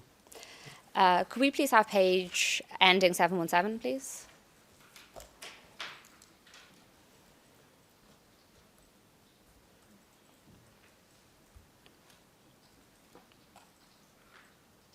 And if we could zoom out, please, so we can see the text at the bottom. We don't need the name of the individual on screen, so perhaps if we can sacrifice that for more imagery of the body and the notes at the bottom, please.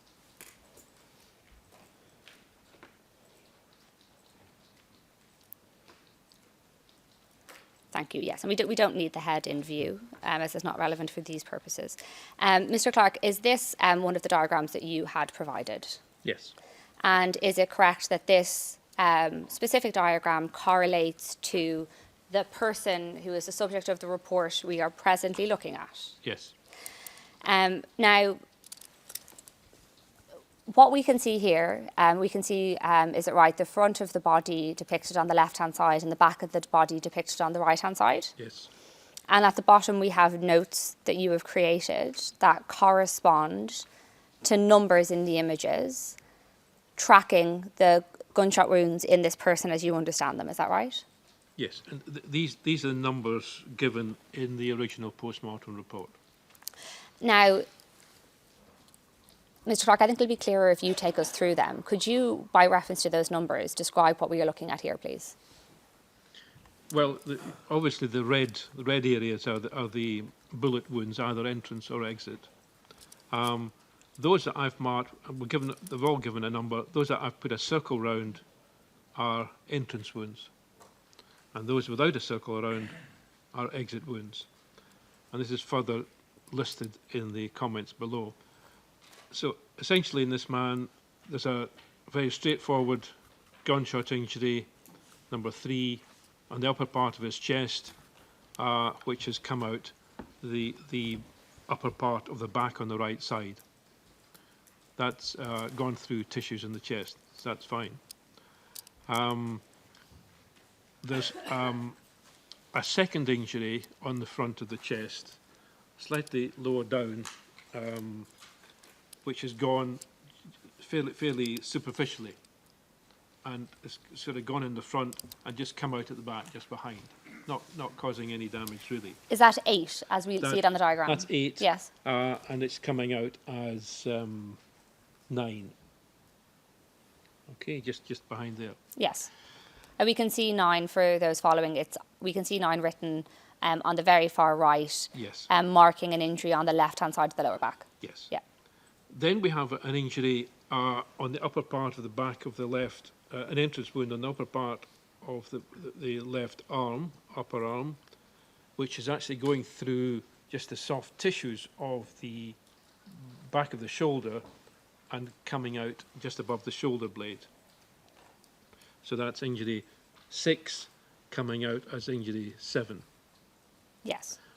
And finally, we have another entrance wound lower down on the left arm, which is coming in on the outer part of it and exiting on the inner part. So you could read that as four entrance wounds, 4 separate bullets. I think it could just be 3.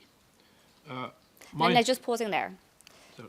What was the conclusion of the pathologist before we come on to your reading of it? Is it correct to understand that the pathologist's report recorded this as 4 entry wounds? Is that right?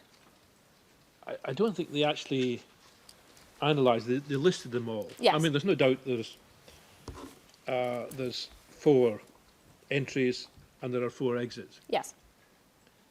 My suggestion, it's only a suggestion, is that a bullet has gone through the back of the left upper arm, come out the inner part, and then gone into the chest and come out there.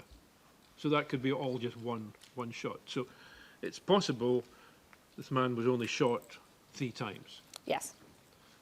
It could be 4, but that's a suggestion I'm making.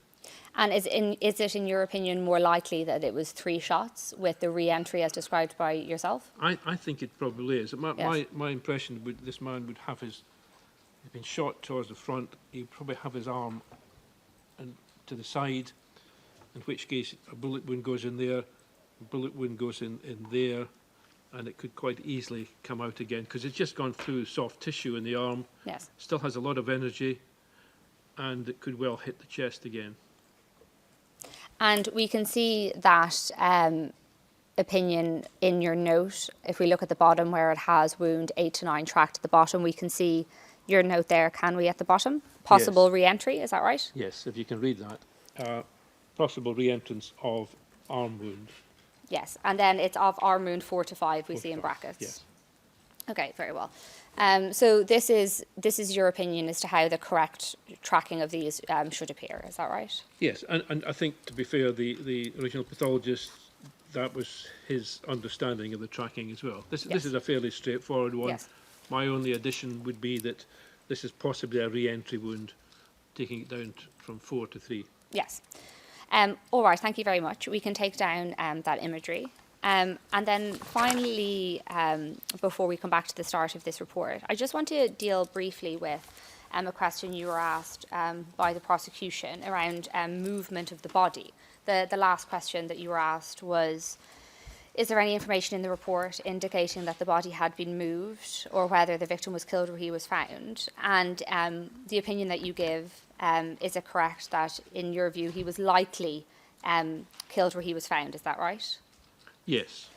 And the reason that, there's a twofold reason that you give for that. One is, had he been moved, you would expect more blood staining, is that right? Yes, if he'd been shot somewhere else, Yes. I mean, he has 8 open wounds on him. Blood is going to leak out somewhere.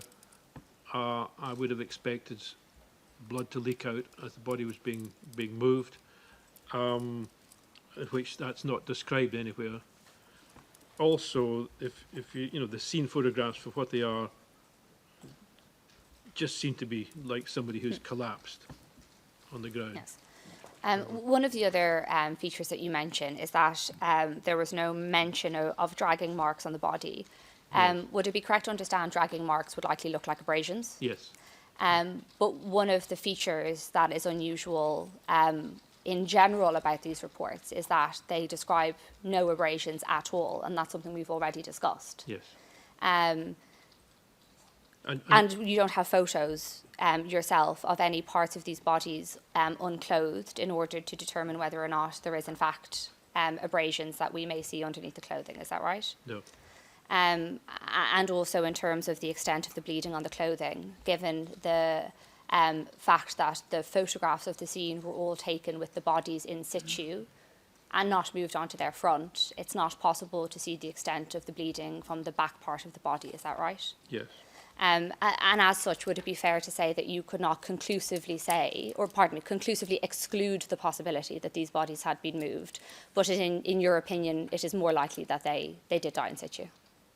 From the information I have, I would suggest they have died where they are. The clothing also does not look as if it's been dragged along the ground. Yes. It's all in place. Yes. As if somebody's just collapsed suddenly there. Now, to go back to the beginning before we move off this body, could we go back to page 5, please, question 1?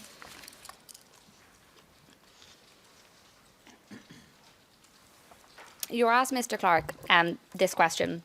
What information in this report could have led the pathologist to conclude the death was violent and the most likely cause of death was murder? Now, I just want to ask you about the notion of murder.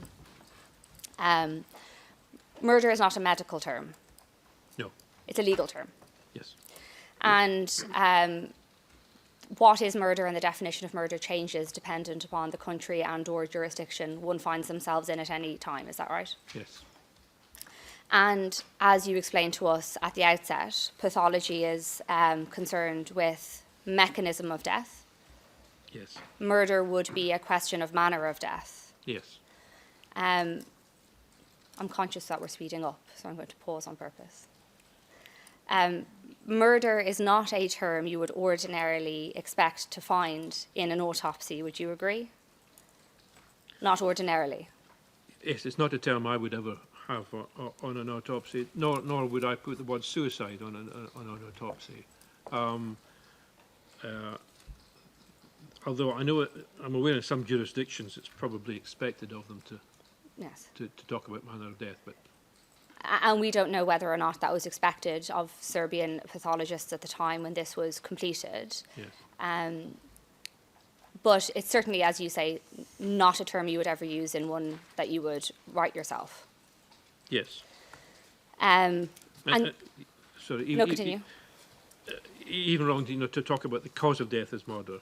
I mean that phrase is wrong. It should be the it should be the manner of death. So. Yes, you anticipated my next question. Murder isn't a cause of death, is it? No. No. Murder is the circumstances of a death. Yes. The cause of death is the mechanism of the death. Yes. And that's a pathologist's job to determine. Yes. And murder, of course, as we said, can change and can have a very specific legal meaning, depending on where you are, and it can be distinguished in certain jurisdictions from other forms of homicide, such as manslaughter, justifiable homicide, for example. Yes. So there is also another term that can be used, which is homicide. Yes. That can include what is not limited to murder. Would you agree? I appreciate we are straying into invite and comment on what is a legal term, but Yes. Homicide is the killing of a person by a deliberate act of another. Yes. Yes. We'll leave it perhaps in those more simple terms. Yeah. So it wouldn't ordinarily be the job of a pathologist to descend into A, homicide, or B, the different potential forms of homicide, murder, manslaughter, etc. Certainly not, no. And you mentioned suicide a moment ago. Of course, other ways in which persons can die are suicide or accident. Yes. You mentioned that you wouldn't ordinarily put suicide either on an autopsy. Can you just, for completeness, tell us why that would be the case?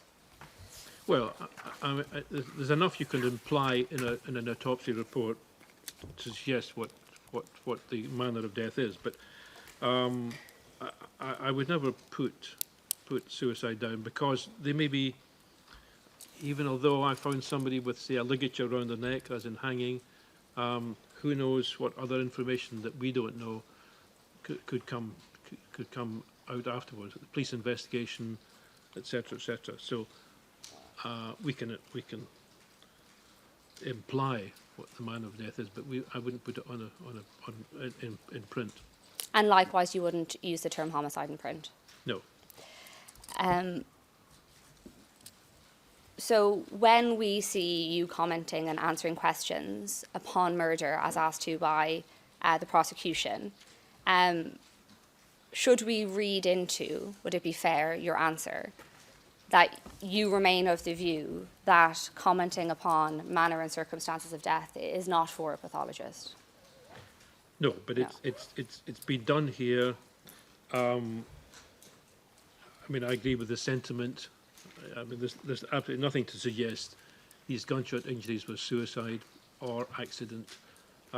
So that leaves murder.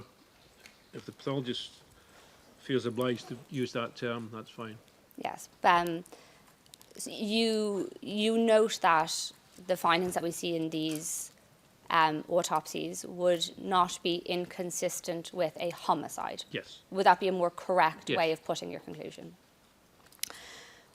All right, so perhaps if we could just stand back then from this autopsy, this one autopsy that we have for this individual, would it be fair to summarise the position as this, for this autopsy individually, that there are doubts in existence, in your opinion, as to the veracity of the finding of bruising? There are alternative findings available, in your opinion, better ones in relation to projectile trajectory, and we should have a cautious view of the presence of any gunshot residue. Would that be a fair summary? I think that's fair, yes. Bearing that in mind, would I be fair to assume that you are not in a position to adopt these findings in this report as your own and swear to their accuracy or reliability? Sorry, which report? This pathologist report. Oh, the pathologist Yes. report. Yes, I certainly couldn't agree entirely with the findings, unless I was given more information. Yes. You're not in a position today to confirm that all of the findings in this report are correct, accurate, reliable. You're simply not in a position to do that, is that right? Objection, Your Honour, asked and answered multiple times. Overruled. Go ahead. Just checking if your answer was reported. He and answered it was. already, I believe. I was just checking, thank you. Yes. If we can move on then to the next report, please. Our next report we're dealing with at page 7. Thank you.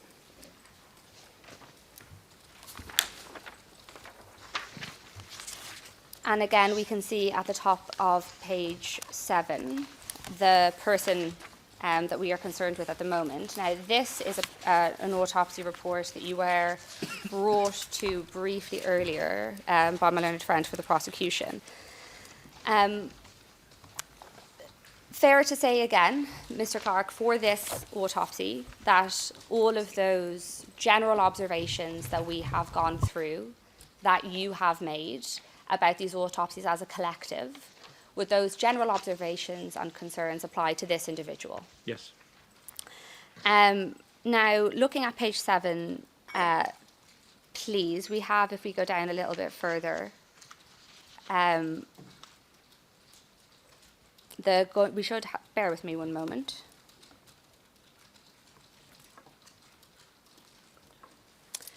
Pardon me, Your Honour, if you just allow me to check a reference, please.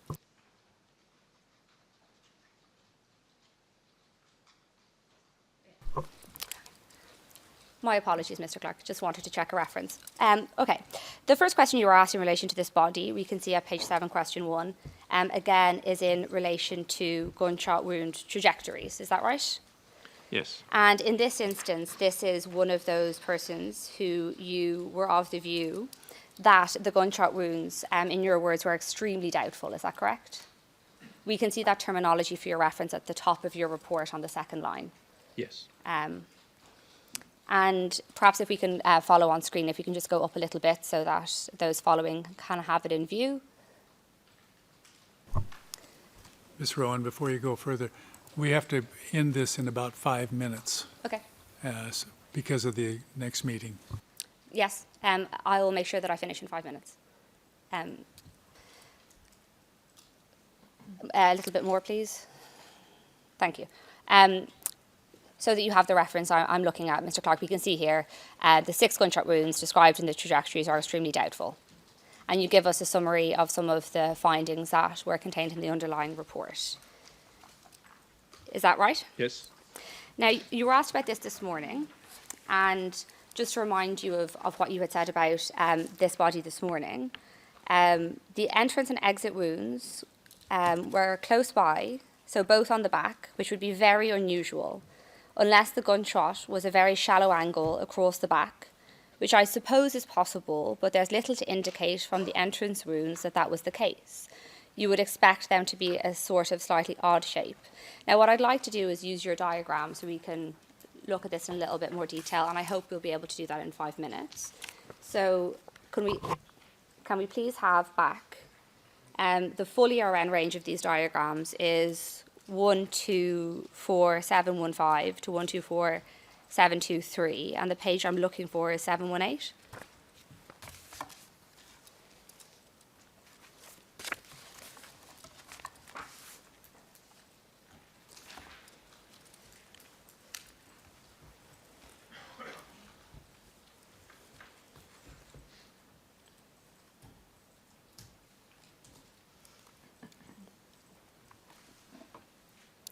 And if we can have it so that we can have minus the name but plus the notes. Thank you.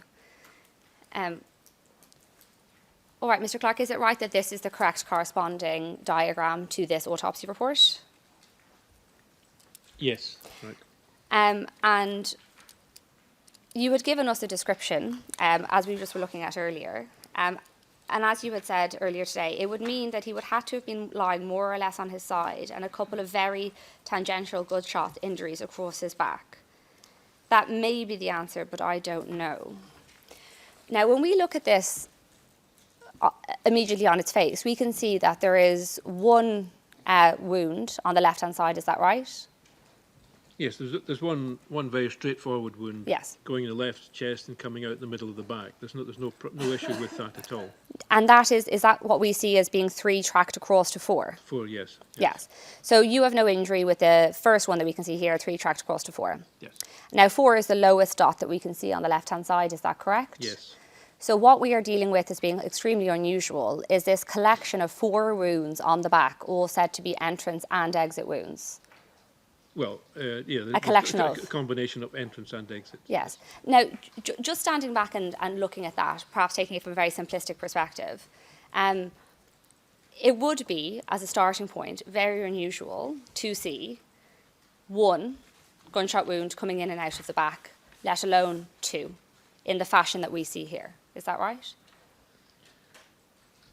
I suppose if there's a explanation for one unusual one in the back, the same explanation would apply for two of them. So that's not too unusual. But it's just difficult to see how they would have happened. They're not even going in the same direction. One is going more or less horizontal, that's the 7 to 8, and the other one is going actually upwards, 5 to 6. So, so there's clearly been some movement. Yes. In between. If we take it perhaps in stages, the first unusual aspect, would it be right in saying, is that it is unusual as a starting point to have an entry and an exit wound on the same surface of the body. Yes. Not impossible, but unusual. Unusual. Thank you.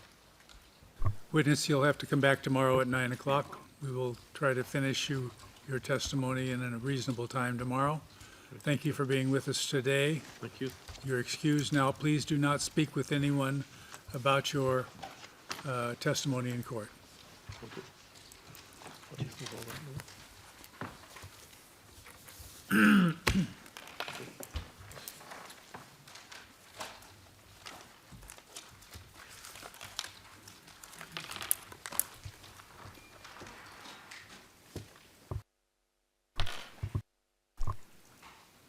Miss Rowan, you're at 2 hours and 45, or 1 hour and 45 minutes so far. You're going to have to wrap it up in 15 minutes tomorrow. Your Honour, I'll need at least another hour. No, we have other witnesses coming. I appreciate that, but Your Honour has maintained a position to the defence repeatedly that were we to need additional time for relevant questioning. When it's needed, yes. Yes. But I don't believe it is in this case. Your Honour, we are dealing in a murder trial with the Miss autopsy. Rowan, you're going to have to wrap it up tomorrow. You need to state your case to this man and have him opine based upon that, and we'll move on. No, but Your Honour, it's important that this is said on the record. This is a murder trial, and we are dealing with the autopsies of 10 murder victims. To suggest that it is not relevant or highly significant to cross-examine a pathologist in a murder trial about 10 murder victims. Everyone relied upon your estimate of time Yes. spent, and you are almost to the end of that time. Yes, I can borrow time from my learned friends so that we keep within the defence estimate, and it makes no difference to the overall timing. You'll have to get it all from them. Your Honour, the defence as a collective had, I believe, 6 hours down. The defence as a collective will not go beyond that. And in my submission, in circumstances where we're dealing with pathology in a murder trial, 6 hours is conservative for 10 bodies. I'm very aware of what kind of a case it is. I'm Yes. telling you, you've underestimated your time needed. Yes. And some of the questioning was unnecessary. So you'll have to deal with this tomorrow morning.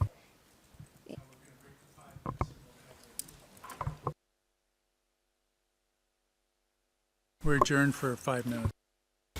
All rise.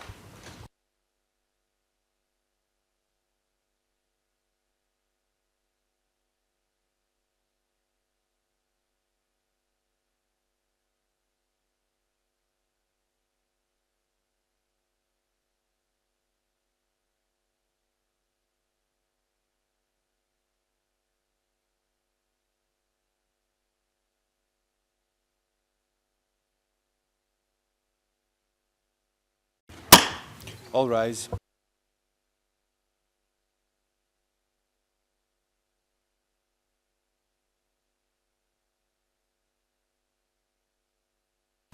Be seated.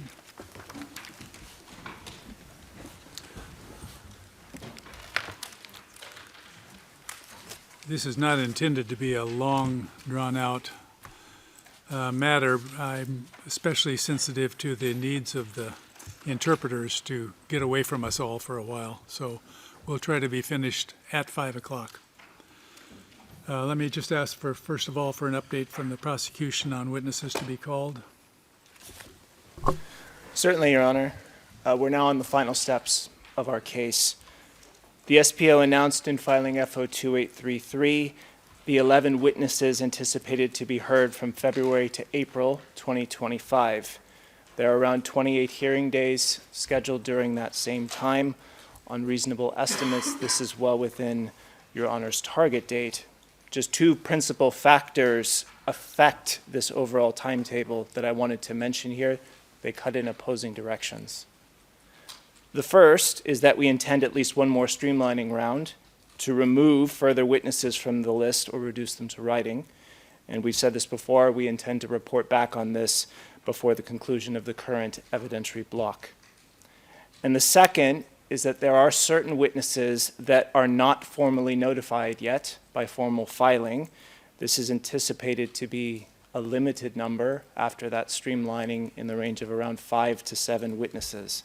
And these witnesses are not yet notified for various reasons, which we were going to expand upon under Agenda Item 3. The last thing I can say on this is overall, we fully appreciate the imperative of finishing by April 15th. The caveats still remain, but we also remain confident that we'll do it. The question is related, and that is, what's your timing on the filing of the remaining 153, 154, and 155 applications? Is there a cutoff date beyond which it will not occur? There's no cutoff, but I can give the timelines. For Rule 154, actually all motions for that rule have been filed for every witness that's been notified from now until April. Should the SPO notify any further witnesses from that limited group, and they need Rule 154, we would file that concurrently with the notification. For Rule 153, we should be in a position to file the application for the remaining Rule 153 witnesses 1 month from today, which would be Friday, February 21, 2025. Should another witness be converted to Rule 153 in the course of our final streamlining, this application would be filed as soon as possible once that decision was made. And for Rule 155, we do have at least one more Rule 155 application to file. The timing is harder to predict. And the reason why is because of the special issues regarding witnesses under the next agenda item, which I can go into now or whenever your honor chooses. Yes, you can go into that, because I note already that there are 2 that are somewhat questionable based upon a recent psychiatric or psychological evaluation, and then you have the one person that's been kind of out of the country for quite some time, and I wonder about those 2. Yes, and I know who you mean. In the context of this hearing, I can speak in terms of categories, but I can explain what the issues are. Yeah. We understand special issues here to be matters which affect whether or how our outstanding witnesses will be called.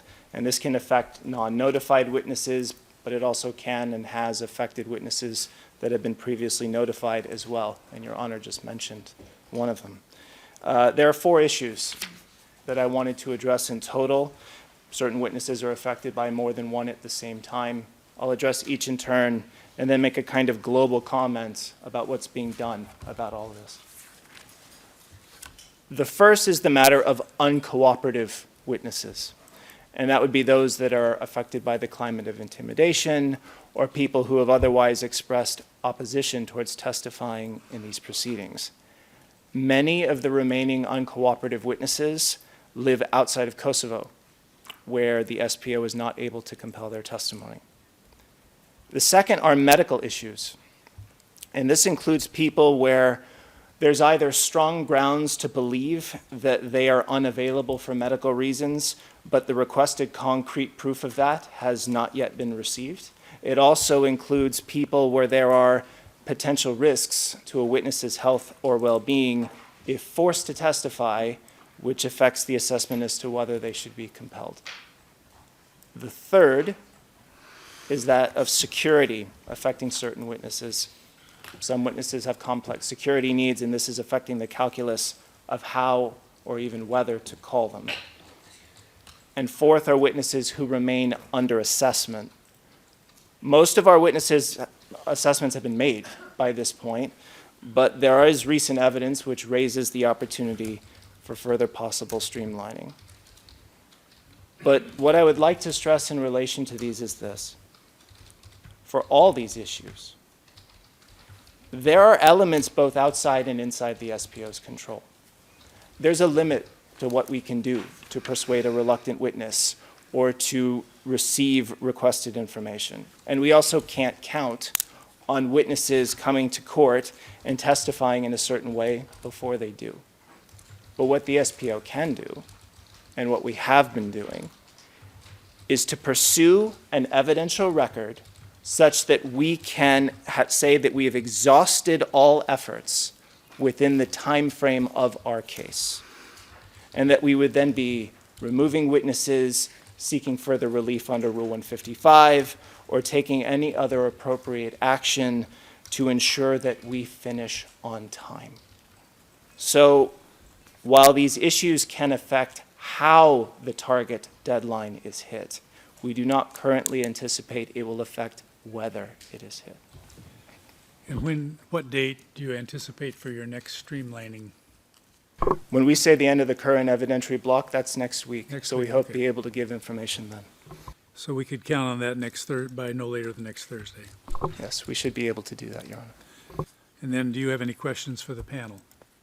No questions for the panel. Okay. Now, on issues of concern for the defense regarding the remaining witnesses, any particular concerns you have concerning what you just heard from Mr. Howling? We'll start with Mr. Thaçi's defense. Thank you, Mr. President. With respect to what the prosecutor has just laid out, first, the date of April 15th was mentioned. Our concern is looking at the calendar and the dates that the panel has reserved for trial. We have a 3-week block that goes until April 4th. And so I'm not sure what the suggestion is as to how we would get to April 15th or how that would be extended, because that would then move us into a 4 or 5 week block. So our assumption is that the prosecution's case will end on April 4th, given that there are no additional courtroom days scheduled for those. Do you want to answer that, Mr. Howling? When I gave the 28 hearing days, that was counting all days currently scheduled, which indeed run until the 4th. But Your Honor has previously said the target deadline is 15 April. Well, that was 2 years ago. Right. So this is why I said it this way. So that answers it. They have calculated up to the 4th of April. Yes, that's fine. If there's some emergency situation that we have to fill something in, we'll have to deal with that and find a way to do it. So. Okay. I don't want to extend 5 weeks of trial in there. We'd probably have to take a break and then come back and finish up if there's one witness or something like that. Okay. My next concern is that we only have, after this block, 2 3-week blocks left. If there are other witnesses that the prosecution is pursuing, we should have some notice well in advance of when these witnesses will come, because we can't be guessing with this amount of open witnesses left as to which one of these might be dropped on us and then dropped on us in that last month within a 3-week block. So we have a concern about that and think that there should be, to the extent possible, disclosures of, as soon as there's a suggestion that may be realistically feasible to have someone brought, that we have as much advance notice of that as possible, because otherwise. Maybe helpful next Thursday if we get a update on streamlining. We'll have an idea of how many everyone believes are going to be left, and then we can go from there and ask some questions about it. But I understand your concern about that. Yes, thank you. The third issue that we wish to raise is, as the panel knows, we still have a pending application F02602 with respect to 2 witnesses that we have asked the prosecution be compelled to call. We would just invite the panel, if those witnesses are going to be called, same issue, that we have enough advance notice that they would be called. I would point out, from our perspective, we have had gaps already in this block where we think that that time could have been used to hear important witnesses. If, to the extent there's going to be a risk of further gaps in the prosecution case, again, that would militate to hearing important witnesses. I'll leave it at that. But I just wanted to raise it to the panel's attention. We're aware of that. Yes, from our perspective, we would just appreciate that, to the extent the application is granted, that we get advance notice. We're working on it. Okay, thank you. And then I have other issues, but I'll do that when you address the defense. Thank you. Anybody else? Yes, thank you, Honours. Three brief points. Firstly, we would ask that the 4th of April is set as a fixed last day for the prosecution to call evidence, and then only in particularly exceptional circumstances should that be extended. We have to have that kind of certainty, and I think it's fair to do that after endless years of the prosecution being able to sort themselves out. My second point is a similar one, which is that, as Your Honour has said, if by next Thursday we can get to the latest streamlining, that should include if there are any additional witnesses to be added to the ones we know about already, the 5 to 7 potential ones. And that should then be a fixed list, so that we know as the defence for the next 2 blocks after that what is coming, and that's final. Only then in exceptional cases where the prosecution can satisfy Honours that it really needs to go beyond that should it be changed. I think that's the way around to do it, as opposed to saying, well, you can just keep it open-ended. Otherwise, there's going to be no definite cut-off. And then thirdly, we have notified the prosecution already of a few key witnesses who are coming to give us as much advance notice as when they're going to come, not just have them on a list and say that's probably the order, but say this is the time period when they're coming. They're in touch with them now. It's at the end of the case. They must be able to do those things in a much more fixed, certain way. So much, much greater certainty and holding the prosecution to that is what we ask for as the defence at this stage. Thank you, Your Honours. Just one item, Your Honour, and my apologies for not adding it to the agenda earlier, but we addressed the 153, 154 and 155 motions. But we're missing perhaps an update on bar tables, because I recognise from October 2024, Mr. Halling said at page, sorry, I'm missing it here. It's early in the transcript. Said there are indeed a great many items that we would be proposing to call through the bar table, but we don't have relative percentages of these. So if those great many items have been presented, or if there are a great many to come, that would be much appreciated. Thank you. Yes. I'm sorry, we need to have an answer on that. I can respond to the Vicelli defense items as well, if you would like me to. Yes, so briefly, and just to do the bar tables first, because that was Your Honour's question. We continue to actively work through our exhibit list to tender relevant items through the bar table. We have 2 motions that are very close to completion on the last 2 KLA zones, which is Pastrick and Ducagene. And there are final motions that are being prepared to be filed on remaining general staff materials, international reports, and certain other residual miscellaneous materials. As to what Mr. Dixon was describing, we see no reason to change what the panel has already said in relation to the target date or the hearing schedule at this time. And in terms of streamlining and notifications, we can say for ourselves, we understand everything is immediate from here on out. When we streamline a witness, we need to announce it. When we are ready to notify a new witness, we need to announce it. And we will do it straight away, and we will do it with enough time for everyone to prepare.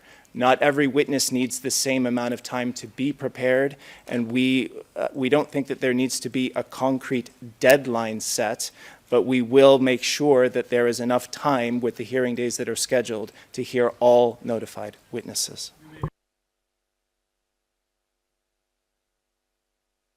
We may very well need a deadline on bar table motions, because it backloads everything, and it's going to get in the way of getting the prosecution's case fully submitted. Yes, all of these motions are expected to be filed by the target date. It's not our understanding that everything needs to have its admissibility resolved, and we understand that we would close our case without prejudice to subsequent rulings of the panel. But we can certainly do that within the time frame of our case. The other thing is we don't need to wait till a Thursday or a specific Thursday in order to make announcements as to dropping witnesses or whatever.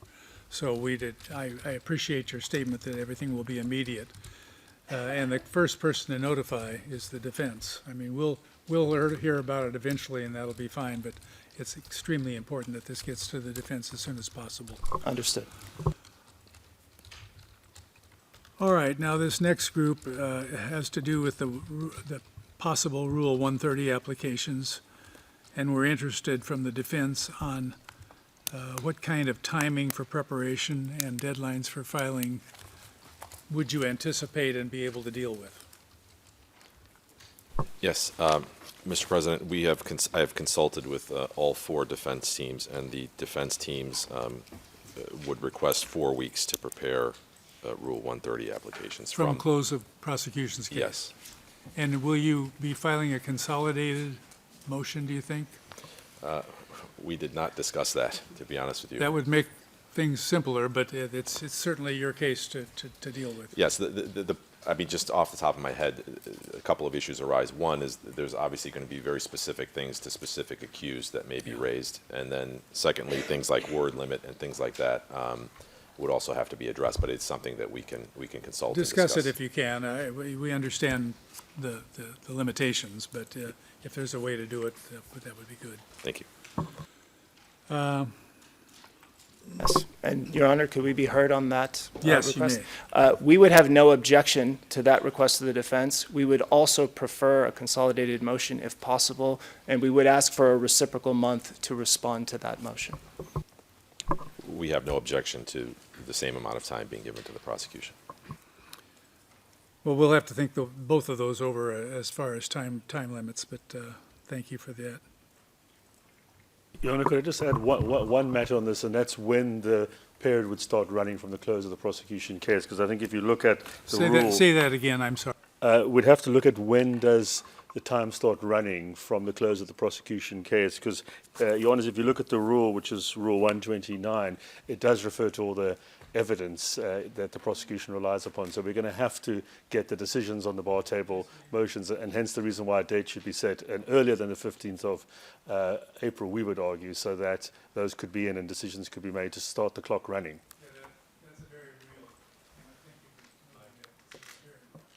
A very real issue Yes. that we'll try to deal with.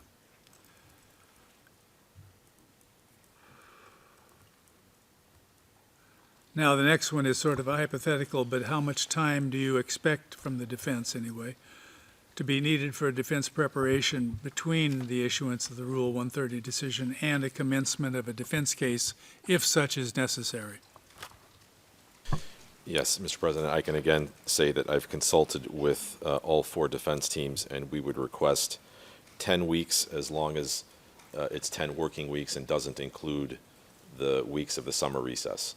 And the reason for that are multiple, but it would include the fact that it's going to be extremely difficult to interview and take statements from witnesses during a summer recess, both because of availability of the teams, but more importantly, availability of witnesses during that period. So 10 weeks. Yes. Prosecution wish to be heard? I believe that's more than what was said in the last hearing. We would reserve a position on it until we know the exact moment when these weeks are to run. Incidentally, Your Honors, could we say one last thing on Rule 129, as Mr. Dixon just mentioned before we continued? Yes. That rule does say it's the witnesses to be called or evidentiary material to be presented. It does not say admitted. And indeed, in cases 4 and 5 before this panel, the SPO closed its case even though when there were evidentiary matters still pending. So this is why when I said what I said, that admissibility need not be ruled upon, it's not required under the rule. Obviously, we'll do our best to file these motions as far in advance as possible. Thank you. If we could just be heard briefly, obviously the relevance for us is if you're filing a Rule 130 application and don't know what evidence is or isn't part of the prosecution case, it makes it potentially difficult. So the next one is paragraph 8, as you can read. Should there be a case to answer for purposes of planning for trial days, what is the estimated and maximum number of days, team by team, to present defense evidence? And this is purely optional. I'm not trying to force you into making a disclosure that you don't have to, and you certainly don't have to, but we're trying to figure out what the year is going to entail. So if you feel like sharing that information, do so. If you do not, it's perfectly all right. Start with the Thaçi defense. Yes, we have no position to articulate at the moment. Okay. Thank you. Likewise, Your Honor, at the moment, he's simply unable to put that position forward. Okay. Likewise, but we will inform you as soon as we have any idea. Thank you. We are in the same position. Same, all right, all right. Any questions for the panel from the defense, other than what we've already discussed? It's a question that I don't need an answer to at the moment, because it'll be something I'm sure the panel may not have considered yet, but the question would be if there is no defense case to be put on, and the defense challenges the sufficiency of the evidence so that there's no case to answer, would the panel be prepared to move straight to preparation of final briefs and closing argument? We'll discuss that and answer it. I understand the question, though. Fine. Anybody else? Mr. Tully, are you about to get on your feet or not? Oh, okay. Stretching my legs, Your Honor. I don't mean to ignore the Victims' Counsel. Can you enlighten us on the information requested in paragraph 10? Certainly, Your Honor. Thank you. Yes. We're working on the basis that we are likely to call 3, possibly 4 witnesses live. At least one of those will be an expert witness. We will certainly be making applications under Rules 153 and 154. I'm so sorry, 153 and 155, I should have said. And we still think that it's realistic to think of our case lasting a week, with the possibility to go into a second week, but we don't see it as 2 full weeks. We can't predict at this stage how long the cross-examination is going to be, obviously, of the witnesses that we do call. So we think a week is a reasonable estimate at this stage. Number 11 is requiring you to think out into the future. I realize that, but the expected time needed at the end of a case, if there is a case continuing, to file trial briefs. Let's start with the prosecution. Yes, Your Honor. At least for the moment, we were aiming to file in line with the statutory deadline specified in Rule 134B. This could be affected by the proceedings to come, including the brief becoming suddenly due because the defense case doesn't last as long as what is now anticipated. The only other point that we would mention is if there is an extension of time given to the defense, just as with the Rule 130, we'd ask for a reciprocal extension. Mr. Laws, did I cut you off? Did you have something else you were going to bring up? I was going to do it in other matters of concern, in yes, fact. Go right ahead. But I'm happy to do it now. Yes, it's only this. Obviously, we're the people most proximately affected by the Rule 130 litigation. And one of the experts in particular is very keen to have a date to work to as soon as possible. And I understand that that's subject to a number of considerations at the moment, but the first of them is obviously when the date for the prosecution to close their case is. And if it's not the 4th of April because there are going to be outstanding motions of one kind or another, then it would be good to know what that date is going to be as soon as possible, because we can do the maths from there if it is a month for the prosecution and the defence each for Rule 130. It makes a big difference, because any more significant delay and we hit the summer recess at the end of July. And I should make it clear, that's not a problem at all from our point of view, but it does change things in terms of organising particularly one of the experts that we have. It would be good if you could work yours in prior to the summer recess. Yeah. Yes, and from our point of view. It's arguably enough time to do that, with 30 days for each side to do a 130 motion.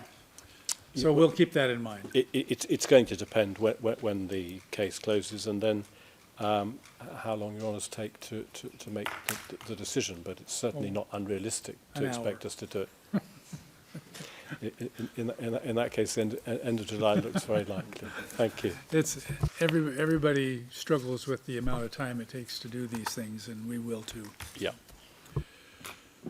Other matters of concern anybody has that they'd like to bring up? Something that's just eating on you? Yes, just briefly, Mr. President. 2 things. One, we've raised inter partes with the prosecution, but with respect to the first witness coming into the next block, we've asked the prosecution to give us, given the volume of evidence that may be involved in the preparation of that witness, to give us 1 week advance notice of the preparation notes for that witness. We've received a response that that may not be possible, and we've asked that we've reserved our position on whether he can be called or whether we need more time, and asked the prosecution to have a witness ready in case we have to apply for an extra time, depending on the volume of the preparation note. And I just wanted to put that on the record into your attention. This is in the next block? Yes, beginning at February. How much time do you need? I mean, can you give them some advance notice, some more advance notice? We did, actually. The witness would be starting February 10. The week before would be the 3rd. We said the 5th. So that would be at least 4 full days in advance of the testimony, and this is what we understood the defense was reserving its position on. This is a big witness, but we don't expect the preparation session to be some order of magnitude different than a witness like W04401 late last year. We think that this is reasonable under the circumstances, but we are looking to see if we can go even earlier than that, or if we could maybe put a small witness at the beginning of Monday. So we're looking into everything, but I think what we've proposed is in good faith trying to engage with the defense's concern. I think you ought to re-examine and see if there's a little bit more time you can give and to accommodate the case, you know. So. Thank you. I appreciate Mr. Holling's comments and yours, and just to be clear, I wasn't suggesting any bad faith on the part of the prosecution. The second issue is something that arose that hadn't been raised before by the prosecution concerning witnesses, and it only came to my mind now, but if there are going to be witnesses who they are trying to obtain their testimony for, and there may be a chance that they won't get them, and they will have to file applications even potentially under Rule 155 with respect to those.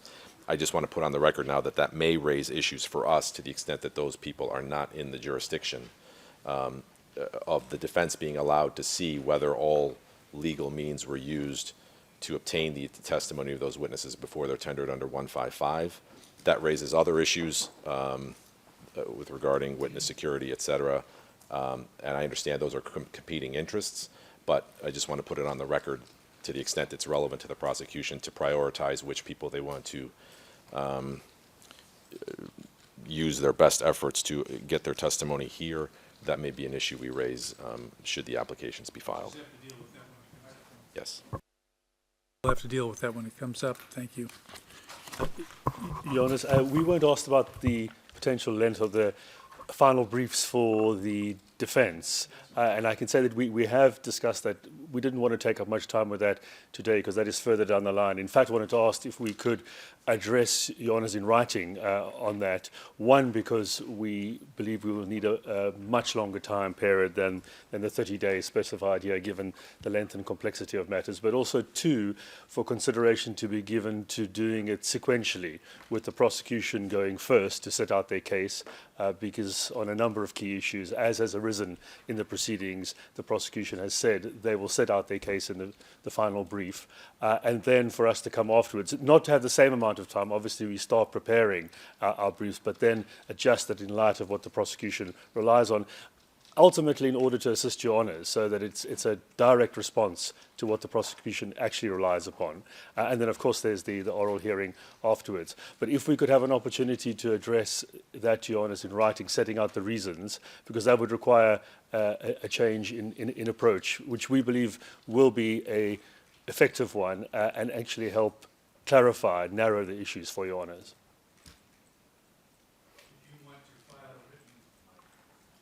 If you want to file a written position on those issues, you may do so, and the prosecution can respond 5 days later, and we'll go from there. Yes. Then we'll have to We'll decide. do that, and that'll save time. We don't have to discuss But you it need all. to do it when you need to get it done. When are you going to have it ready? Yes, that we wanted to get some guidance from your honours on. We can look at it as soon as possible. This is obviously further down the line. We have a lot of matters to prioritise now.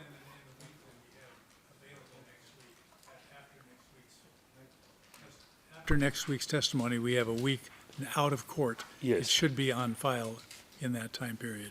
So your honours would request that it's at the end of that week, the Friday, the end of that. Thank you, honours. We will do that accordingly. Thank you. And Your Honors, just to confirm, is our response to that 5 days or the statutory limit? Because the statutory limit is 10. So no, but just to confirm. Okay. Mr. Mistich, can you just clarify one point? You said if there is no defence cases to be put on, and the defence challenges the sufficiency of the evidence so that there's no case to answer, would the panel be prepared to move straight to preparation of final briefs? If there's no case to answer, obviously, there's no case to answer. So did you mean if there is a case to answer? No, I used that terminology, but what I meant was there are two ways of saying there's no case to answer. One is to file a Rule 130 application, which would require the panel, presumably, we can litigate that as to what standard you would apply in assessing the evidence. Or we could just say we're not putting on a defense case, go straight to final argument, and then we get to the... You just say the defense rests.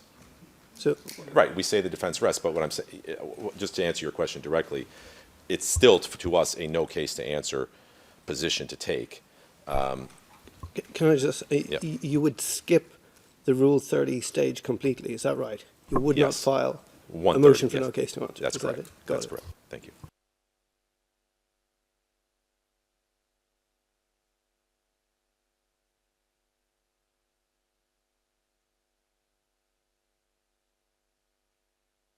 Do our best to go over this with the transcript and put together some sort of a response, and we'll look forward to what you're going to file. And thank you very much, everybody, for being here. Interpreters, I'm sorry if it took a little bit longer than we expected, but that's the way lawyers are. So thank you again. We'll see you tomorrow. All rise.